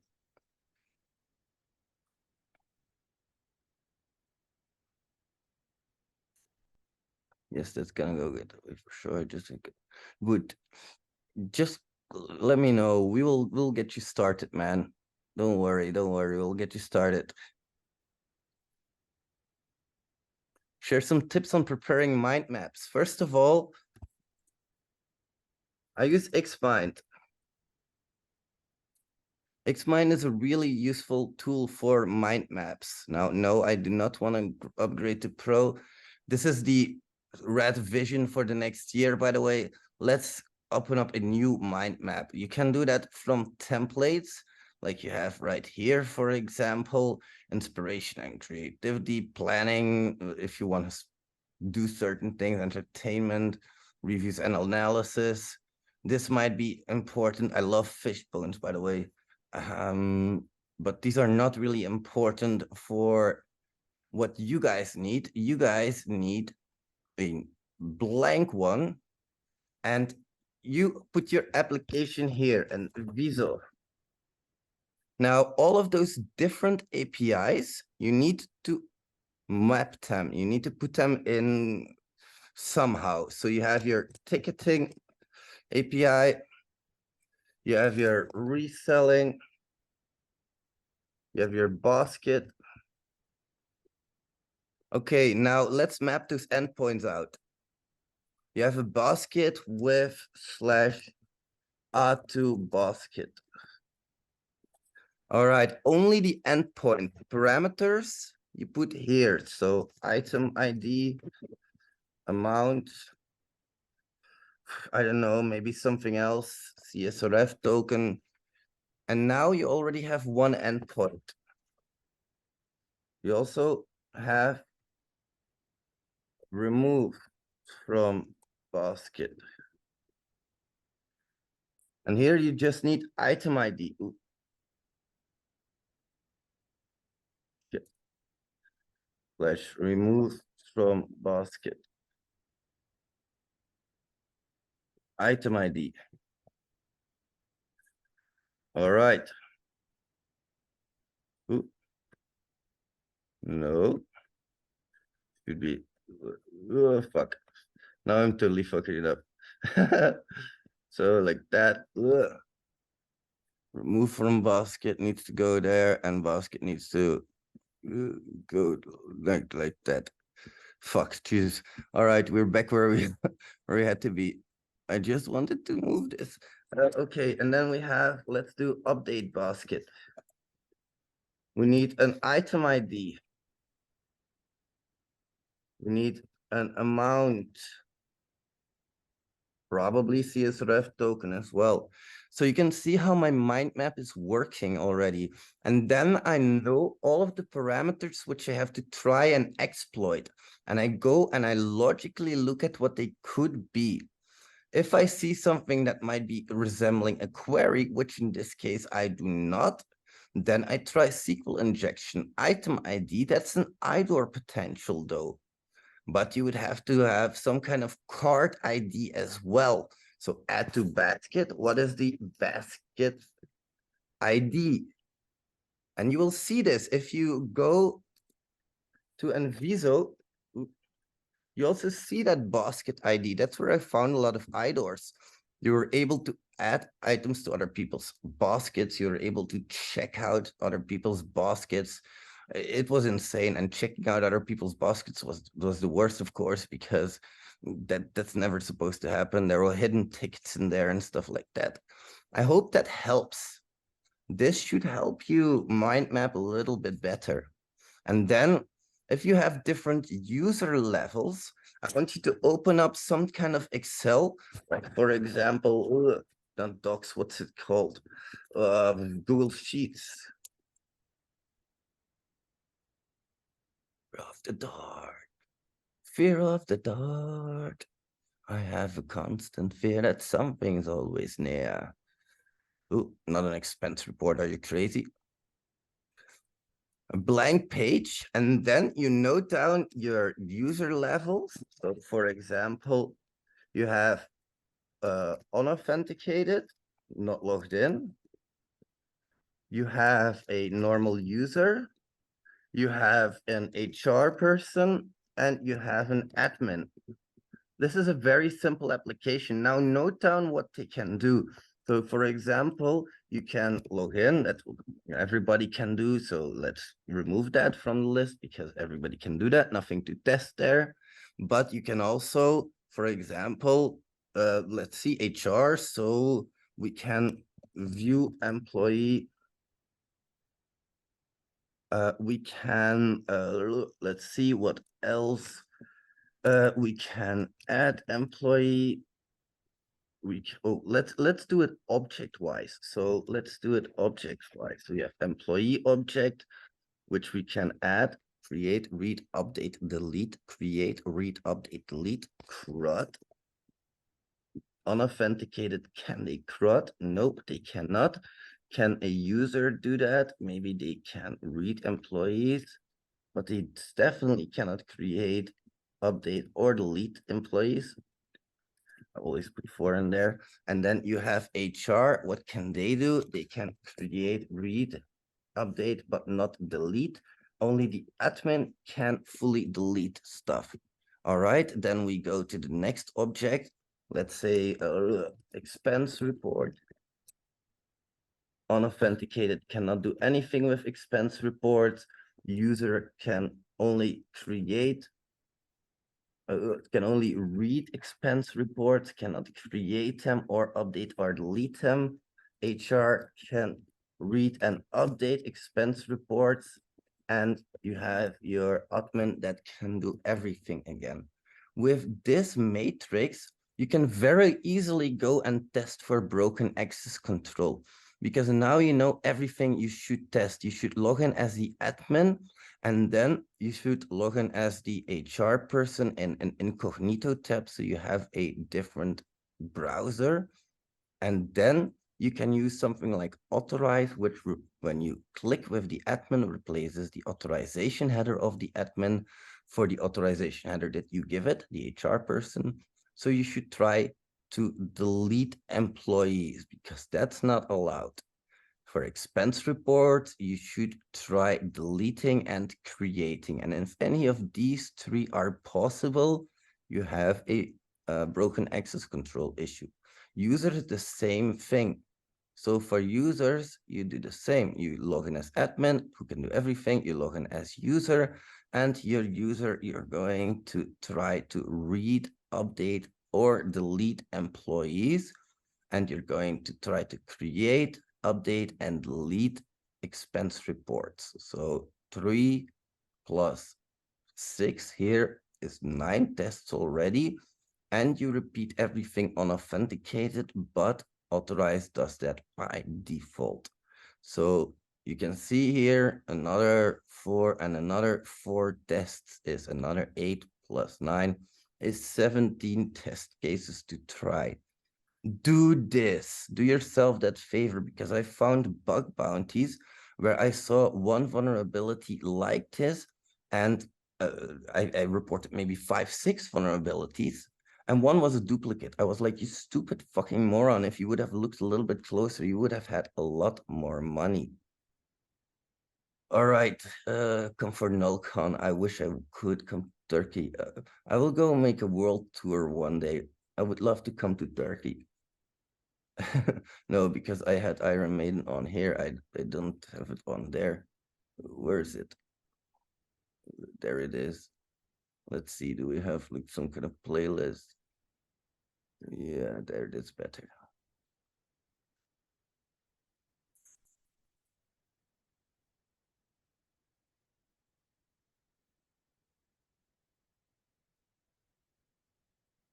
All right, my friends. Now, here's the thing. I can go with you through the OWASP Top 10 2019 as well. I don't have time for it now. It's a shame, but that's no huge problem. You have the same right here. So you have different text that you can try. It's also available on labs.hexpert.com. Now let's go on to red code though, because I have quite a few vulnerable pieces of red code, and we will try to exploit them. Let's start up the first piece of red code. That is not red code. That should be started here.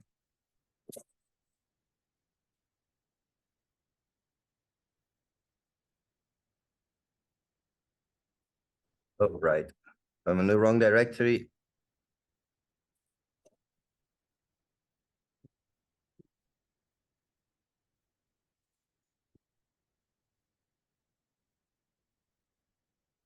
No API documentation this time though. So we'll have to play it by ear a bit. SQL injection. You can already guess what that's for. Ooh, That's not the right tab. This is the right tab. And it requires, as we can see, user ID equals request.args.get. So it gets the first argument. ID equals 1. We get no results. That's fine.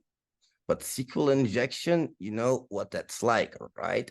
So here we can see that we have a problem. Now you will try that in a bit as well. We also have /XSS, but we need to make a post or a get here. And if we go to /XSS, we will see form. Yeppa. Yeppa. We know how to do XSS though, right? Script, blah, blah, blah. We'll do that later. I will leave that to you. Insecure file upload. I don't need to make a picture here. You can upload anything. So of course that's insecure. Now I do not have that working, and that's on purpose because I don't want you to spam my server full of crap. What can you do with SQL injection for API? The same as SQL injection on anything. Here I am just using a SQLite database. SQLite just means that it makes a file here called exploits.db. You can also normally see that in here. Exploits. Oh no, I don't have it anymore. That's right, I removed it. But if you run this, you can see here db.create all. It basically, this is the class user. It creates this database if it doesn't exist yet. ID equals database column, username equals database column, and a description of what that should look like. It's just a table that I've popped up because I wanted to show you SQL injection. Now you guys try that. You guys try /SQL injection /XSS.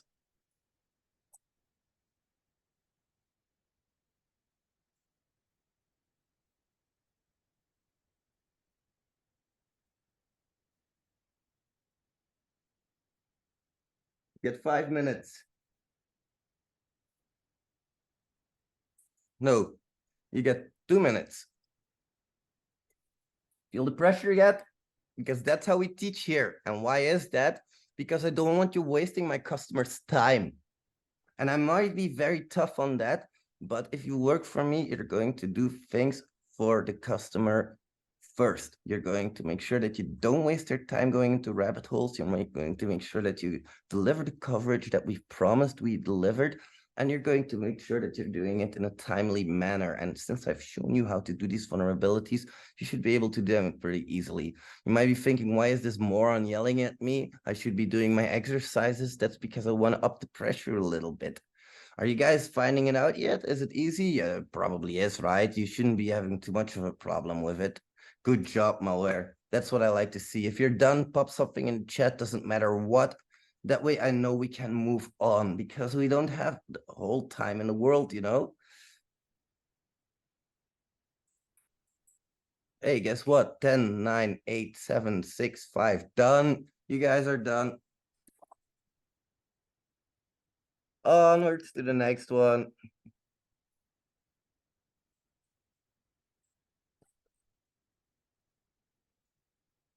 I believe it's 2 now. We already have that port open.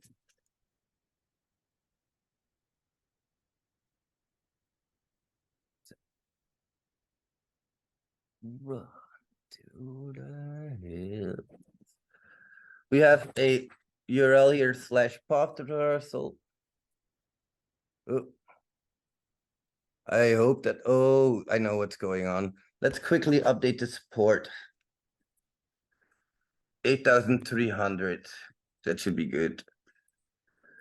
The almighty S is back, Orgus.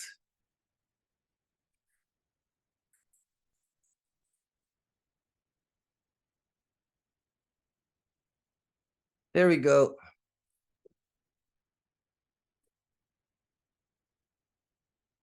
Yeah, of course, I was doing the right thing. Fuck it. Path reversal, you can see that it needs a file argument. If it doesn't have that, then it won't work. Now, what is path reversal? You can go through different paths. So question mark file equals dot dot slash dot dot slash dot dot slash dot dot slash dot dot slash dot dot slash dot dot slash etc password or something along those lines. That's path to reversal. Command injection. Well, you're going to inject a command. You can see here sub process dot check output. It's going to execute that in a shell. And then open a redirect.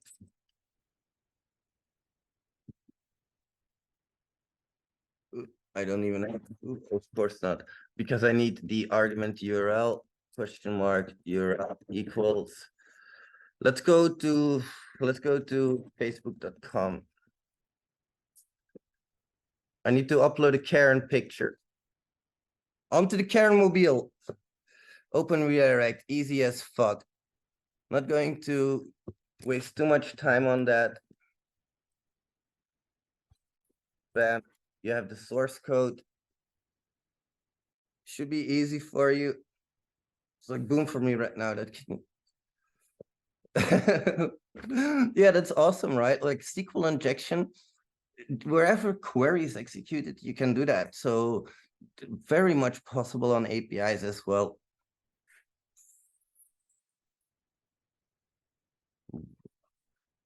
Again, 2 minutes, my friends. Come on, you can do this. You can do this. You got this shit. You don't have to look here yet. You can, but I'm just going to already see what we have. All right, CSRF was there, which XTXD is on the next one. Gotcha. And we have JWT manipulation. Gotcha. Now I'm not sure how many people know about that. Yeah, that's the thing. Like, that's the cool thing about bug bounties, I think. We can all learn from each other and we can help each other. That's why I like it so much. But it's also, to a degree, people don't like hurdles. I'll put it that way. As long as the hurdle's in your way and you are able to pass it and somebody else is not, you have a big advantage over them. Mobile, API, registering for an account with the company, becoming a customer, actually buying shit for e-commerce websites. People aren't willing to go that extra mile. There are people, but there are few, much fewer than you might think. It was really easy for me to get into the integrity top 20 in my time. I went number 19, and then I was like, I reached my goal. That's good enough for me. I know I do the same thing, my friend, and it's scary because the unknown is scary. But if you can get over your fears, if you can live your life regardless of your emotions, that's when you can get ahead, because your emotions might be telling you, oh no, I don't want to put myself in this situation, it's uncomfortable. But if you do it anyway, that is fucking awesome. Do you guys think that I like being up from 10 to 1 to teach? Like, I love teaching, don't get me wrong, but this is hard for me. I have to push myself. And I don't want to sound mean, or I don't want this to sound bad. I love doing this. I really, really do. But you can understand how I might have to push myself if it's 10 p.m. and people are winding down from their day going to bed and I am getting started. But I'm here regardless of my emotions. And it's not super hard. It's not like it's a fucking nightmare, but yeah, it's, you can imagine it's not easy. Ooh, I'm almost burning my fucking place down. All right, my friends. Should have enough time for that. On to the next. What the fudge are you guys doing? Jesus Christ.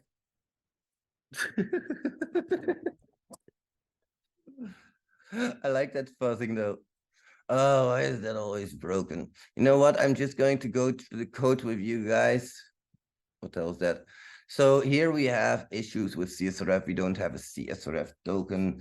You guys know what CSRF is from your normal web applications. CSRF is also just possible on APIs. XXE, very much so, especially on SOAP APIs, because there's nothing but XML in there.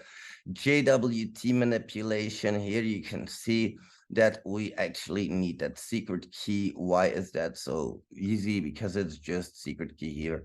This is something you would find default. You would copy and paste from Stack Overflow. or ChatGPT, but forget to change it so we can actually guess it. On red code number 4, you have misconfigured course. It's the same as course on your website. Server side template injection, because we actually have a template rendering engine here. As you can see, you can actually put your own squirrely brackets there, and actually some like 7x7, it will calculate. And you can actually do command injection that way. Reflected cross-site scripting is, reflected cross-site scripting. What can I say about that? I am not going to teach that in this boot camp. We have other ones for that. Here we have IDORs. We have seen that. Remember, broken object level authorization issues, rate limit bypass issues. We don't need to tell you anything about that. There is no rate limiting on any of these APIs, and missing function level function level access control. This is your broken access control, of course. We have header injection, where you can inject your own custom header sometimes. Host header injection, which is a variant of that, where you inject a host, this is mimicking that it's accessing that host. But if it would really access this host, that's your host header injection in that case. And in red code 7, we have parameter tampering, where you could change parameters like the discount, which can be much, much too high. Error-based information disclosure, where we literally say you what's wrong, and that's never good, of course. And those are some vulnerable pieces of code that you can run yourself if you have the time to and if you want to. I was fighting today in a CSRF token that was storing a reset password private ID or something like that in there, and I couldn't do much. Holy shit, that sounds confusing, dude. Damn. You do a lot of bug bounties. All right, now I wanted to get into microservices a bit as well. What is a microservice? I've already shown you that a little bit. Today, they don't want monolith APIs, big, huge APIs that do everything at once. Everybody's talking about splitting it up into microservices. Just as an example, I also have a microservice available on that same labs.hexpert.com/APIs. You have basically 3 different APIs running here that are running on different ports, being 5001, 5000, and 5002. And this is the gateway which you should actually talk to. And as you can see, it makes requests itself. So that's why it's a gateway. It's a gateway into the other APIs that we have available for you. It's really important to secure that properly, because microservices, you can already imagine how hard it is to pass information from one microservice to another about authorization. Some key concepts there you need to know about is authentication, authorization, and the CIA triad: confidentiality, integrity, and availability. That is supposed to be kept high, of course. Here we have some security things that you can do, but we didn't go too deep into security implementations in this course, because that's not really the intention, of course. And we also have that microservice available for you. I'm not going to start it up right now, because I have a different assignment that I want you guys to do, and I want you to build your own APIs now. Now you're going to do it for real. And I want you to communicate with it with Postman.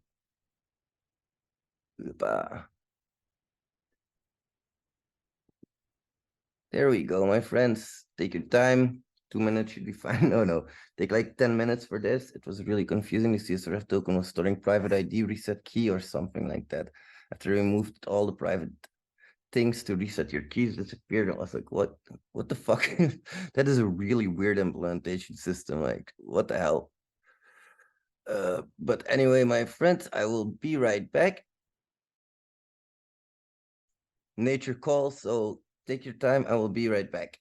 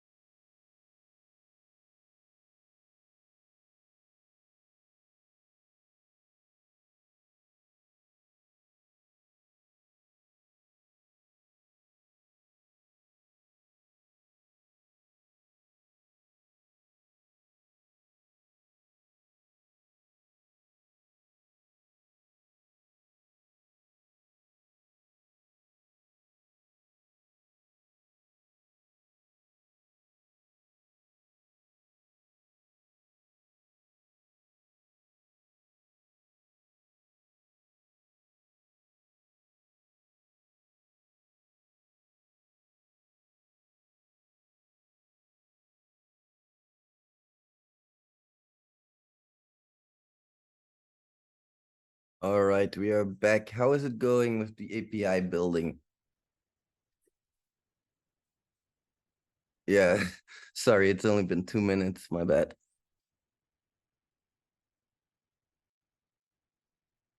This isn't vulnerable, by the way. I just want you to build a very basic API yourself and know what all of the components do.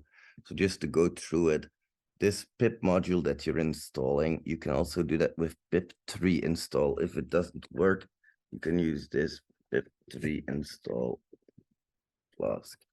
If you use Python 3, you should use pip3. Flask is the API server. Basically, here you start Flask and you define a route, which is just your slash. And it's just going to say hello world, that's all. And then it runs that application. And that's a basic API.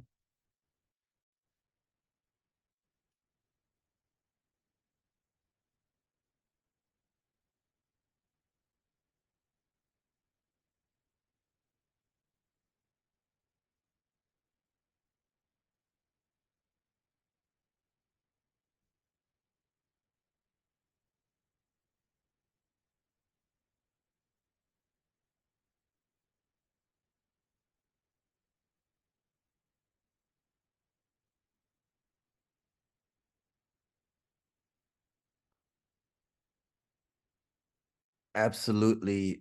Go to sleep, my friend. It's very late for you. I really appreciate your attention. And I'm going to close it off after this exercise anyway, with some homework for you guys as well, because I don't feel super well either myself yet. I feel good. Don't worry. It's okay. But I hope you guys can forgive me if I close off like 15 minutes early. But I will give you stuff to do. Don't worry. You're not going to be bored.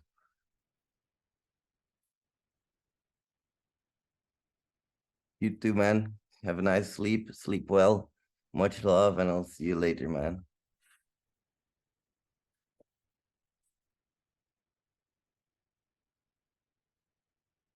Oh, I'm not going yet, Khan. I'm not going yet. Khagavardran is going. It's very late for him. He's in India. Let's see. Looks like you have it running. Now you can just go and click that link there, and it will take you to your API. Good job, Malware. Good job. You've built your first API. Now I'm going to give you a special assignment. Add a route with a post method. And it should go to slash test. And it should just return good job. That's it. Can you do that?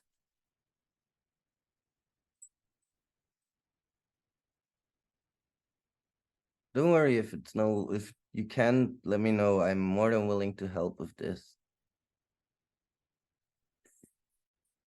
By the way, you guys, this is a overview of what's coming in the year, what we're going to focus on.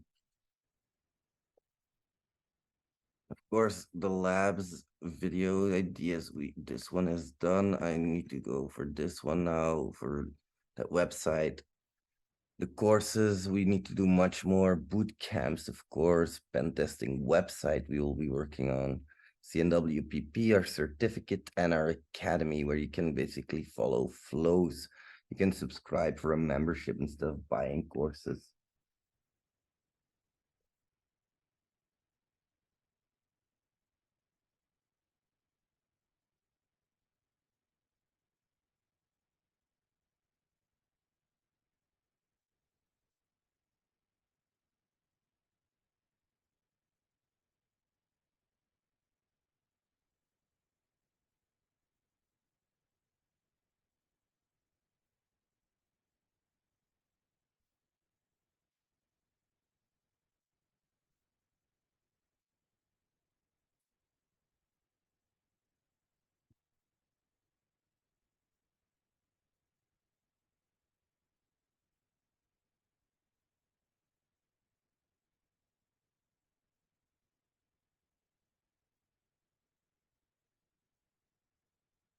Ah, that's a good question, isn't it?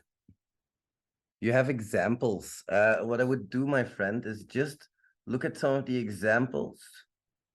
Go away, you stupid bar.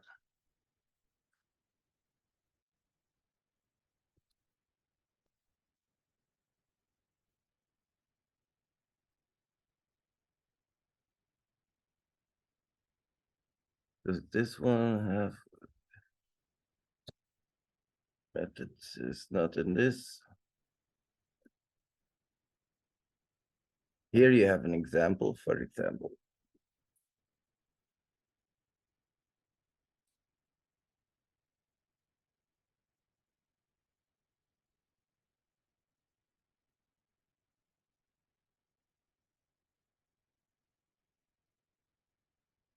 And I really, really recommend you guys read all of this code. Might sound silly, but read it. Do yourself that favor. It will teach you a lot about how APIs work. And if you want to know more about how APIs work, almost did it again.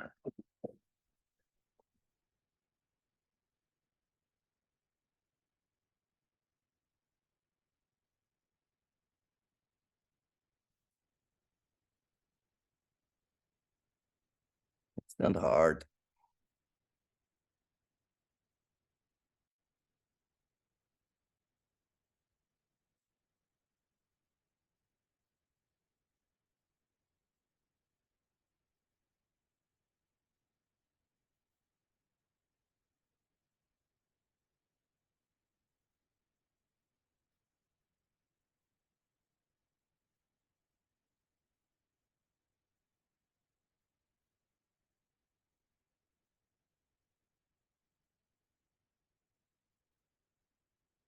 All right, my friends. I am not feeling super well, so I'm going to go. I really apologize for having to end this early, but I will not leave you empty-handed. I know some of you may have done this before, but I'm going to ask you again. By tomorrow, please hack me this API, and you know that you can just go to API docs for the API documentation. Please do that by tomorrow. And if you're there tomorrow, there will be a surprise waiting for you as well. My friends, I have been Wesley. I will see you tomorrow. Much love. The recording will be online very soon, and I'll see you later. There we go, amazing hackers. Welcome to this fine evening. Now, I don't know about you, but I'm tired, my friends. I'm so tired. I'm tired of being a fucking loser. I want to get fucking better at this hacking API shit. I don't know about you, but I think you have the same idea. And when it comes to API hacking, the first topic that I want to talk to today is there we go, different vulnerability scanners. I'm not going to demo every single one there, but I will show you BrightSec, and BrightSec is a vulnerability scanner. Why do I pick that specifically? Because it's made for APIs, and I will give you a little bit of a demonstration of BrightSec. So let's start with, there we go. This is what you're going to see if you open BrightSec, and basically everybody can start a free trial. I don't have a free trial, I have a full version going on. So we'll get that started up.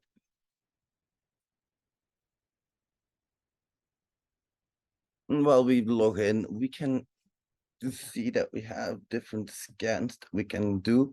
We have project authentications, repeaters, storage, and then your billing and all of that stuff, your organization. So what is all of this about? So you have different scans, but this thing, let's say that I have a scan for a target here.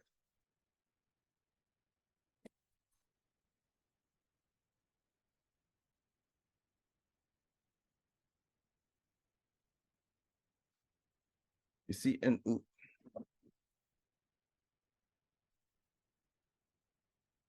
you see, it says unauthorized here. What does that mean? it means that Brightsec isn't authorized to scan this for us. So what we'll have to do is we'll have to set up a repeater for that. The repeater is basically just a small VPS that we can host ourselves. And then they can do the requests through that as a sort of a proxy. And the beautiful thing about that is, you go. So the beautiful thing about this scanner with those repeaters is that once again, it can do API scans and it can do them quite thoroughly. Let's have a look at the details. First of all, of course, we always have to give it a scan name. If we have a project defined, that's really useful for you managers out there. You can define a project and divide them into different projects.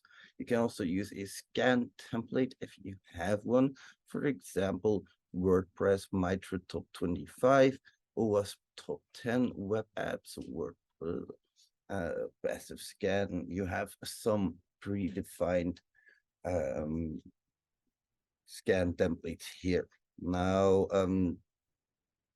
here you can say if your scan target is either publicly accessible from Bright Cloud or if it's on a private network. Of course, it will probably be on a private network, so we need that repeater, and we can put that repeater so that the repeater is visible from the outside, but not the internal network, and then the repeater can have a VPN connection to the internal network, if that makes sense. That repeater will be important though, because we will have to add it, and we can add authentication as well, but we have to separately define authentications. Now here, discover entry points for APIs. If we have those Swagger URLs, then we can actually, so link to file, we have this URL here. Remember those API specs. We can actually import those here. And you can see in the schema editor that it has some problems. Now, the problem right here is going to be that the variable host just isn't going to be filled in automatically. So we'll just do that real quick. Add that host. Same thing here. We have the key that we need, apparently a header key and some bodies. Here we same, we're going to need that key and some body.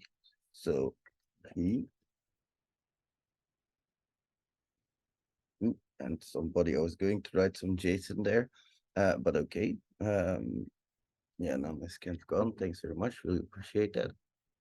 But that schema editor will allow you to edit the schema that you have. It will allow you to basically view all of the endpoints that it's found from those JSON files. It will not do things like fuzzing. So it's important to understand that at least not fuzzing for endpoints or endpoint discovery. So if we have that 4 APIs here, once again, link to file, you can also do a pre-uploaded file or a file from this. Ooh, of course, probably going to take that pre-uploaded file then from about a minute ago. And again, here is that schema editor. One moment.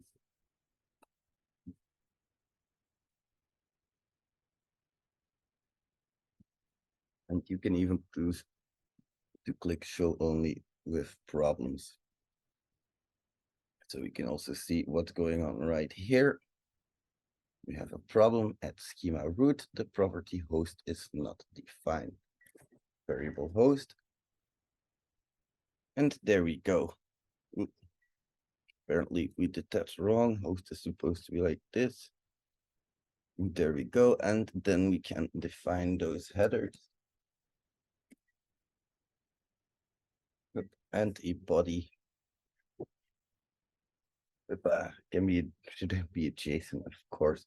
Now here you can see that you can fill all of these variables in.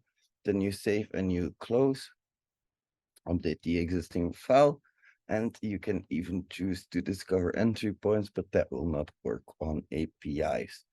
If you need to add additional headers, for example, sometimes your customer will require that you add headers to every single request, you can add those as well and use custom DNS records if need be.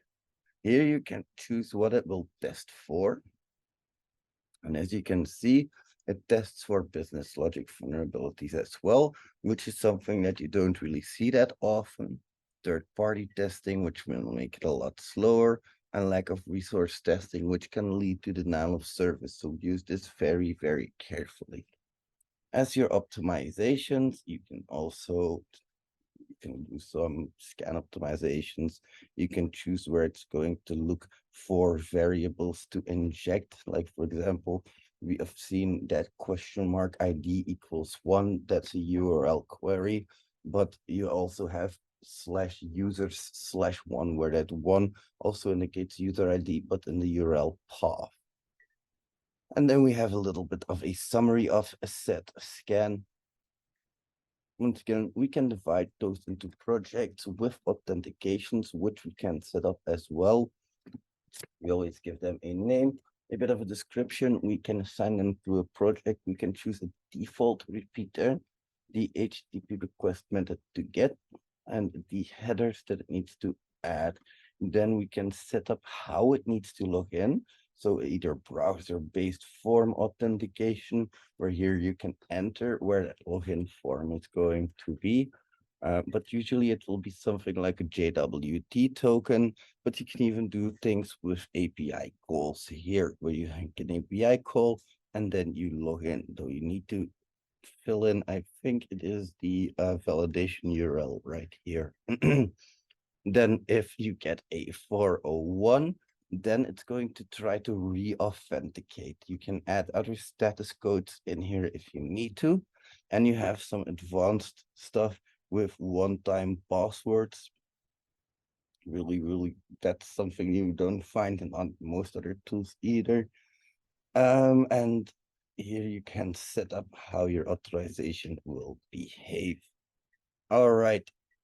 That's quite, no, I don't need this right now. There we go, cancel. Then we have those repeaters as well. If you are working for a project and that project requires VPN, you're working for 2 other projects that do not require VPN, you have probably 2 or 3 repeaters. So one at the customer side, one that's public. You can play around with these repeaters a little bit. As for storage, you can also store files right here. And then for accounting and billing, you can also, well, that's clear, of course, organizational settings, nothing really interesting in there. Brightside is a software as is a SaaS solution, yes, indeed.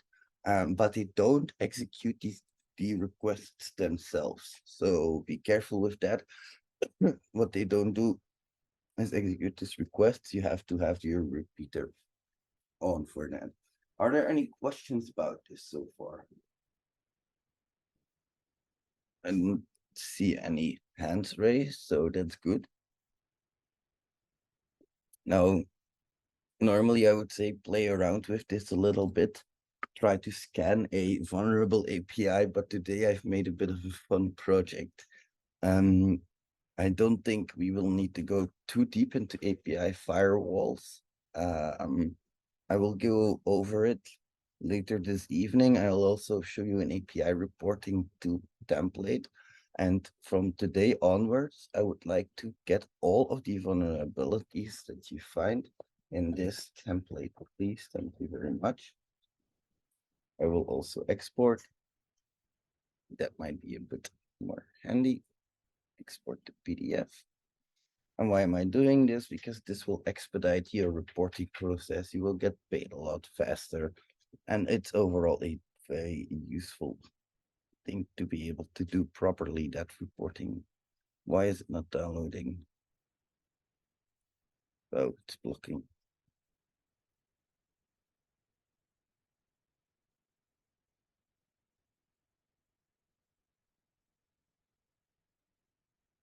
Absolutely, I retest everything, Eric. So the thing is with a vulnerability scanner, it might seem like it's reporting a lot of issues, but you will see that a lot of them are duplicate just over other endpoints or something along those lines. So it is very vital to test everything if you're a pen tester and retest everything as well. Great question, Eric. Love it.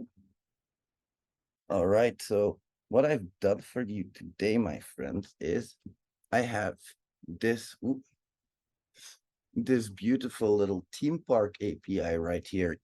Can you tell I'm addicted to theme parks yet? So here you can have a list of accounts, but you can see that you need that XAPI key. And it will return all of the usernames. So ID username, or you can create an account with a username. You can also get the attractions. You can post attractions to create a new one. Delete attractions. So create, read, update, delete. And here is the update call for the attraction.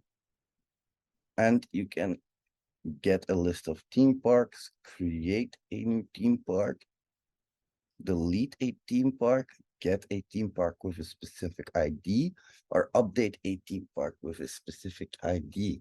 The problem here is, though, that it might not fully work as expected. I'm going to give you some time to click around. And what you're going to need is that API key, though, because otherwise you are going to have a bad time. So let's at least give you that. But there we go. We'll give that a shot for a moment. I'm curious to see what you can find.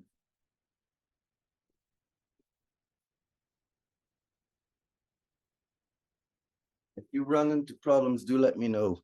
I'm curious what problems you will run into.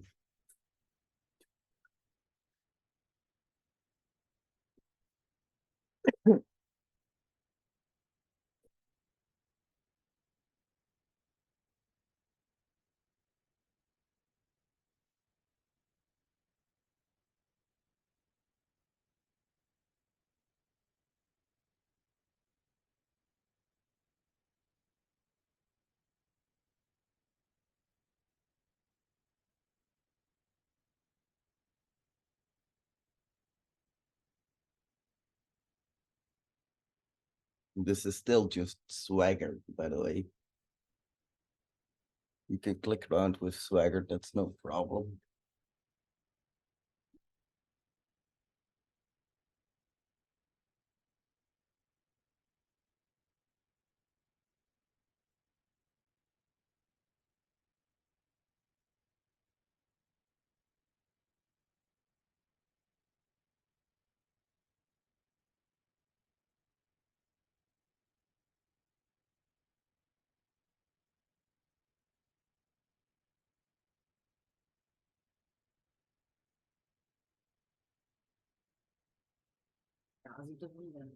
Right.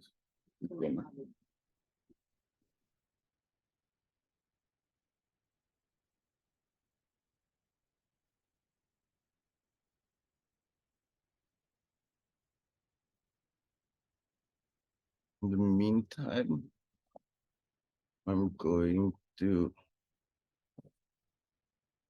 send you a file already. Don't worry too much about it. So where do I do that now? Copy. But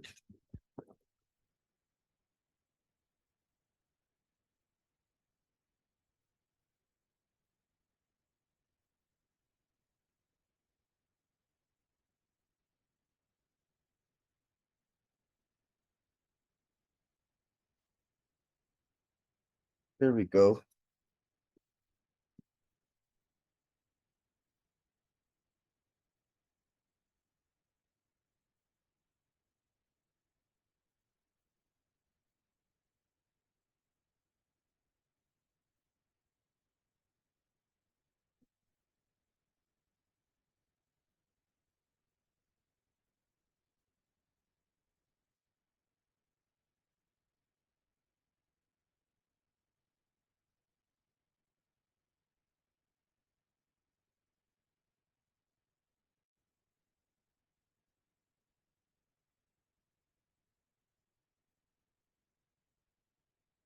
Here we go. Sorry, I had to get that stupid rabbit inside. Well, guinea pig today.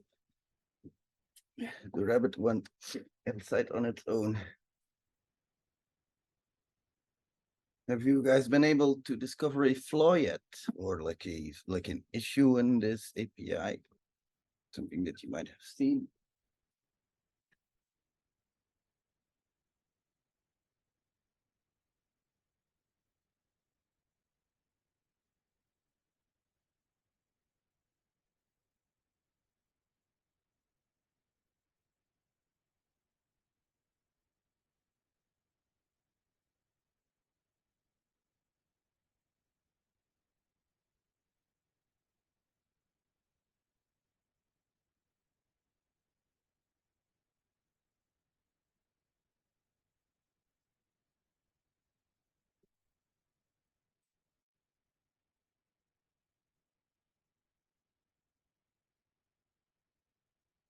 I am still here, by the way.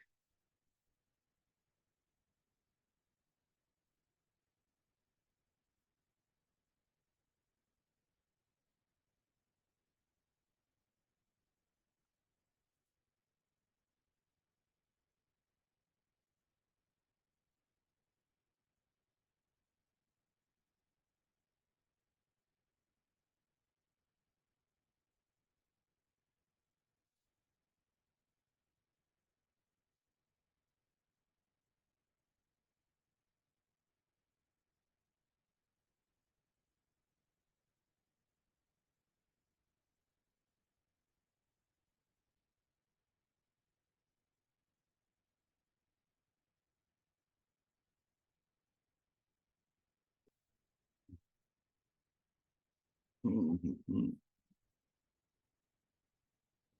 Full injection. Nice attempt. Nice attempt. Oh no, just username that already been taken.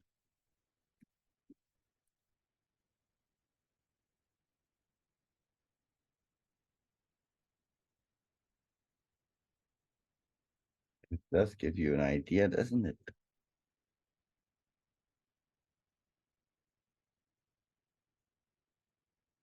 Ah, good job, malware. Sneaky, sneaky.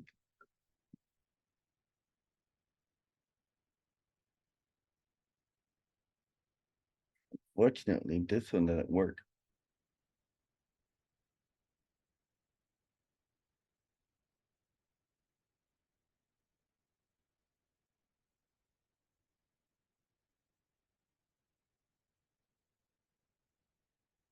Rings. Really correct that.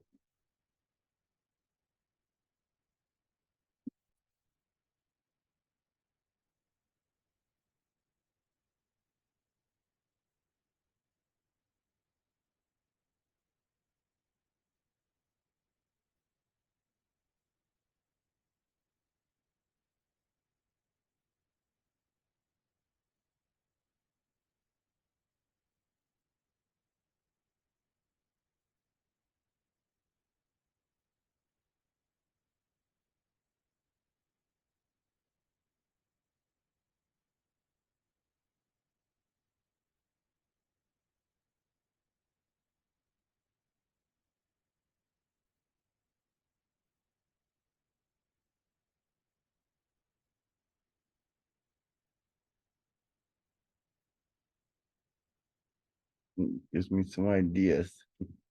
But anyway, do you guys notice some issues with those GET requests as well? It's hard to execute a GET request, isn't it? Keeps erroring out. Can anybody help me on how to execute a GET request here? I'm really wondering. Can anybody help me with this?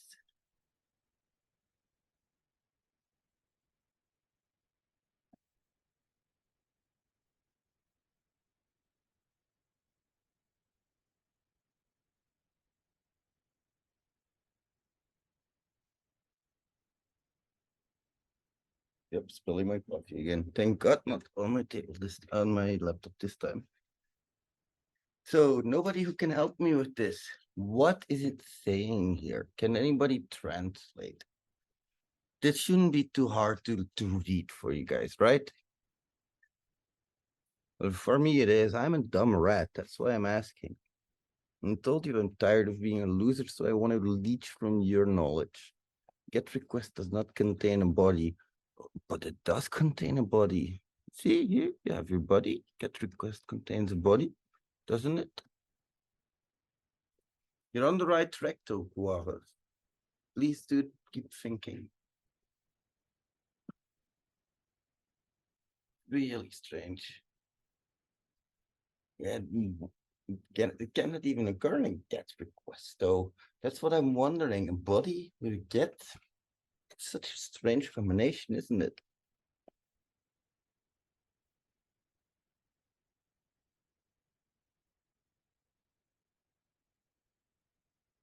So, what are you gonna do about it?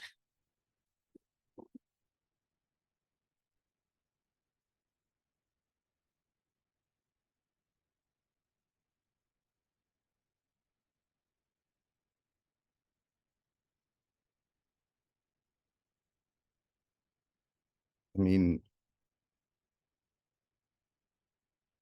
yeah, good job, Sonu. How about let's just remove it?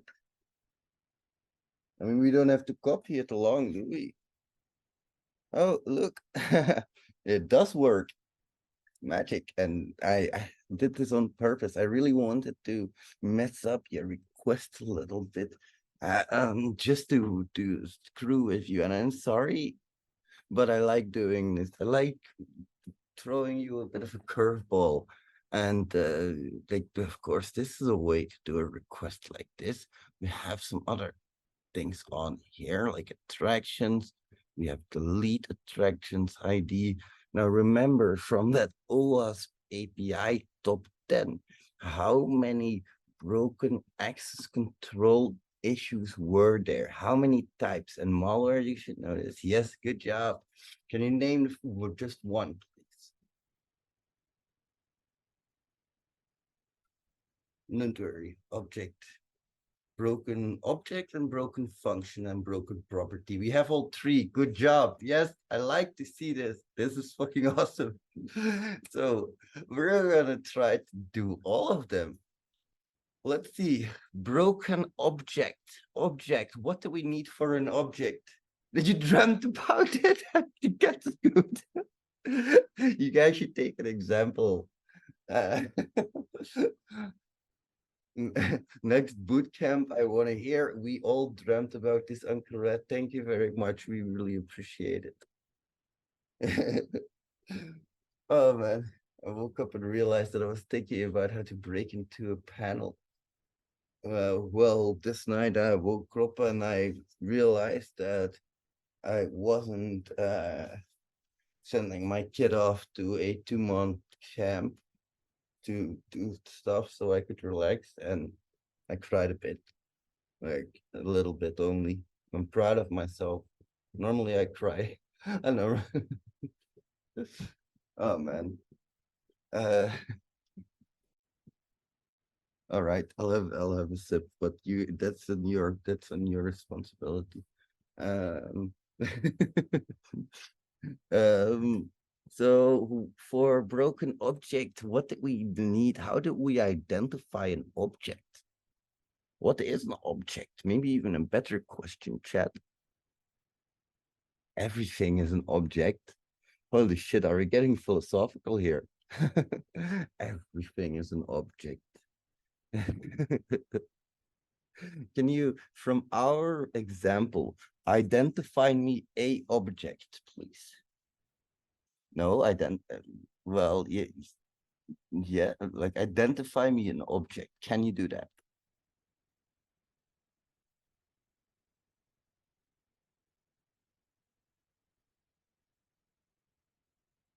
Maybe try the one that's staring you right in the face, because you were right with your ID. I just like to mess with you, my friend. Attractions is an object. Theme parks is an object. All right, that's important to realize. Get attractions, get this list of attractions.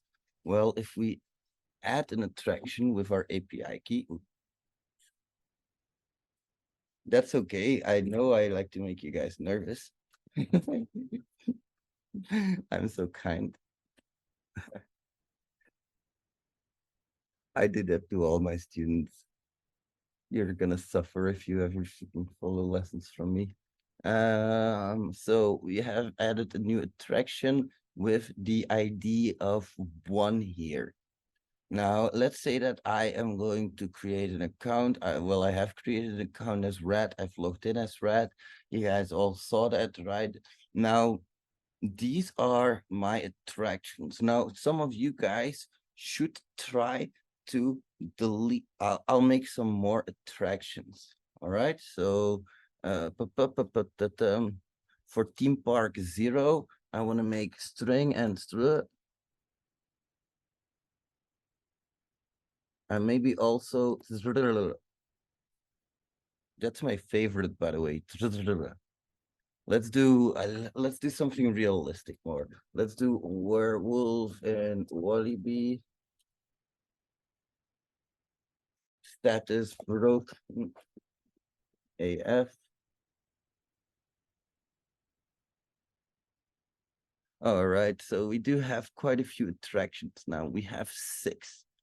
Can somebody please try to get the status of my attraction? This call right here. Get attractions with ID. And somebody please execute this call with one of my attractions, ID 1, 2, 3, 4, 5, or 6. Those are all my attractions. Can somebody please try to do the put with attraction ID? And can somebody please try to do the delete with the attraction IDs? And I need somebody to see if they, through this get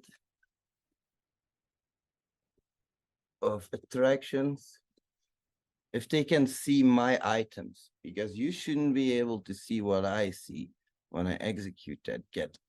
I'd like everybody to take as an action item if you can, please, but only if you can. I really appreciate that.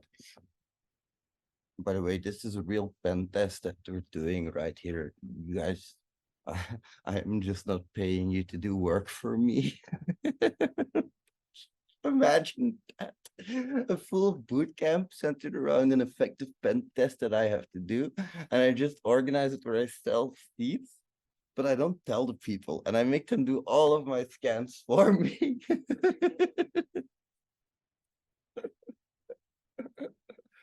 Oh my God.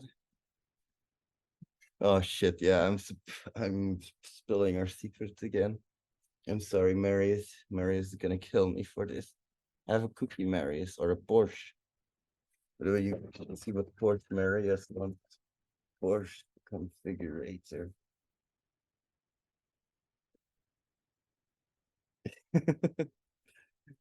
Something along those lines.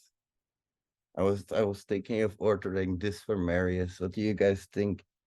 What color should we give him? Should we give him some beautiful red? I mean, fucking hell, fine. Red's fine, yeah. And then for the, like, I don't really like something along this lines. Maybe freaking gold, classy as fuck. And then all of these options, of course, and all of these types of chairs and all of these, like, I was thinking of giving him the most expensive one, you know, just because he's a good COO. Of course. I can already hear and see it in its voice. But yeah, let's bring it back to API. So if you go and you inspect and you go onto this network tab, then if you make a call, you can see that it's making API calls.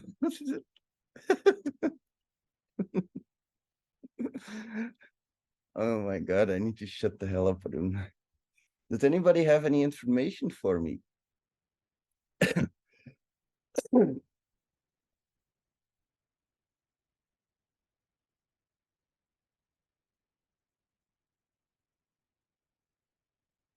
So somebody should try this call, please. Just try that and see if you can see all of the attractions. If you can, that's already a problem because you cannot see mine, or you shouldn't be able to see mine.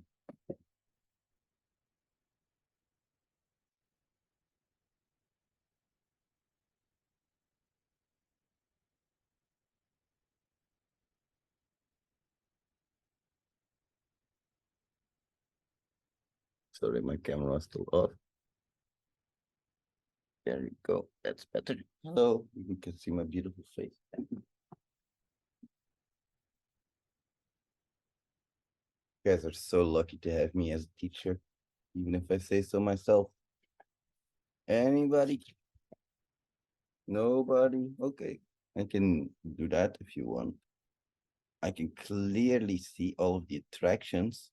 So if I see a list of all of the attractions, even if I am not logged in, because here on my terminal, I'm not logged in, yet I'm still able to execute this request. What is that? Is that function, object, or property?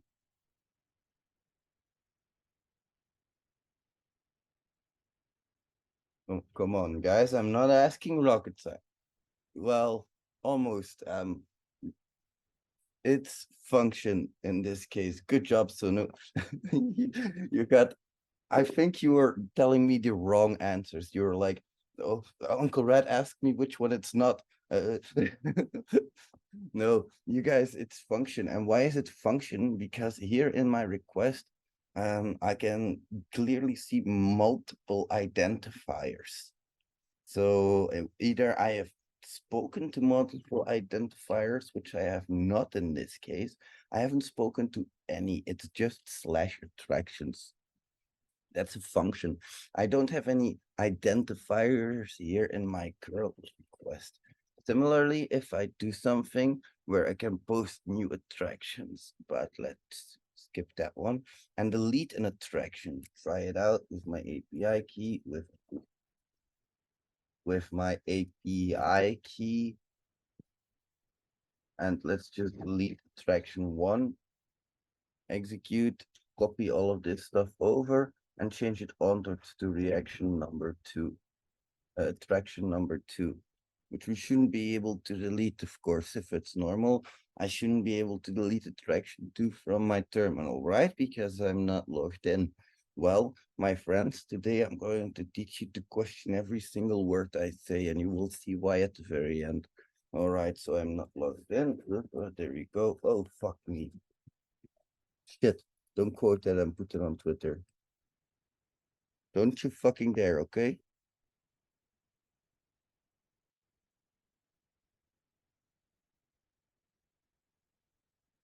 All right, let's try that again. Let's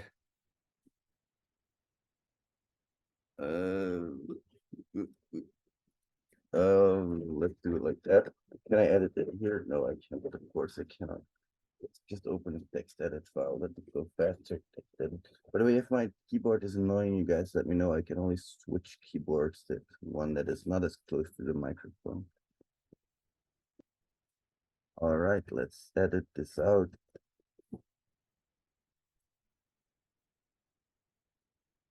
Whoa. Yeah, I know I need glasses, but I don't need them that bad. So here you can see that I've changed this to the number 2, and I hate it when it does that. There you go. Bad parameters, yeah. Attraction deleted. What's this? Object, property, or function? Do, do, do, do, do. Yes, good job. Good job. Object indeed, that's correct, because there is an identifier involved. Now, you guys find me one that is on property level in the break. I'm curious if you can find me the one that's on property level. Because that one we haven't seen yet. We have seen function, we have seen property, that's it. All right, my friends, I am going to give a quick 10-minute break to everybody while I warm up my noodles. It's teriyaki noodles. Marius, just so you know, teriyaki. Close the lid and heat in the microwave or tip it to saucepan for 2 minutes. Oh, oops. First we open noodle box and remove the pouch. Then we drop in the pre-cooked noodles, loosen with a fork or chopsticks and add the sauce and stir.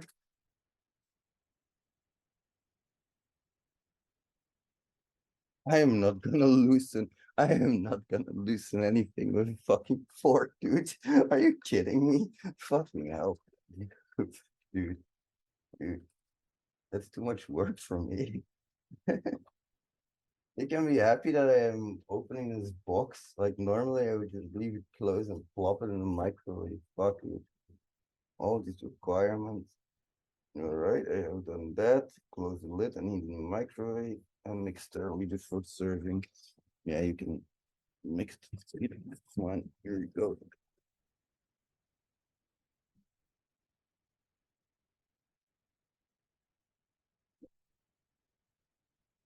You guys. You should just put the box under hot water. That's fucked up, but where like the water will flow everywhere, dude. Like it'll just bounce off the lid and go across my kitchen. Is that really what you want? Yeah, like what the fuck, man. You're trying to set me up here.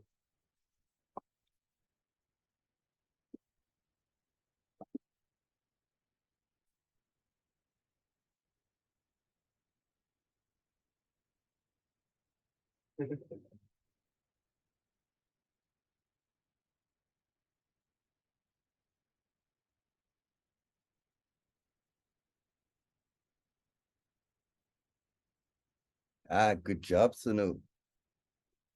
Yeah, it's not that you're behind at all. That's indeed a problem.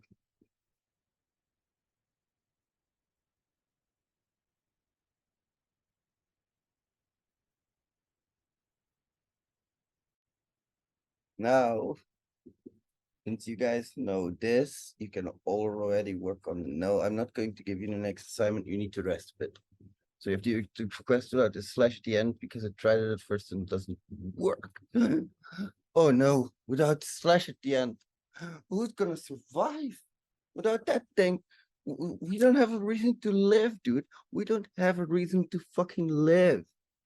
Are you insane, man? Removing that slash. Yeah, you're fucking totally right about that. God damn it. Oops, moving slash.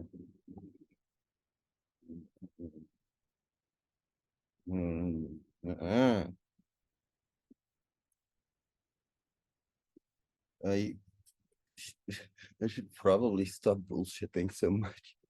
Oh, this was makes these sessions fun. Oh, by the way, so no, I will send an email about this as well. But for our sessions, is it okay if we, of course, we can add in 5 minutes at the end, but add in like a 5 minute break in between the hour. It would really help me. But if that's not okay, no problem, of course. Can always ask. We can add 5 minutes at the end of it, of course, that's no problem. I will send an email tomorrow morning first thing to set up a new date. That's a date for teaching, not a date. God damn it, I have enough sexual allegations going around against me. Need to stop. Ow. Hey, Marius. Marius, you want some, Marius? You want some?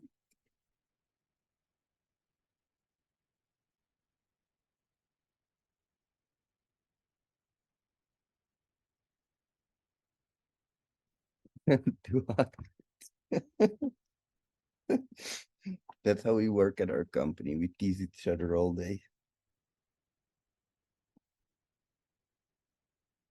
And you know what's best about this? Mr. Marius here gets to work 40 hours a week while I work 40 hours on top of everything else. But he doesn't do it. He's here on a Sunday fucking night. He does. I don't make him do this. He does this out of his own. Like, what the fuck? That's what I mean. Sonu as well, like, I don't make her be here, and the same for malware. I just invited you guys. You're here. You're fucking awesome. Cheers.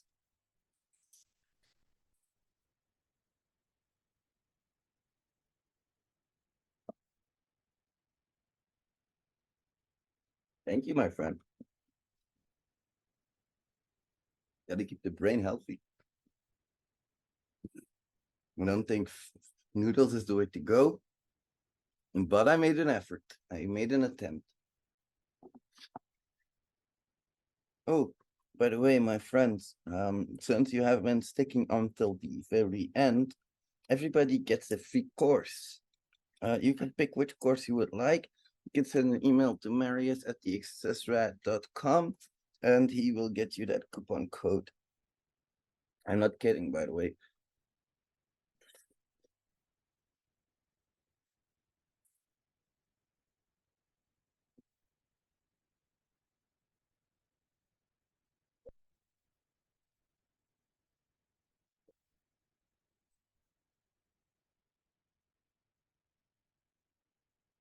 Ah, yes. Thank you very much, Marius. Really appreciate it. See, that's why I like Marius. I just talk bullshit all day. Marius solves my problems. I like the way our relationship is working out, Marius. We should do this more often. You know, me creating problems for you.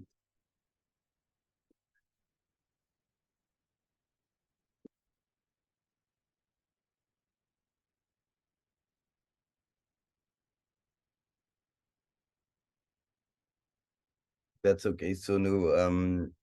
Thank you so much for joining. Just so you know, because I do want to show you what I had in mind for this whole thing. I have this Python script written out, which will communicate with that API with some examples for you, but there's some things wrong. And there's also some things missing in your script. Yeah, you're not going to get it all from me. I'm going to give you a start, but your script has some things missing. Isn't that inconvenient? Oh no. Thank you so much for joining, Sunu. I really appreciate it. I will see you later. Bye-bye.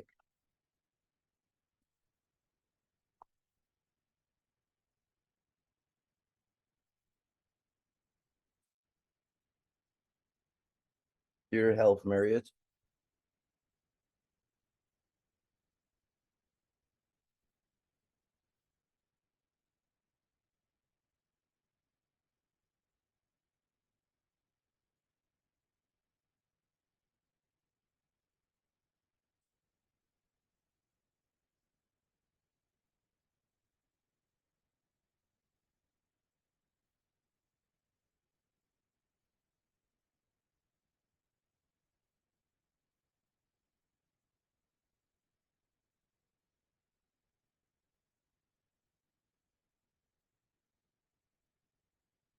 Hey, Marius, my Porsche needs a car wash. You wouldn't mind taking it out for a quick car wash, wouldn't you? It's a Porsche 911.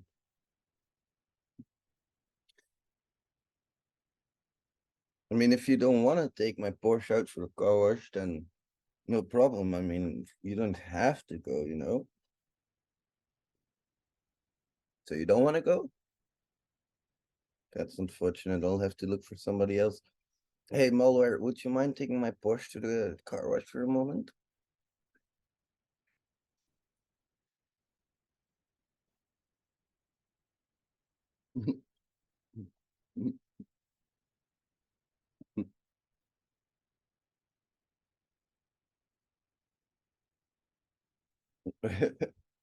Oh, in that case, just take the Lamborghini Aventador. Such a beautiful car, dude. But I think so uncomfortable to ride. That's just my personal opinion. What's your dream car, Malware?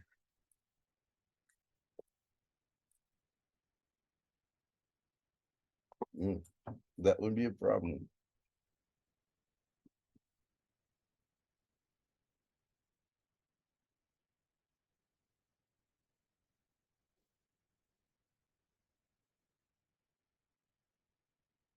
203 horsepower for 2.5 liter four-cylinder engine paired with an 8-speed automatic transmission. About the hybrid.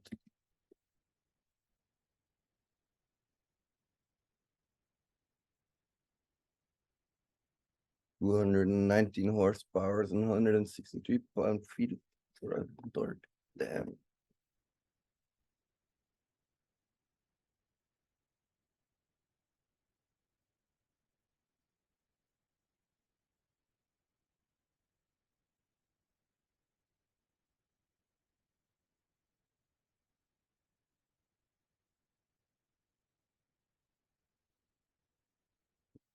Yeah, I've always driven Toyota, and I'll have the it's 29. No, that's not it.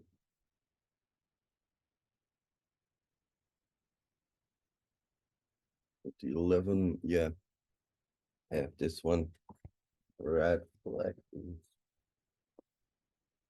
This one. For this, I had a cola. It's nice, but it's not like it's not super luxurious, of course. The thing is, if you look inside of the cabin,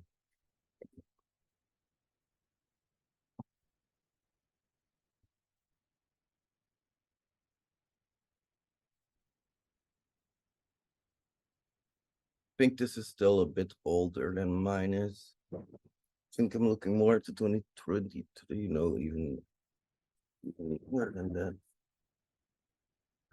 2019 hybrid? No, it's just that.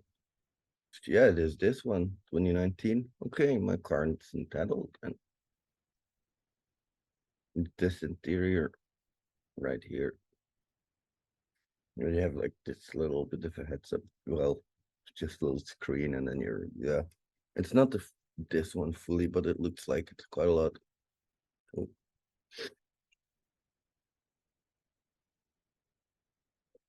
My absolute dream car.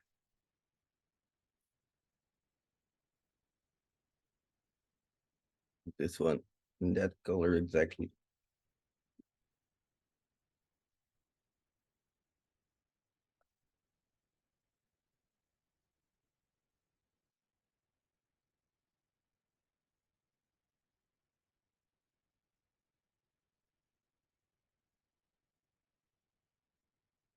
Right.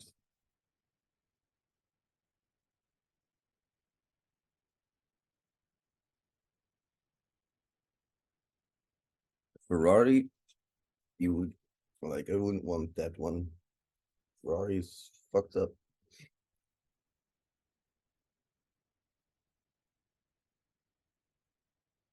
Need it done, by the way, guys. I'm eating on camera for Marius on purpose, by the way.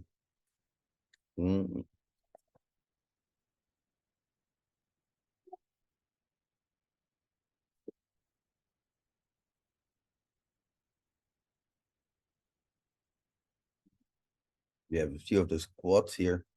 They'll break your ears when they start. Holy shit.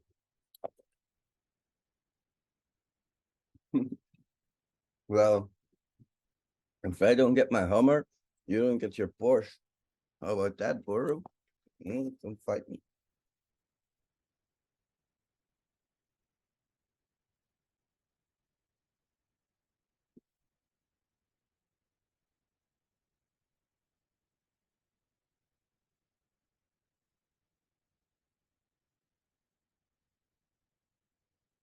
Yeah, they'll show him not to talk back to me, for fuck's sake.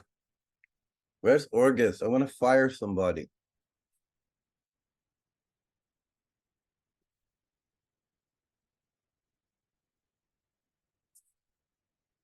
Yeah, here's the thing. We are, like, at least for me, I am a farmer, dude. I live in a fucking farmer town. And now I suddenly have to be Mr. fucking Big Shot. And I have to be like, good for fucking companies. I have to be polite.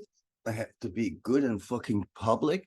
My humor is some of the dirtiest, darkest humor you can find on this fucking planet. I'm a 4chan fucking not just visitor. I practically live in the basement of 4chan slash B-board. I'm a B-dart in heart and kidneys and every fucking word, dude. And now I suddenly have to be polite. Are you kidding me? What the hell are these people thinking? Morons. Who put me in charge of this company? Marius, we need to look for a new CEO. Jesus Christ. See, the CEO can't even say his own function. What the hell from? All right, my friends, has anybody been able to find a property? Broken property level authorization bug. Now, if anybody was able to find that, I'm gonna be looking at you very strange because there isn't one in here. Yeah. So you got that shit with me going on that you have to be careful with as well. I'm gonna ask you to look for something that doesn't exist. Sorry about that. But now you all have that Python file that I gave you. This one right here. As it stands, this Python file does not work yet. Okay, so that's normal. It simply doesn't yet. What I'm gonna do is I'm gonna make a copy of this. So make yourself a copy.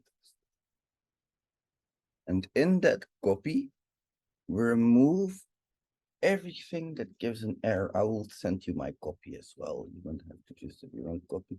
So let's just remove this. Let's just remove this. Oh, no, wrong. This. Let's just remove this. And remove all of this. Delete.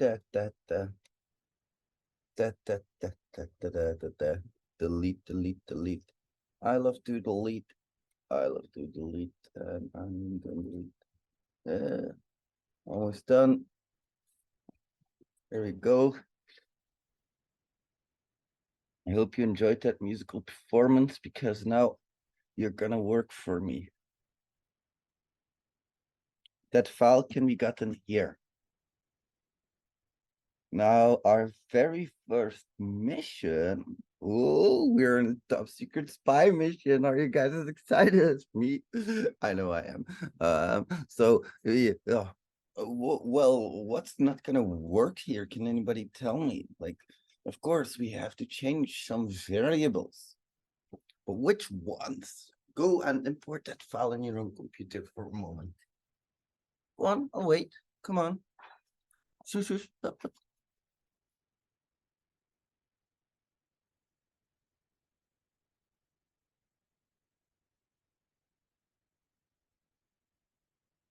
And this is cool because this is where it becomes a lot more. Oh, I'm writing you a custom framework. You can already see how much that sounds better than, oh, I'm giving you a script. No, I'm developing you a custom pen testing framework, mister. In no actuality, I'm just giving you a bunch of scripts that are loosely held together by thread and needle. But that's no problem. They don't have to know that. I mean, customer here in Belgium, they say je mag alles weten, maar je hoeft niet alles te weten. That means he can eat everything, but he doesn't have to know everything. And I agree with that sentiment. Now, if you guys are at that point, let me know because we need to change stuff here. First of all, API key. What was the API key that I needed? Who can help me there?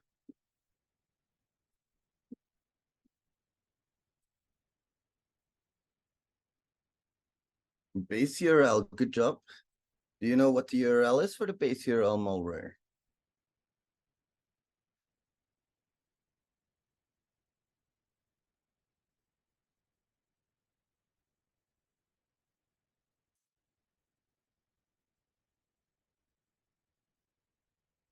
Yes, good job. And what's the API key? Because this API key isn't right either. Is it?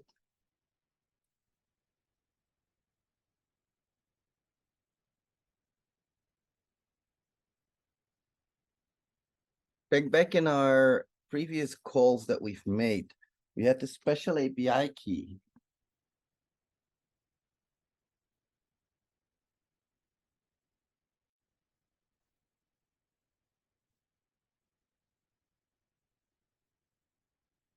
So here on screen, we have that somewhere here, API key.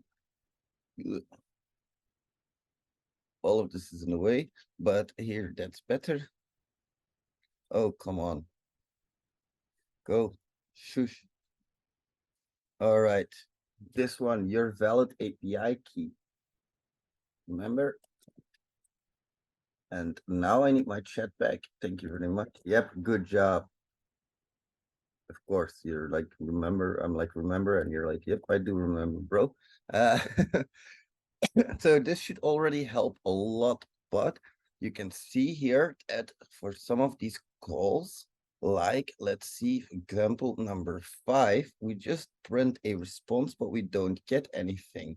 So if you run this now, you pick option number 1, it will work. As you can see, you can create a new account. But if you pick something like option number 5, it goes into error because it doesn't have a response. So now we're going to fill these in one by one. Try to get there. If you're there at this point, let me know, because this is an important section to get to. You should be able to make at least requests to number 1 and 2. I would say 1, 2, and not 3.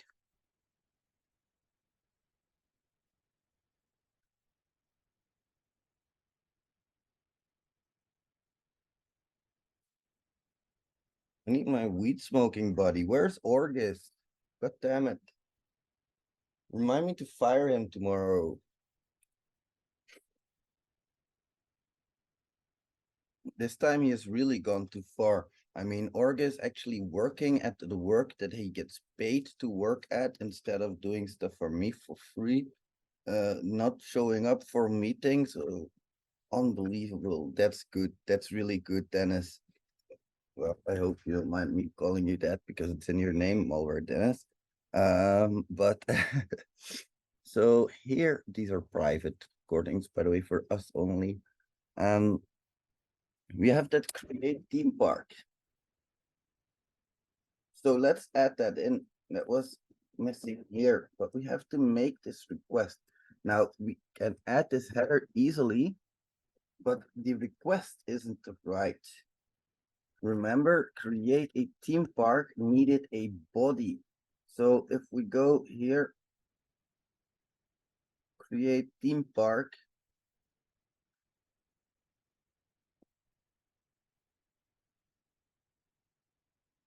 This one, create a new theme park. It does require a body.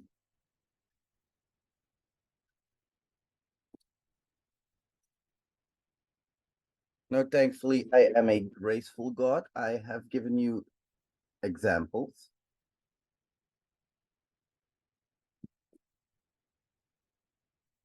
Data equals, and then we can just do it like we have below. So your data equals, and then it's just an array. So we have the same here, it's an array. Oops. I have that on here. This full array, what am I saying? Array JSON file, of course. I can paste that full thing here. And then I still need to give a response.json, or I need to return the response.json. But as you can see, it's my request that I have to change the requests.post, something along these lines. So let's do that, and let's put that right here. So we have that response, and we need to remove that one, and we need to do that to /theme parts. And we need to return the response.json. Now, if I run number 3, I seem to have a problem. Problem response is not defined. It's defined right above you, my friend. Response is not defined. Potentially because of this, I'm gonna, nope. Of course. Name and account ID. I need to change the variables. Yeah, go me.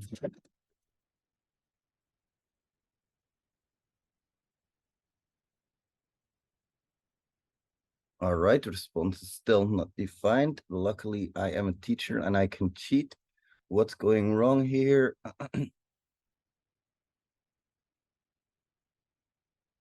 Create theme park. Let's compare what we had to what's going wrong here. This was the new script, so this is the script we need. So we had those headers, we had that data. You just change this around. That shouldn't be too much of a problem. Response equals requests.post base URL / theme parks, headers equals headers, JSON data. It should be the same. That's strange.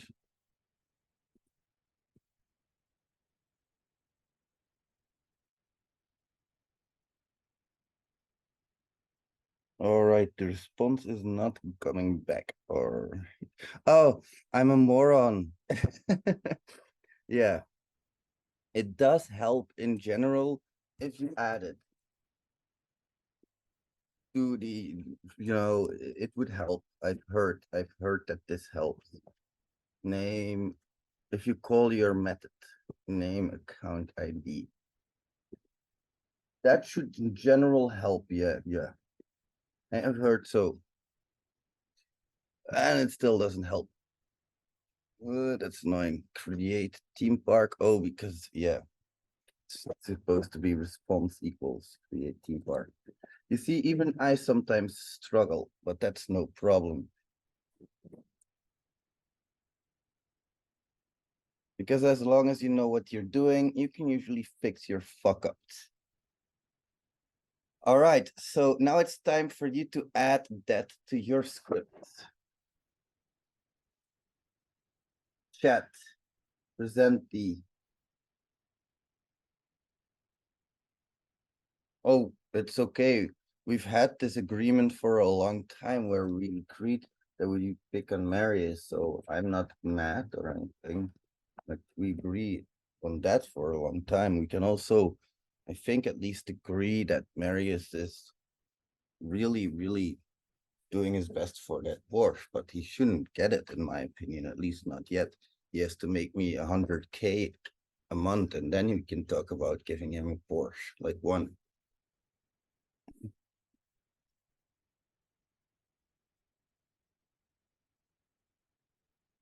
All right, try to add that, my friends.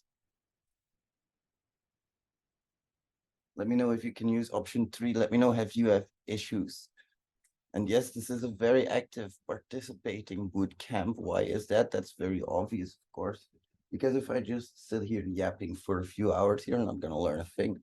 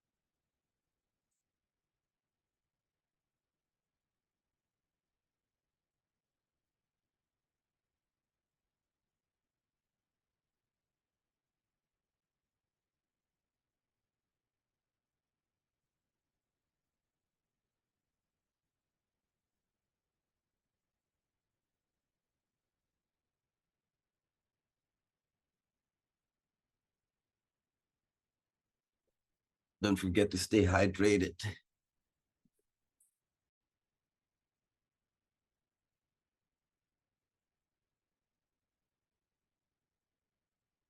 Having trouble with adding this, my friends? If you have, no problem. I'm always willing to help. Ooh.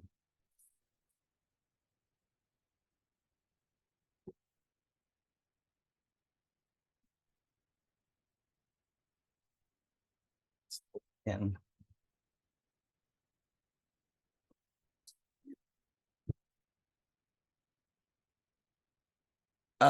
sorry. Oh, that's good though, malware. That's good. That's good. That means you're learning even more.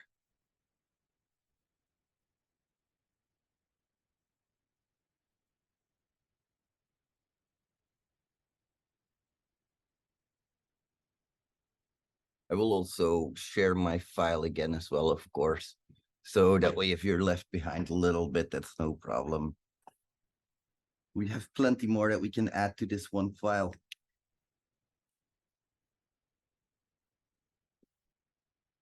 So what you're learning here is you're learning how to do a request basically with Python. And it's not even Selenium. And the part, nice, good job, dude. Good job. Now I can delete your park because I have no respect for people's property. Excellent, excellent. Now we have number 5. So what was choice number 5 again? We can see that in our list. Get the theme park, and that's just a basic get call, it seems. But we don't have that anywhere anymore. Now, luckily, I still have this here, get theme park, this definition. We need to add that, and we need to, again, copy over those headers.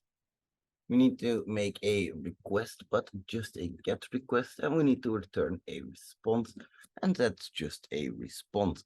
And we are like theme parks.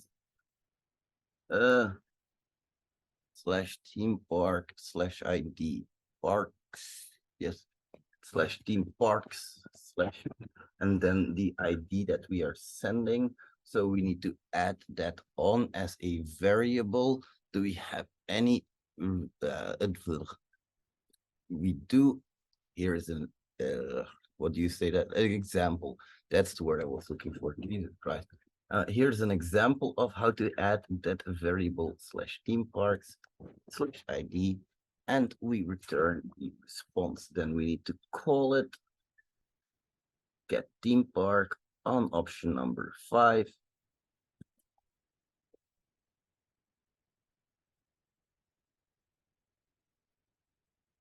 With the ID. And now if we do 5 and I want number 6, I should get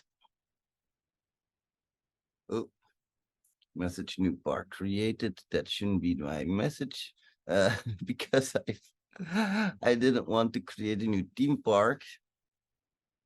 Oh, I probably copied a post somewhere, didn't I? Yes, I probably did. Get theme parks. Nope, it's a request.get and it's to slash theme parks slash ID. Oh, I think. Yeah, that is my bad. I didn't restart my script. Number 6. There we go. I get your proper theme park. Now that's an IDOR, of course. That's your object level broken authorization.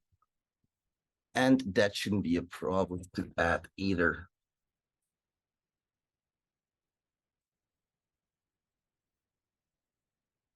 And you can add that. I pasted it in the chat, by the way, malware this time.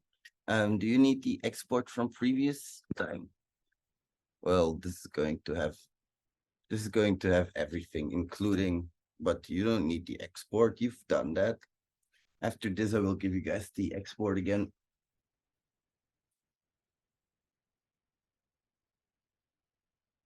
What am I saying? Silly me.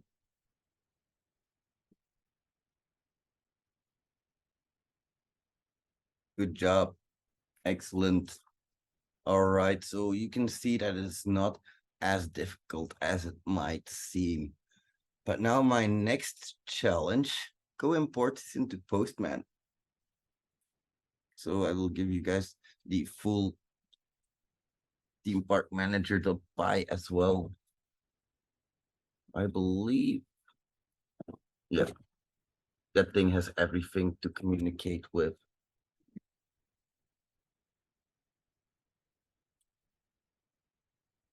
Of course, you wouldn't want a menu like this. Normally, you would want it to actually just fire your requests and report on the status, but you can think of some if statements to go and check if you have a valid request or not. This is basically also repeating nuclei to a degree. Remember, nuclei has the templating option. That's basically what you're doing here. But the only thing is you're programming it yourself. Nuclei is not a very difficult tool at all. It's all about the templates that you have. And that is where you can also build like custom templates even for nuclei for specific APIs. But it's much better to do it with Selenium sometimes or just with Python. Even naked Python can help a lot already. Now do import this into Postman though, and explore a little bit for the vulnerabilities that you might be able to find here other than that with the OWASP Top 10 2023 release candidate. Nope, but you do have API documentation, remember? You can import this into Postman. This. And if you take the OWASP 2023 RC Top 10, well, that's not that's not a good reference.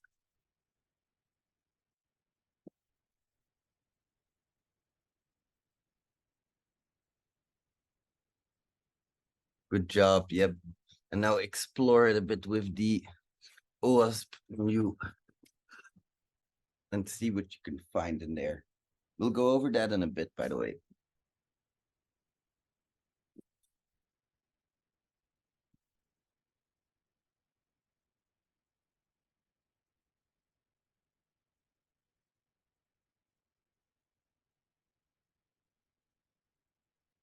It's all not super, super difficult, but you really have to keep your head in the game, of course. And especially since when you're hunting or hacking, actually hacking manually, you're kind of expected to know all of these things. If I ask you what broken function level authorization is, you should know. If I ask you what SSRF is, you should know. If I ask you what improper asset management is, you should know. If I ask you what lack of protection from automated threats is, you should know.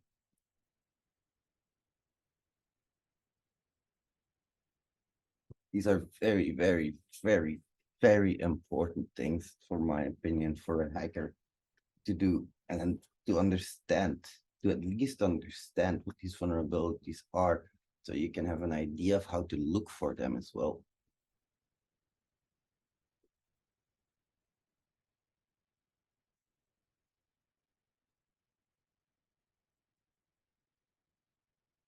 Yeah, and you don't have to know them all by heart at all. Like, I don't know these all by heart.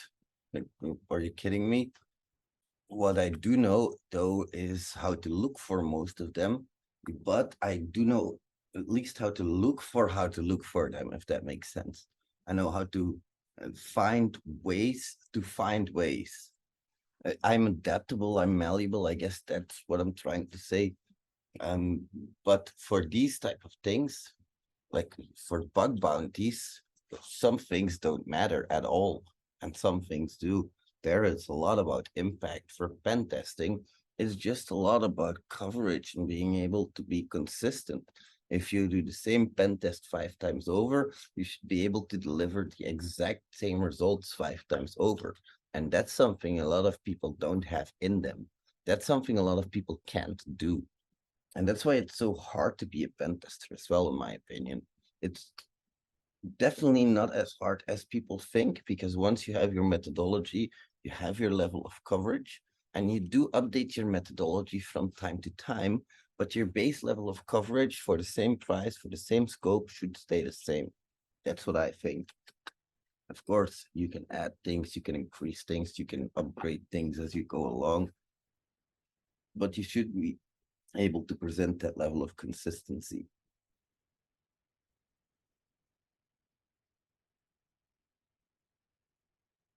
Yes, absolutely, I agree, but not fully. Sounds crazy, but you have your budget. I have the work that I do for that budget.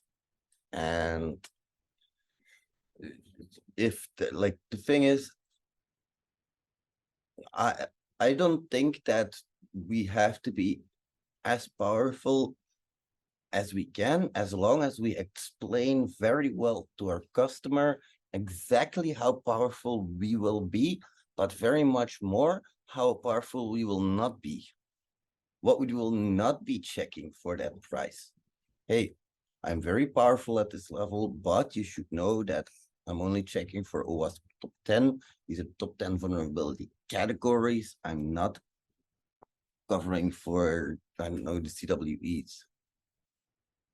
And I agree, but the problem is if you make yourself as powerful as possible continuously, and let's say that you do a GraphQL test right now, and I pay $500 for your GraphQL test, should I be punished because I didn't wait a day longer for you to get more GraphQL knowledge for that $500? Because at that point, I'll wait a year. I'll wait 2 years longer, because then you'll have more GraphQL knowledge already. And so, yeah, why would I buy your knowledge now if you are going to ever keep increasing it? And yeah, I know it sucks to think that way, but you have to think about it somewhat corporate as well. And especially like, for example, you can do something where you offer some niche that other pen testing companies might not, but you always have to put something extra on the contract. Like, hey, yeah, more than willing to take on your 5-day pen test. Other companies are not, but I want to be your pen tester for the next 6 months. And I want that in writing. Get what I mean? So you do them a favor, but you expect something in return. And I've always had this thing for myself where I was unable to, or afraid to ask the real prices that I thought I was worth, because, well, I don't know, I had a problem asking my prices, but at a certain point you do realize that the price you ask is the price you ask for a reason. Like, I am very much imposter syndrome. That probably rings a bell to a lot of you. I have a big problem with imposter syndrome. I am not very good with that shit, because the moment somebody says that I'm not good enough, I feel not good enough. And the problem is that people just don't know what you're capable of. They cannot judge if you're good enough or not. That's only up to you who can judge that. And I think that my level of developing APIs, understanding APIs, the different types of hacking that I understand, they do make me into a powerful weapon, like you say, as powerful as I can be. But I'm not a black hat hacker.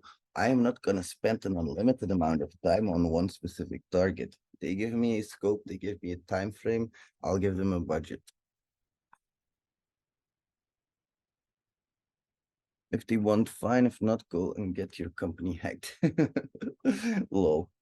I don't mind seeing companies get hacked. To be honest, I like seeing companies get hacked. I like chaos. Even ourselves, when we get hacked, I like it. And I know Marius hates me for this, but I really like it when our company gets hacked. And no, I don't do it on purpose. But at like at least we learn from it. We learn to change our passwords after we fire disgruntled ex-employees.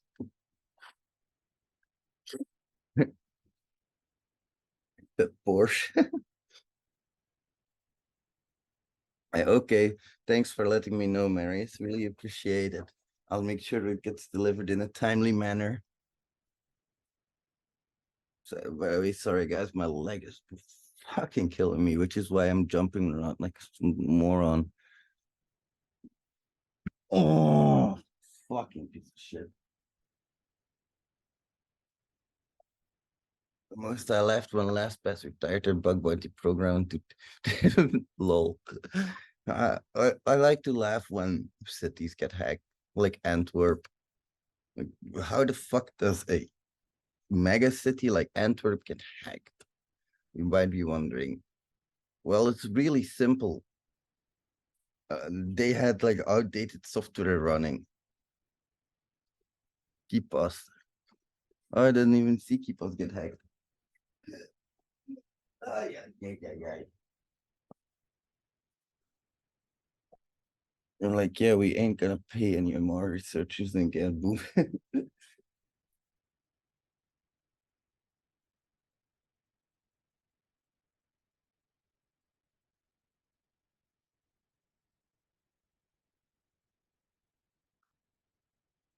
Hosted part is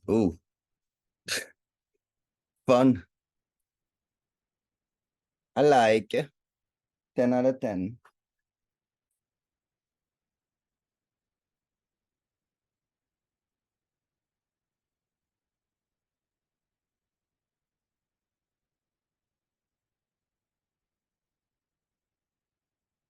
Question, has anybody found any broken authentication yet? Other question, what is broken authentication?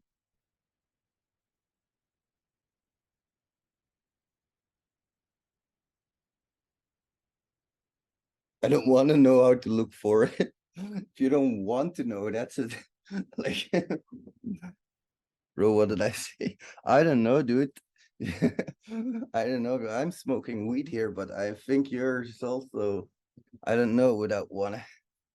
So broken authentication, remember anything that has to do with authentication. So things like credential stuffing, weak passwords, sending sensitive information over unencrypted channels, not validating authenticity of tokens. Any of this sound familiar to you?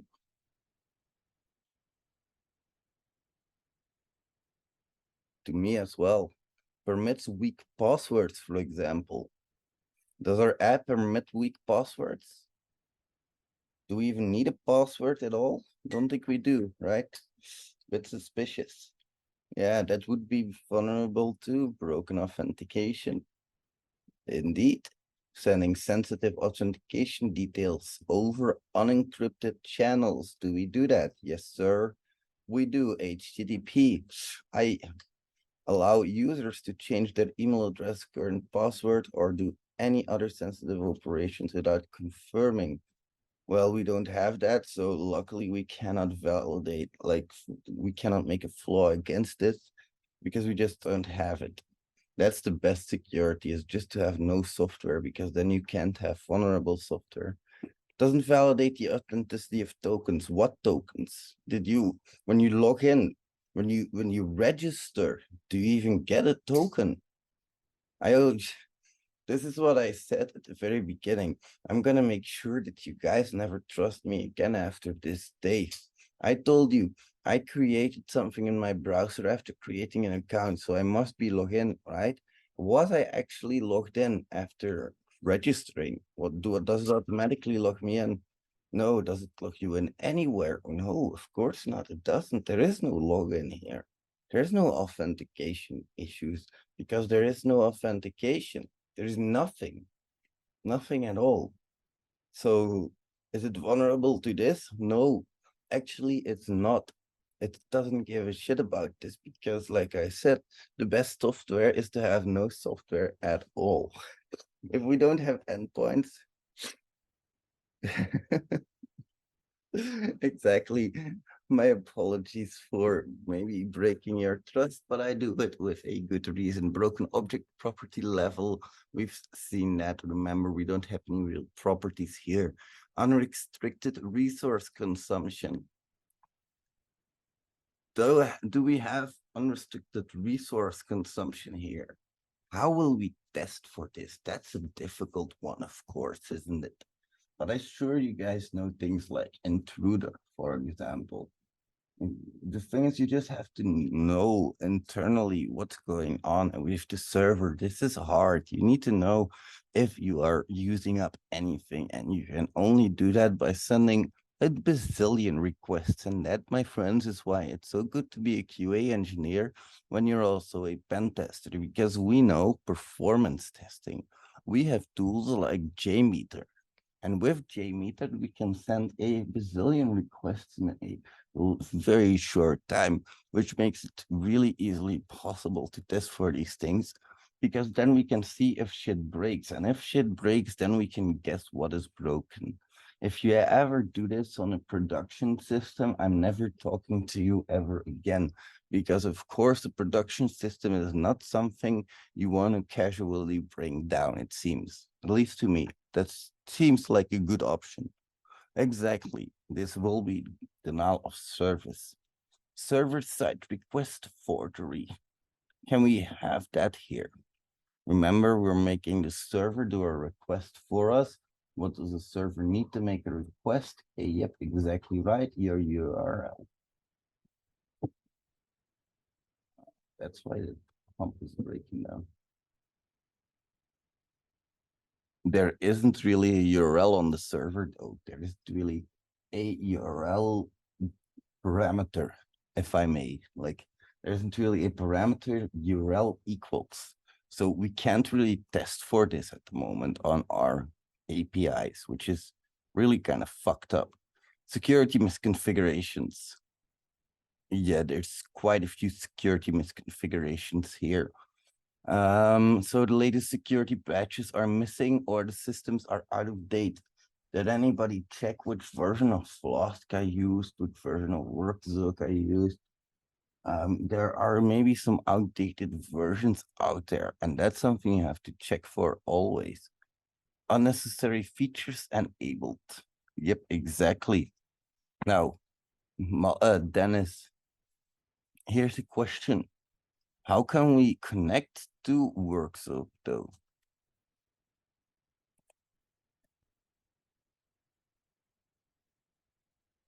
And how can we do that? Do you know how? /console. But that yeah, that's fucked up, isn't it? What can we do here? Let's just try to guess, because you know me. Ooh. Nope, that's not correct. 111, 111, 111 maybe. Incorrect as well.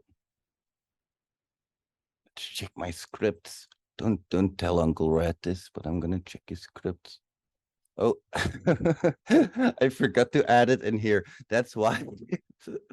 But yeah, it should be 11111111111. Why the fuck is it doing that, UV corn? Shit. It should be. It should be different. It should be like this. I should have set this up, and then you could connect to it. We'll try that later, but that is definitely a security misconfiguration. And that is a big problem. By the way, if you want to know what the key is right now, I can see that as well. Just so we can connect to it. Here you see your debugger key.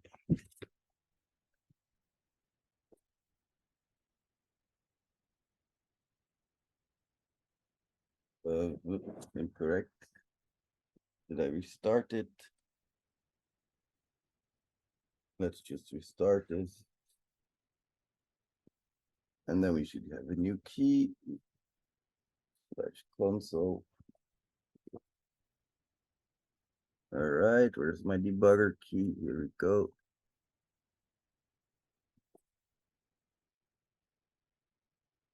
All right, what can we do here though? Like, what can we do with this? That's strange. Can we ID? That's a good question. Function, built-in function ID. This is weird. This is weird. Let's do a Python statement. Hey. I can do Python in here. Yes, that's what I wanted to hear. Reverse shells. Python reverse shell. Excellent. Good job. So you can even root into my server at this moment if I give you that key. And this is something that's a big misconfiguration. I don't need to draw any pictures with this. I think even Marius can understand why this shouldn't be active. Marius is really cursing at me like all day long. The guy must hate me. But good job. Yes, indeed. That is a security misconfiguration. We have HTTP instead of HTTPS. That is problem. Security or cache control directives are not sent to client is correct. A course policy is missing is correct. Can we see error messages? That's a strict, strange one, isn't it? But I can prove you that we can.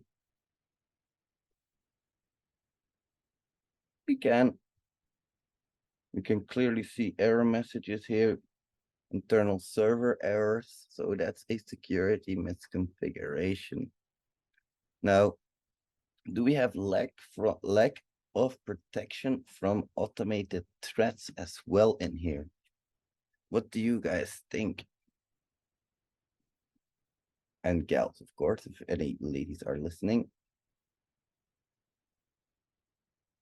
Well, in this case, we do, because remember, this can also be rate limiting. Like rate limiting should be a protection, for example. But we don't really have any resources that require it at this point. So yeah, you're kind of right. It's like a little bit iffy, you know. So for improper asset management, yeah, I have no idea which APIs I have running anymore, dude. If I need to find out, I need to do a port scan. I literally do. That's not even a joke. If I want to know what is online and what isn't, I need to do a port scan. So yes. Are you healthy? 24 is my answer. Unsafe consumption of APIs. We don't really have that because we are not consuming any other APIs. But this has been the OWASP Top 10 2023 that we've been checking for. You can clearly see that 2029 version, 2019 version. I mean, 2029. I'm living in the future, guys. It also has the top 10 for us. All right, broken object level authorization. We've seen that broken user authentication, not authorization, authentication. It's the same as broken authentication now. Excessive data exposure. That was if you have an API and it's returning all of the data, the front end might filter out some data. Like if it's returning the full credit card, the front end might only show the last 4 digits of the credit card, but the API might be returning the full data. So excessive data exposure. Lack of resources and rate limiting, that is pretty obvious. Brute forcing is possible. Broken function level authorization, again on function. Yes, I know I'm repeating this a lot, but it will really help drill it in. Mass assignment. Now that's a fucked up one. What the hell is mass assignment? Well, we talked about objects such as users. We talked about objects having a property often. Remember, broken property object, broken object property level authorization. That's basically this. It stems from auto generation of these objects codes of getters and setters. And then you have the auto generation of a setter, which you shouldn't have. So no, you're basically able to set a field that you shouldn't be able to set. But this is only for setting, whereas broken object property level authorization isn't just for setting, but also for getting. I hope that makes sense, dude. I'm trying to do my best here. For example, description as set. For example, the user type. With mass assignment, I can set the user type. With object property level authorization issues, I can set or get the user type, and it would both be valid there, not in the 2019 version. I'm doing my best here, dude. They're not giving me the best material to work with, to be honest. It's like having to go to a comedy club and having to tell feminist jokes. It's just not gonna work, dude. It's just not gonna work. And then we have security misconfiguration. Security misconfiguration. What can I say about that? It's the same as this year's injection vulnerabilities. There you have different types of injections that you need to take into account. SQL injection, NoSQL injection, command injection, HTML injection, email injection. There's just many different types of injection that can happen, and you need to take them all into account. And that's why I say it's a type of vulnerability. It's not a vulnerability itself, because there are many subtypes still. And proper asset management is the same, and insufficient logging and monitoring. I don't know why that made it off the list, because I still think that's the case. And you should always think about monitoring, logging, and alerting when doing a pen test. Monitoring should be everywhere. Your alerting should be especially on the important flows and the authentication flows. You should have end-to-end traceability of users. And when something goes wrong, the right people need to be alerted as well.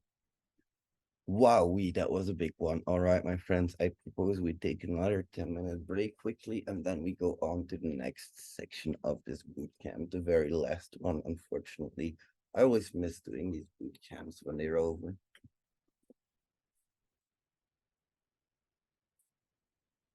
Let me play the world's smallest violin.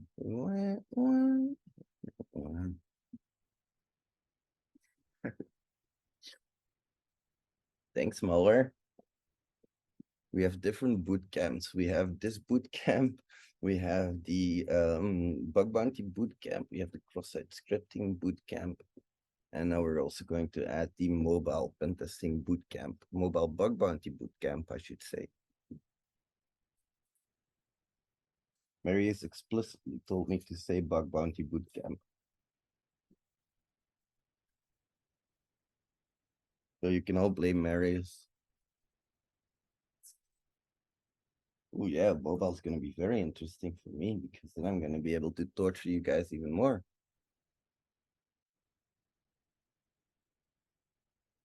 There's this weird glitch in my chat. Sometimes like a black box appears. It's like right under your text, malware. I see, oh, mobile is interesting too, and then this big black box. I don't know what the fuck's going on. I think so too. I think we should feed Mary as a cookie. He seems cranky. What do you think?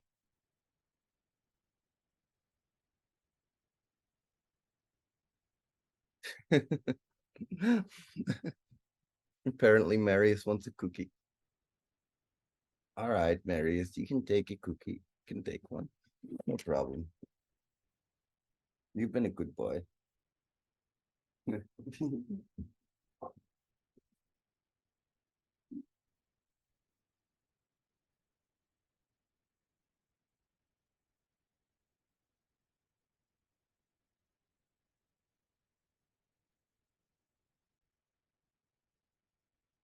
So yeah, I tricked you a little bit on that one. It's a hard one to think about. It really is, but of course, it's something that you always need to take into account now. My friend, so far you have done a really good job. You should be very proud of yourself. Let me open up my camera again. There we go. So you have quite a few things which you've already done really, really well. You learned a lot about APIs in this very short time. You learned about how to interact with APIs through Postman. You learned how to actually hack them through the OWASP top 10. Quite a few things that we have seen were broken access control, but we're not there yet, of course. If we would do that, would be no fun. I have one more assignment for you all. And then I promise I will leave you alone. You're not there yet, my friends. Oh, no, no, no, no. It wouldn't be me if it would be easy. All right, now, friends, I have ports. I have IP. It hurts when I pee. I need to go to a doctor. No, I'm fucking kidding. You see ports here. You see, you have the IP address, or you should have it by now. Now it's time to investigate what's running on all of these ports. And a number of these things you might have already seen, a number of them you might have not seen before, but explore. Remember about /API docs, that's an important one. I'm here if you have questions, and I would like to see every finding you have on these reported in the proper report template form. So go ahead, see what you can find on them, even launch a vulnerability scan if you want to, but just explore them with your Postman. How do you do that? Take that IP address that we had before, 17, blah, blah, blah. You add the port, and you can already see /API docs. And that's one, the first one I take is not available. That's always a great start.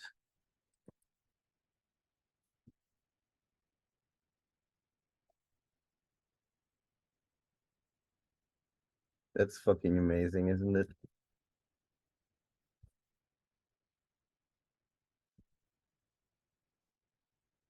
Well, while I'm here anyway, dot.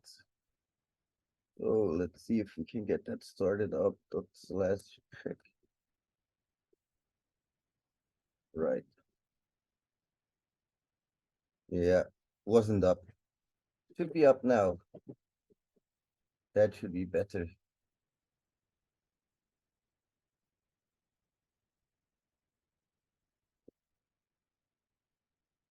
We should have something running on that port now. Yep, excellent.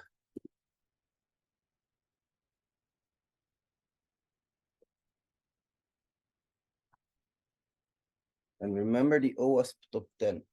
And afterwards, I'm going to show you how many issues there actually are in here. And I promise you, you will be surprised. Once again, if you find anything, I would love to know again, because I'm your team lead at this point. And let's just start with the first one, see what we can find there. Ooh, interesting. An inventory management system. Gonna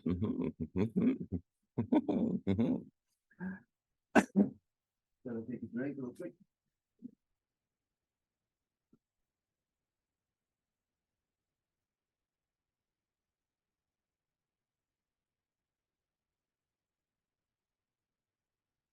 Oh, I was gonna roll a joint, but I already have a joint, so join me for my joint.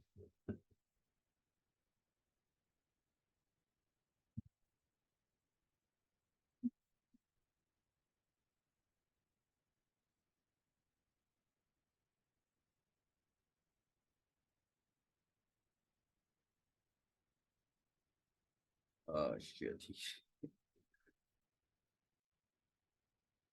There's a new video out from that guy called That Chemist. I used to be a chemist. I used to follow chemistry in school. And the title is He Made Lots of DATP. And I know that DATP is a massive explosive.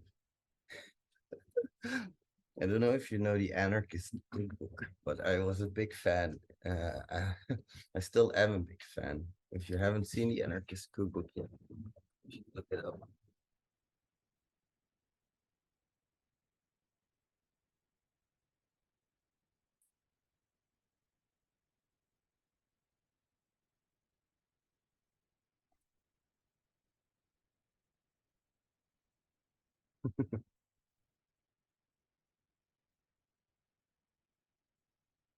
So it's basically just like a ton of recipes a ton of recipes for everything. I don't think, is it this one? Oh, I might have the wrong one. Sorry.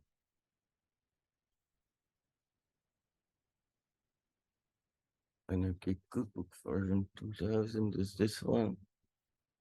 Yeah, I think this is more than the one I mean.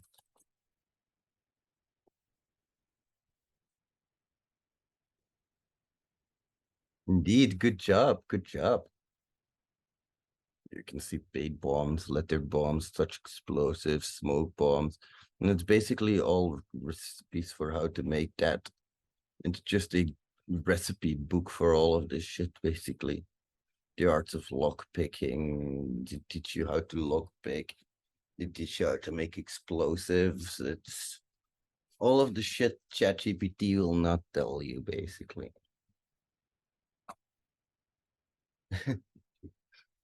Can't believe you've never heard of this. I was a little bitch when I was younger, dude. I'm not gonna admit to anything because we were recording, but I wasn't the nicest kind of guy. I never broke into anywhere, that's for sure.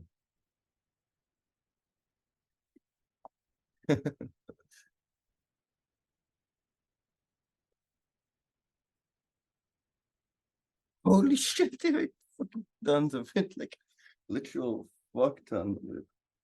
Holy shit, that's kilos of the ATP. They're gonna freaking blow themselves up, dude. What the fuck? I don't know if you can see that, but probably not.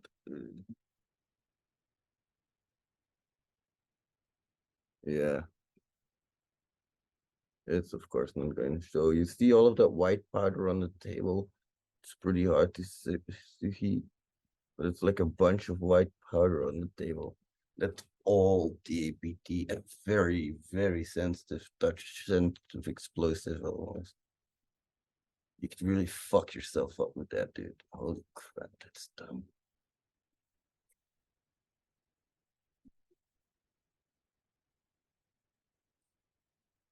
Have you ever heard about 4chan, dude?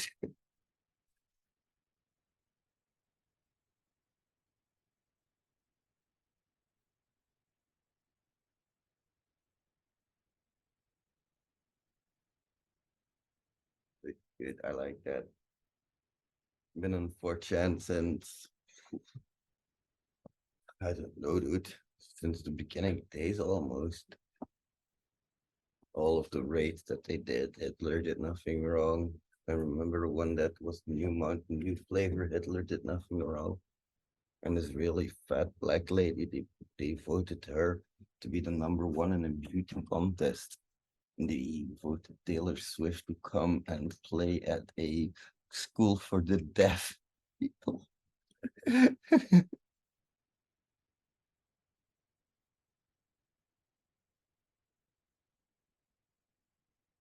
How's the exploration going, man? Are you finding anything?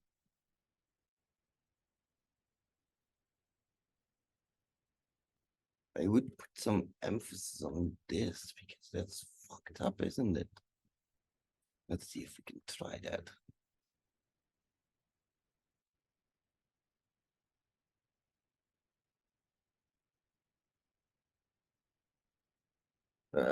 Admin, let's give you the role admin then. Unauthorized. That's a shame, but let's just try to authorize anyway. So password string, username string, potentially going to work. But what's this? Authorization. Fuck. That's fucked up, isn't it? We need authorization for this. How are we going to authorize? What's this? Gives me a bit of a hint already. Basic authorization. That's just your username, semicolon, password, base64 encoded. What do I mean by that? Base64 encode password was, what was it again? String, string. String, string, string, string. And that's it. That's your base encoding. So if I go and I'm just make sure that I register with this, so I see that this account is registered for sure.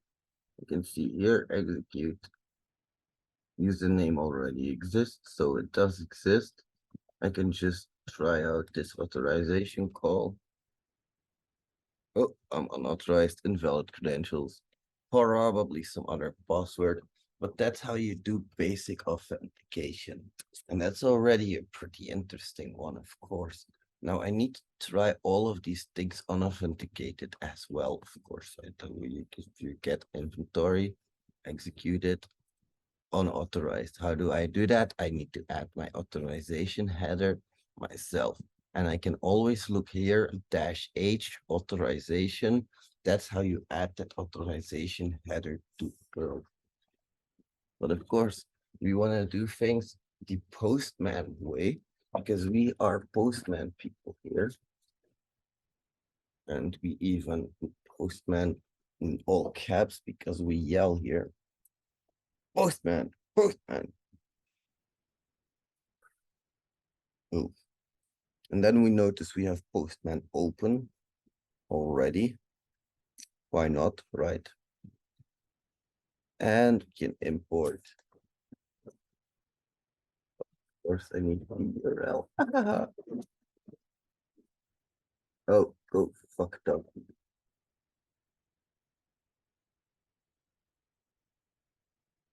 All right, let's import that shit.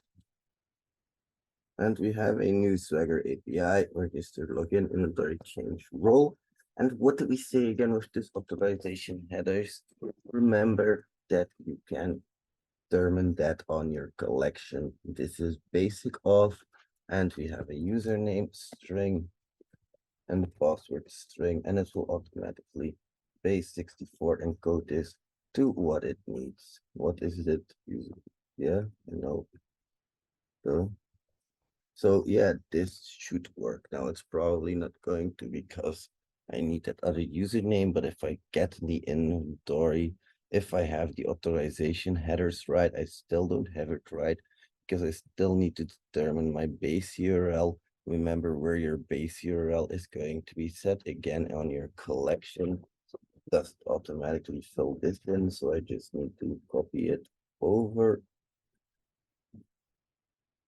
And I can save if I am not stupid.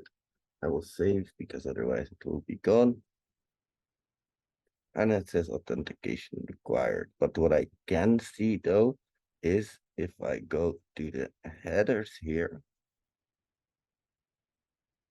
All right, it's not filling in the authorization headers. Is this just, oh, of course, because this is the response headers. I'm a moron. I can see that in the console. Remember, we have that console right here. There we can see the full requests that are being sent over with the request headers with an authorization header included. So that's how you add that basic authorization header to all of your calls automatically. You just do it on the collection. And here you can add a variable plus your type of authorization. Is that clear? That's what that API was mostly for. All right, excellent. If there are no objections, we can move on to the next API that we had in line. And that API was running, I can't even remember on what port specifically.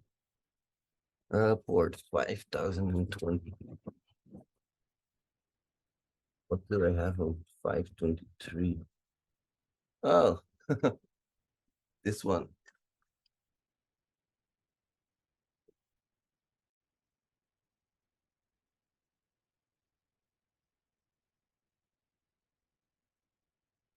This is a nice one. Can you find me the cross-site scripting in here, my friend? That's a good question.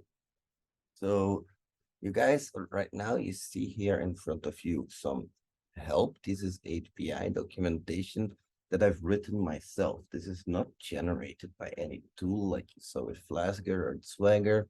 This is just an API for you to attack with documentation that I've written myself.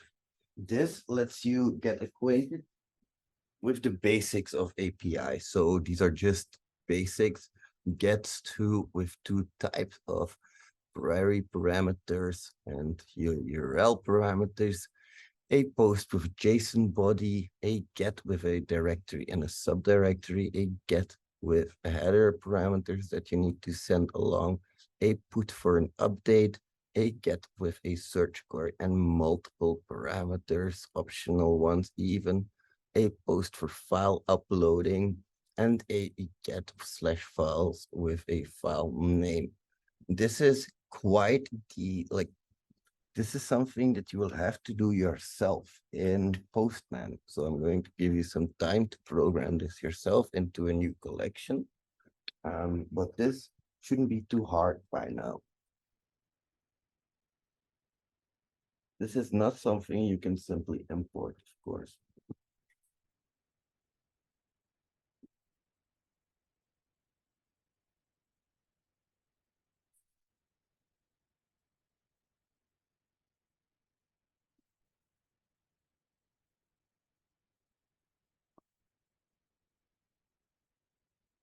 Ah, good job, malware.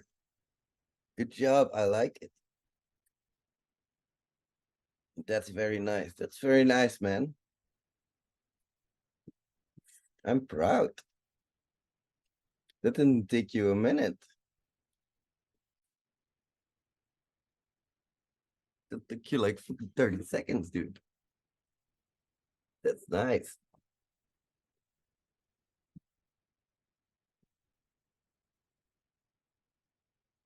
I'll try to make a collection for the rest of the calls.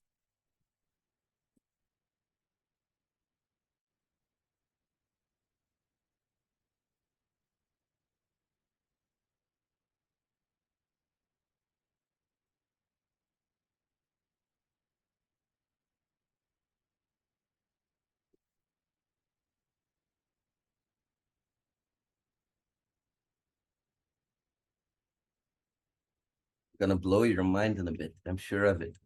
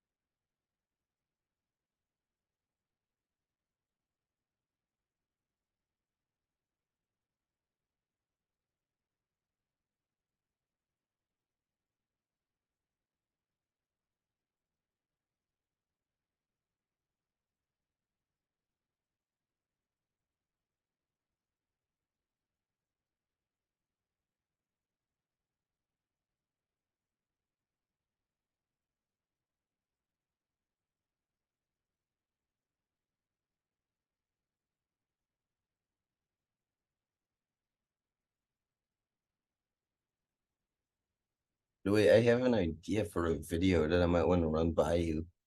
Just an idea, but what if I ask the entire Discord to tell me about their funniest hacking stories? Just a story in the Discord in a separate channel. And then I make a video about the best ones. Just reading them. Really curious what the community had to do.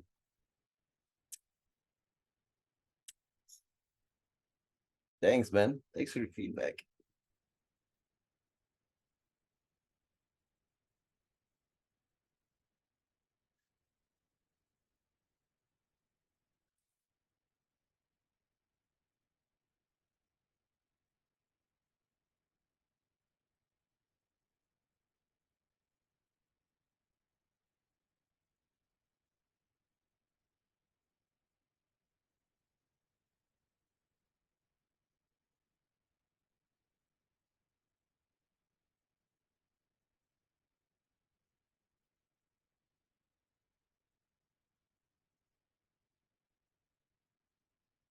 Of course.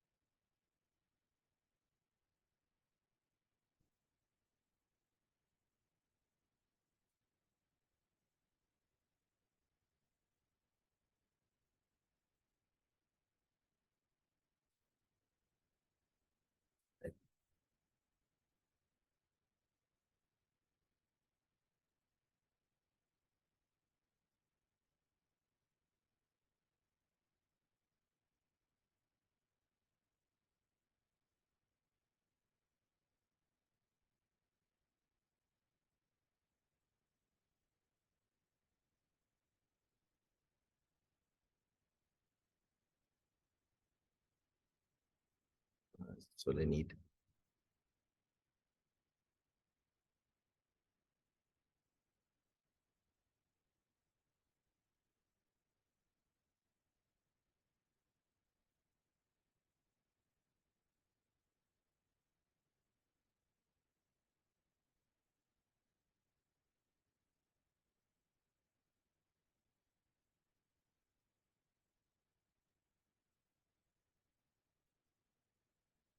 Post.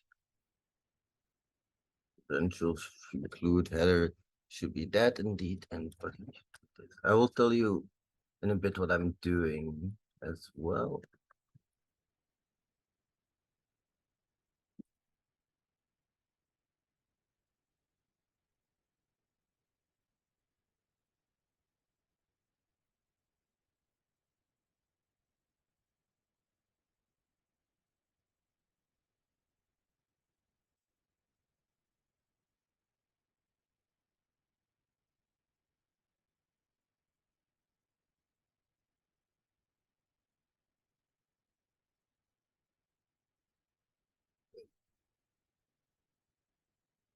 Ah, yes, because this, of course.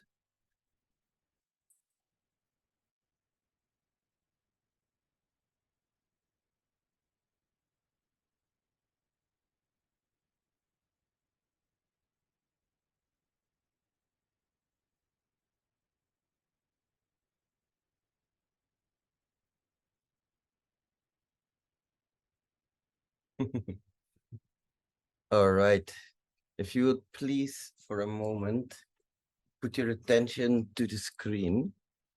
So, what I've done here is I've downloaded a JSON CSRF proof of concept, because on call number 3 on that /reverse, you can perform a JSON request, but post JSON, post something that should be protected. I am thinking maybe CSRF, but CSRF on JSON is harder than normal CSRF. What we have to do is we have to use JavaScript to do a fetch of this with the method post. This credentials includes can be there, but doesn't have to. And these headers here, content type is important. That is application JSON, and that body text you can see that I can actually insert the tag vectors in here, and I could render this as well. I could say body.innerHTML or something along those lines instead of this alert. I can even try that. Body.innerHTML.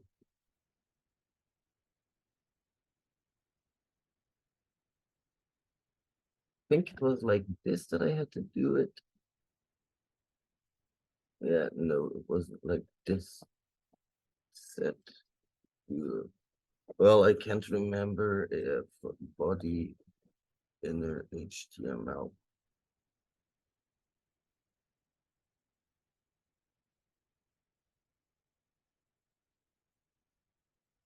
So, yep, that's the one that I need. So you can say document.body.inner.html. That's what I forgot for document.body.inner.html equals, and then let's try it again. Let's see what we can grab from it. Still nothing. And if we want to inspect that, we can always see what's going wrong. CSRF not defined, so unexpected token. I probably did something wrong, of course. Yeah, it helps if you remove that last part. So here we do have object promise now. So we could further decompile that object, fetch render fetch in JS.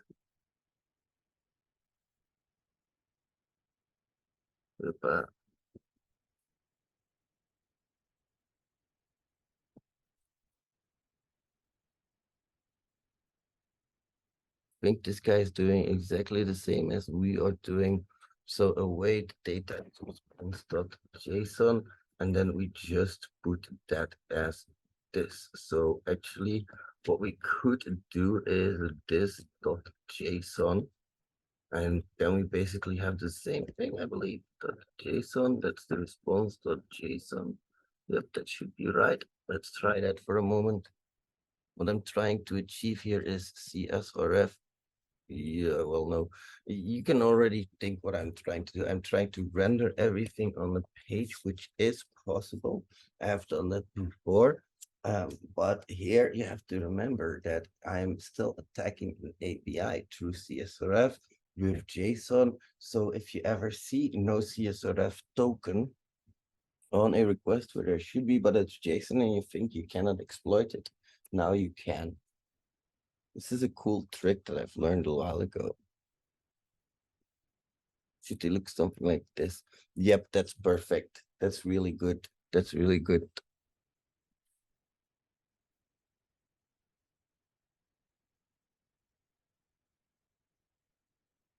I hope you enjoyed that demonstration. Now imagine that CSRF being able to exploit something where you can load in a cross-site scripting attack vector and actually steal somebody's authorization tokens. And especially if it's like basic encoding, because then you have their username and password. So you can actually keep on chaining these bugs and vulnerabilities.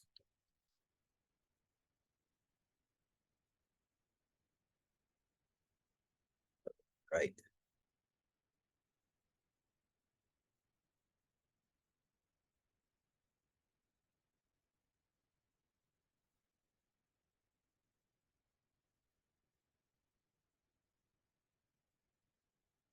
Especially call 5 would still be interesting here. I think call 6 that you have to do a put. And there I would leave it. So feel free to just do a few more. I would do 5 and 6 maybe. Those seem interesting. Just a few more minutes. And then we will go on to the next API.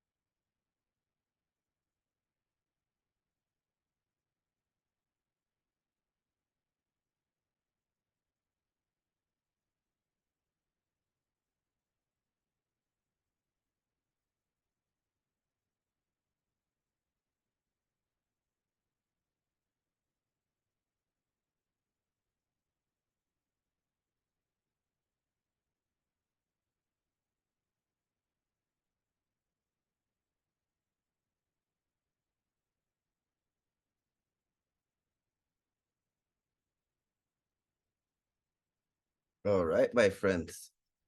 So if you want to know how to add custom headers, real simple, of course. Go to request, go to the headers tab, and you add your header. But I've pulled a fast one on you in port 8000. I'm not gonna show it again, but can you get me some information on the one on 8000, please?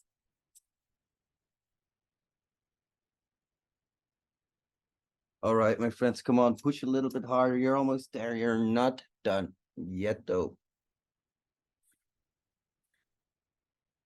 You just have 2 more APIs to explore. Come on. You got this shit. Yep, on port 8K.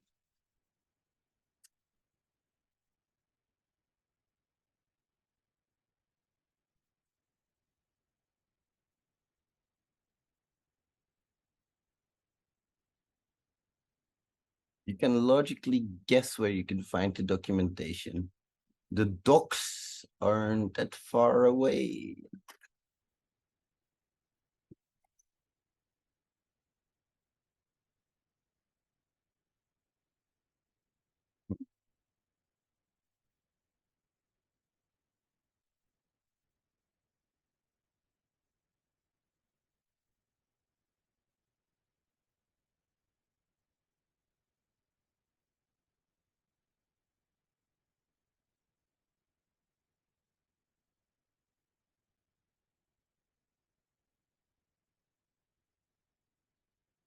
Harder to find these docs, right?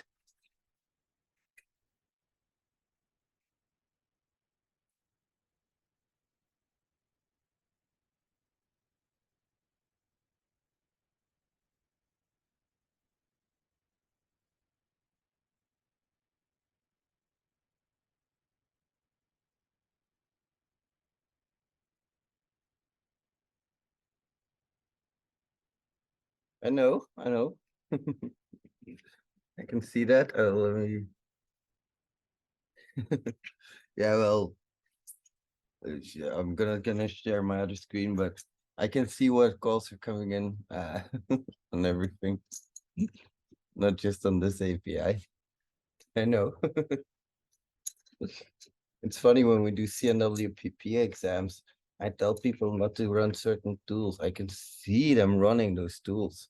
I'm not a moron. Jesus Christ.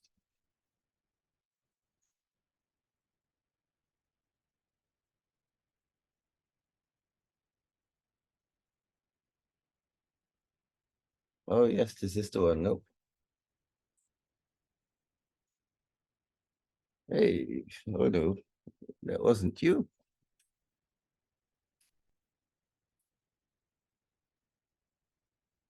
You're trying, you're doing it the best I can see. But let's try something different. Let's try something very simple. How about slash docs?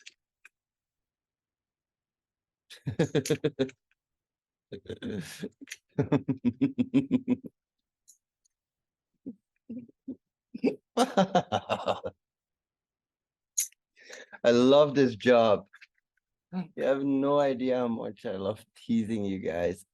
How much I love making mysteries, medical puzzles, but then in hacking form. It's so much fun. It really is. You should try it someday. I'm quickly sitting down, by the way, I'm still here. I always teach standing up, and I sat on the kitchen counter for a bit, but now I'm in pain.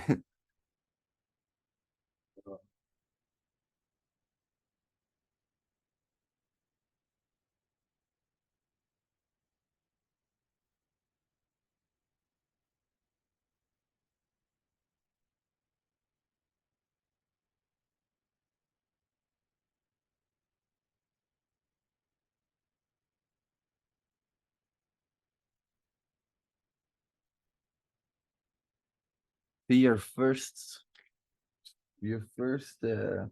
idea is always to register. I would always try things unauthenticated. Like that's my first instinct. Try things not registered, not logged in. That's just my instinct. That's what I always do. But you can, of course, take this up your own a bit.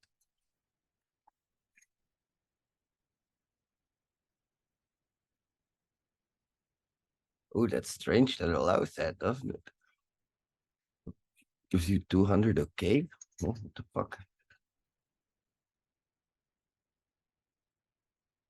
Well, which one would that be? Would that be, remember which one of three would that be? Broken. Property, no. Nice try. What are you doing here? Do you see identifiers in your request? No identifiers. Yeah, authorization, but it's either object or remember function. It is object or function that we're talking to now. Yep, exactly. Broken function level authorization. You're starting to get it, my man. Good job.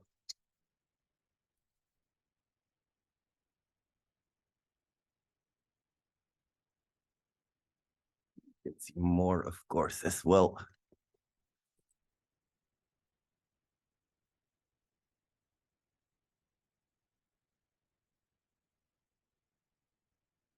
Oh, here's the things. This is something that I do have to say with this one specifically. Here you can see we have a delete call. Now, some tools for authorization testing will repeat your request with a different authorization header. But you cannot delete a product twice. You cannot delete an item twice. So a repeated request will always fuck shit up. So that's something you have to take into account if you use an automated tool for this type of broken access control issues.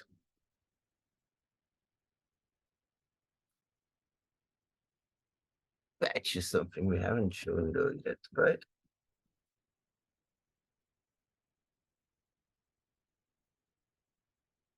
Product not found. Oh no, let's just get a list of some products then. APIs really are cool. They're really useful. And look at you now. You really are proficient enough in APIs, I think, to at least have a idea of head-on attack. And now you can start learning. You can start seeing what vulnerabilities exist specifically on API level, but always keep into account what an API is. This is your most vulnerable point 9 times out of 10. And that's why I say if you leave Enviso on the table and you like bug bounties and you like APIs, you're kind of an idiot because they have massive amount of APIs. And of course, there are so many ways to talk to APIs, to interact with APIs. There are different types of API exploits.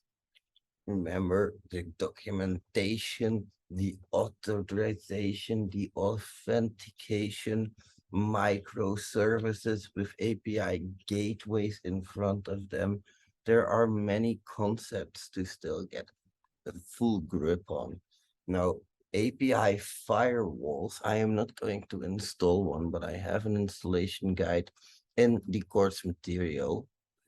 But with a API firewall, it will take all of this information and it will validate a request or a response based on this.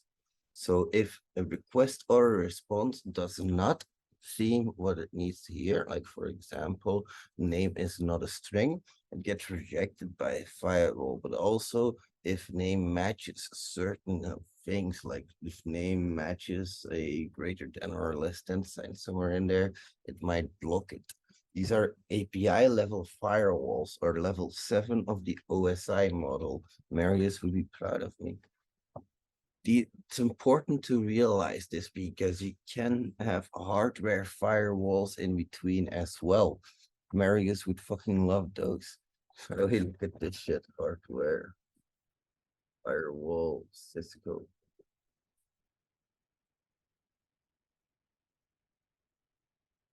Yeah, we had this fucking like $34,000 for a fucking switch or something. Or there was like a router. Price.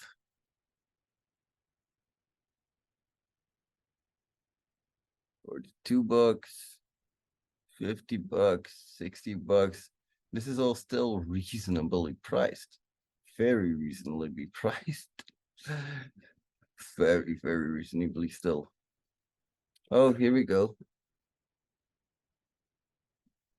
That shit's almost as much as a house. Yeah, I know, right? And Marius wants me to get this for him. I think I can get a Porsche for this price. That's fucking insane. But anyway, I didn't remember what I was saying.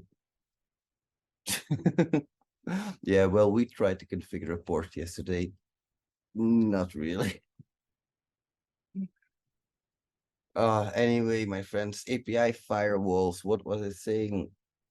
It's important to realize that they can inspect incoming and outgoing traffic, and that they can be based on a blacklist and on a whitelist based principle. What does that mean? They can either block traffic by default and only allow it if it matches certain criteria, or it will allow everything and block certain requests based on certain criteria. That's really important to realize. And then you need to realize, okay, what is it blocking or what is it allowing? And then you can think about bypasses. I hope that's clear, because API firewalls, it's a different story, but you need to know that they exist. So you have WAFs, web application firewalls, AAFs, AAFs, API application firewalls, hardware firewalls.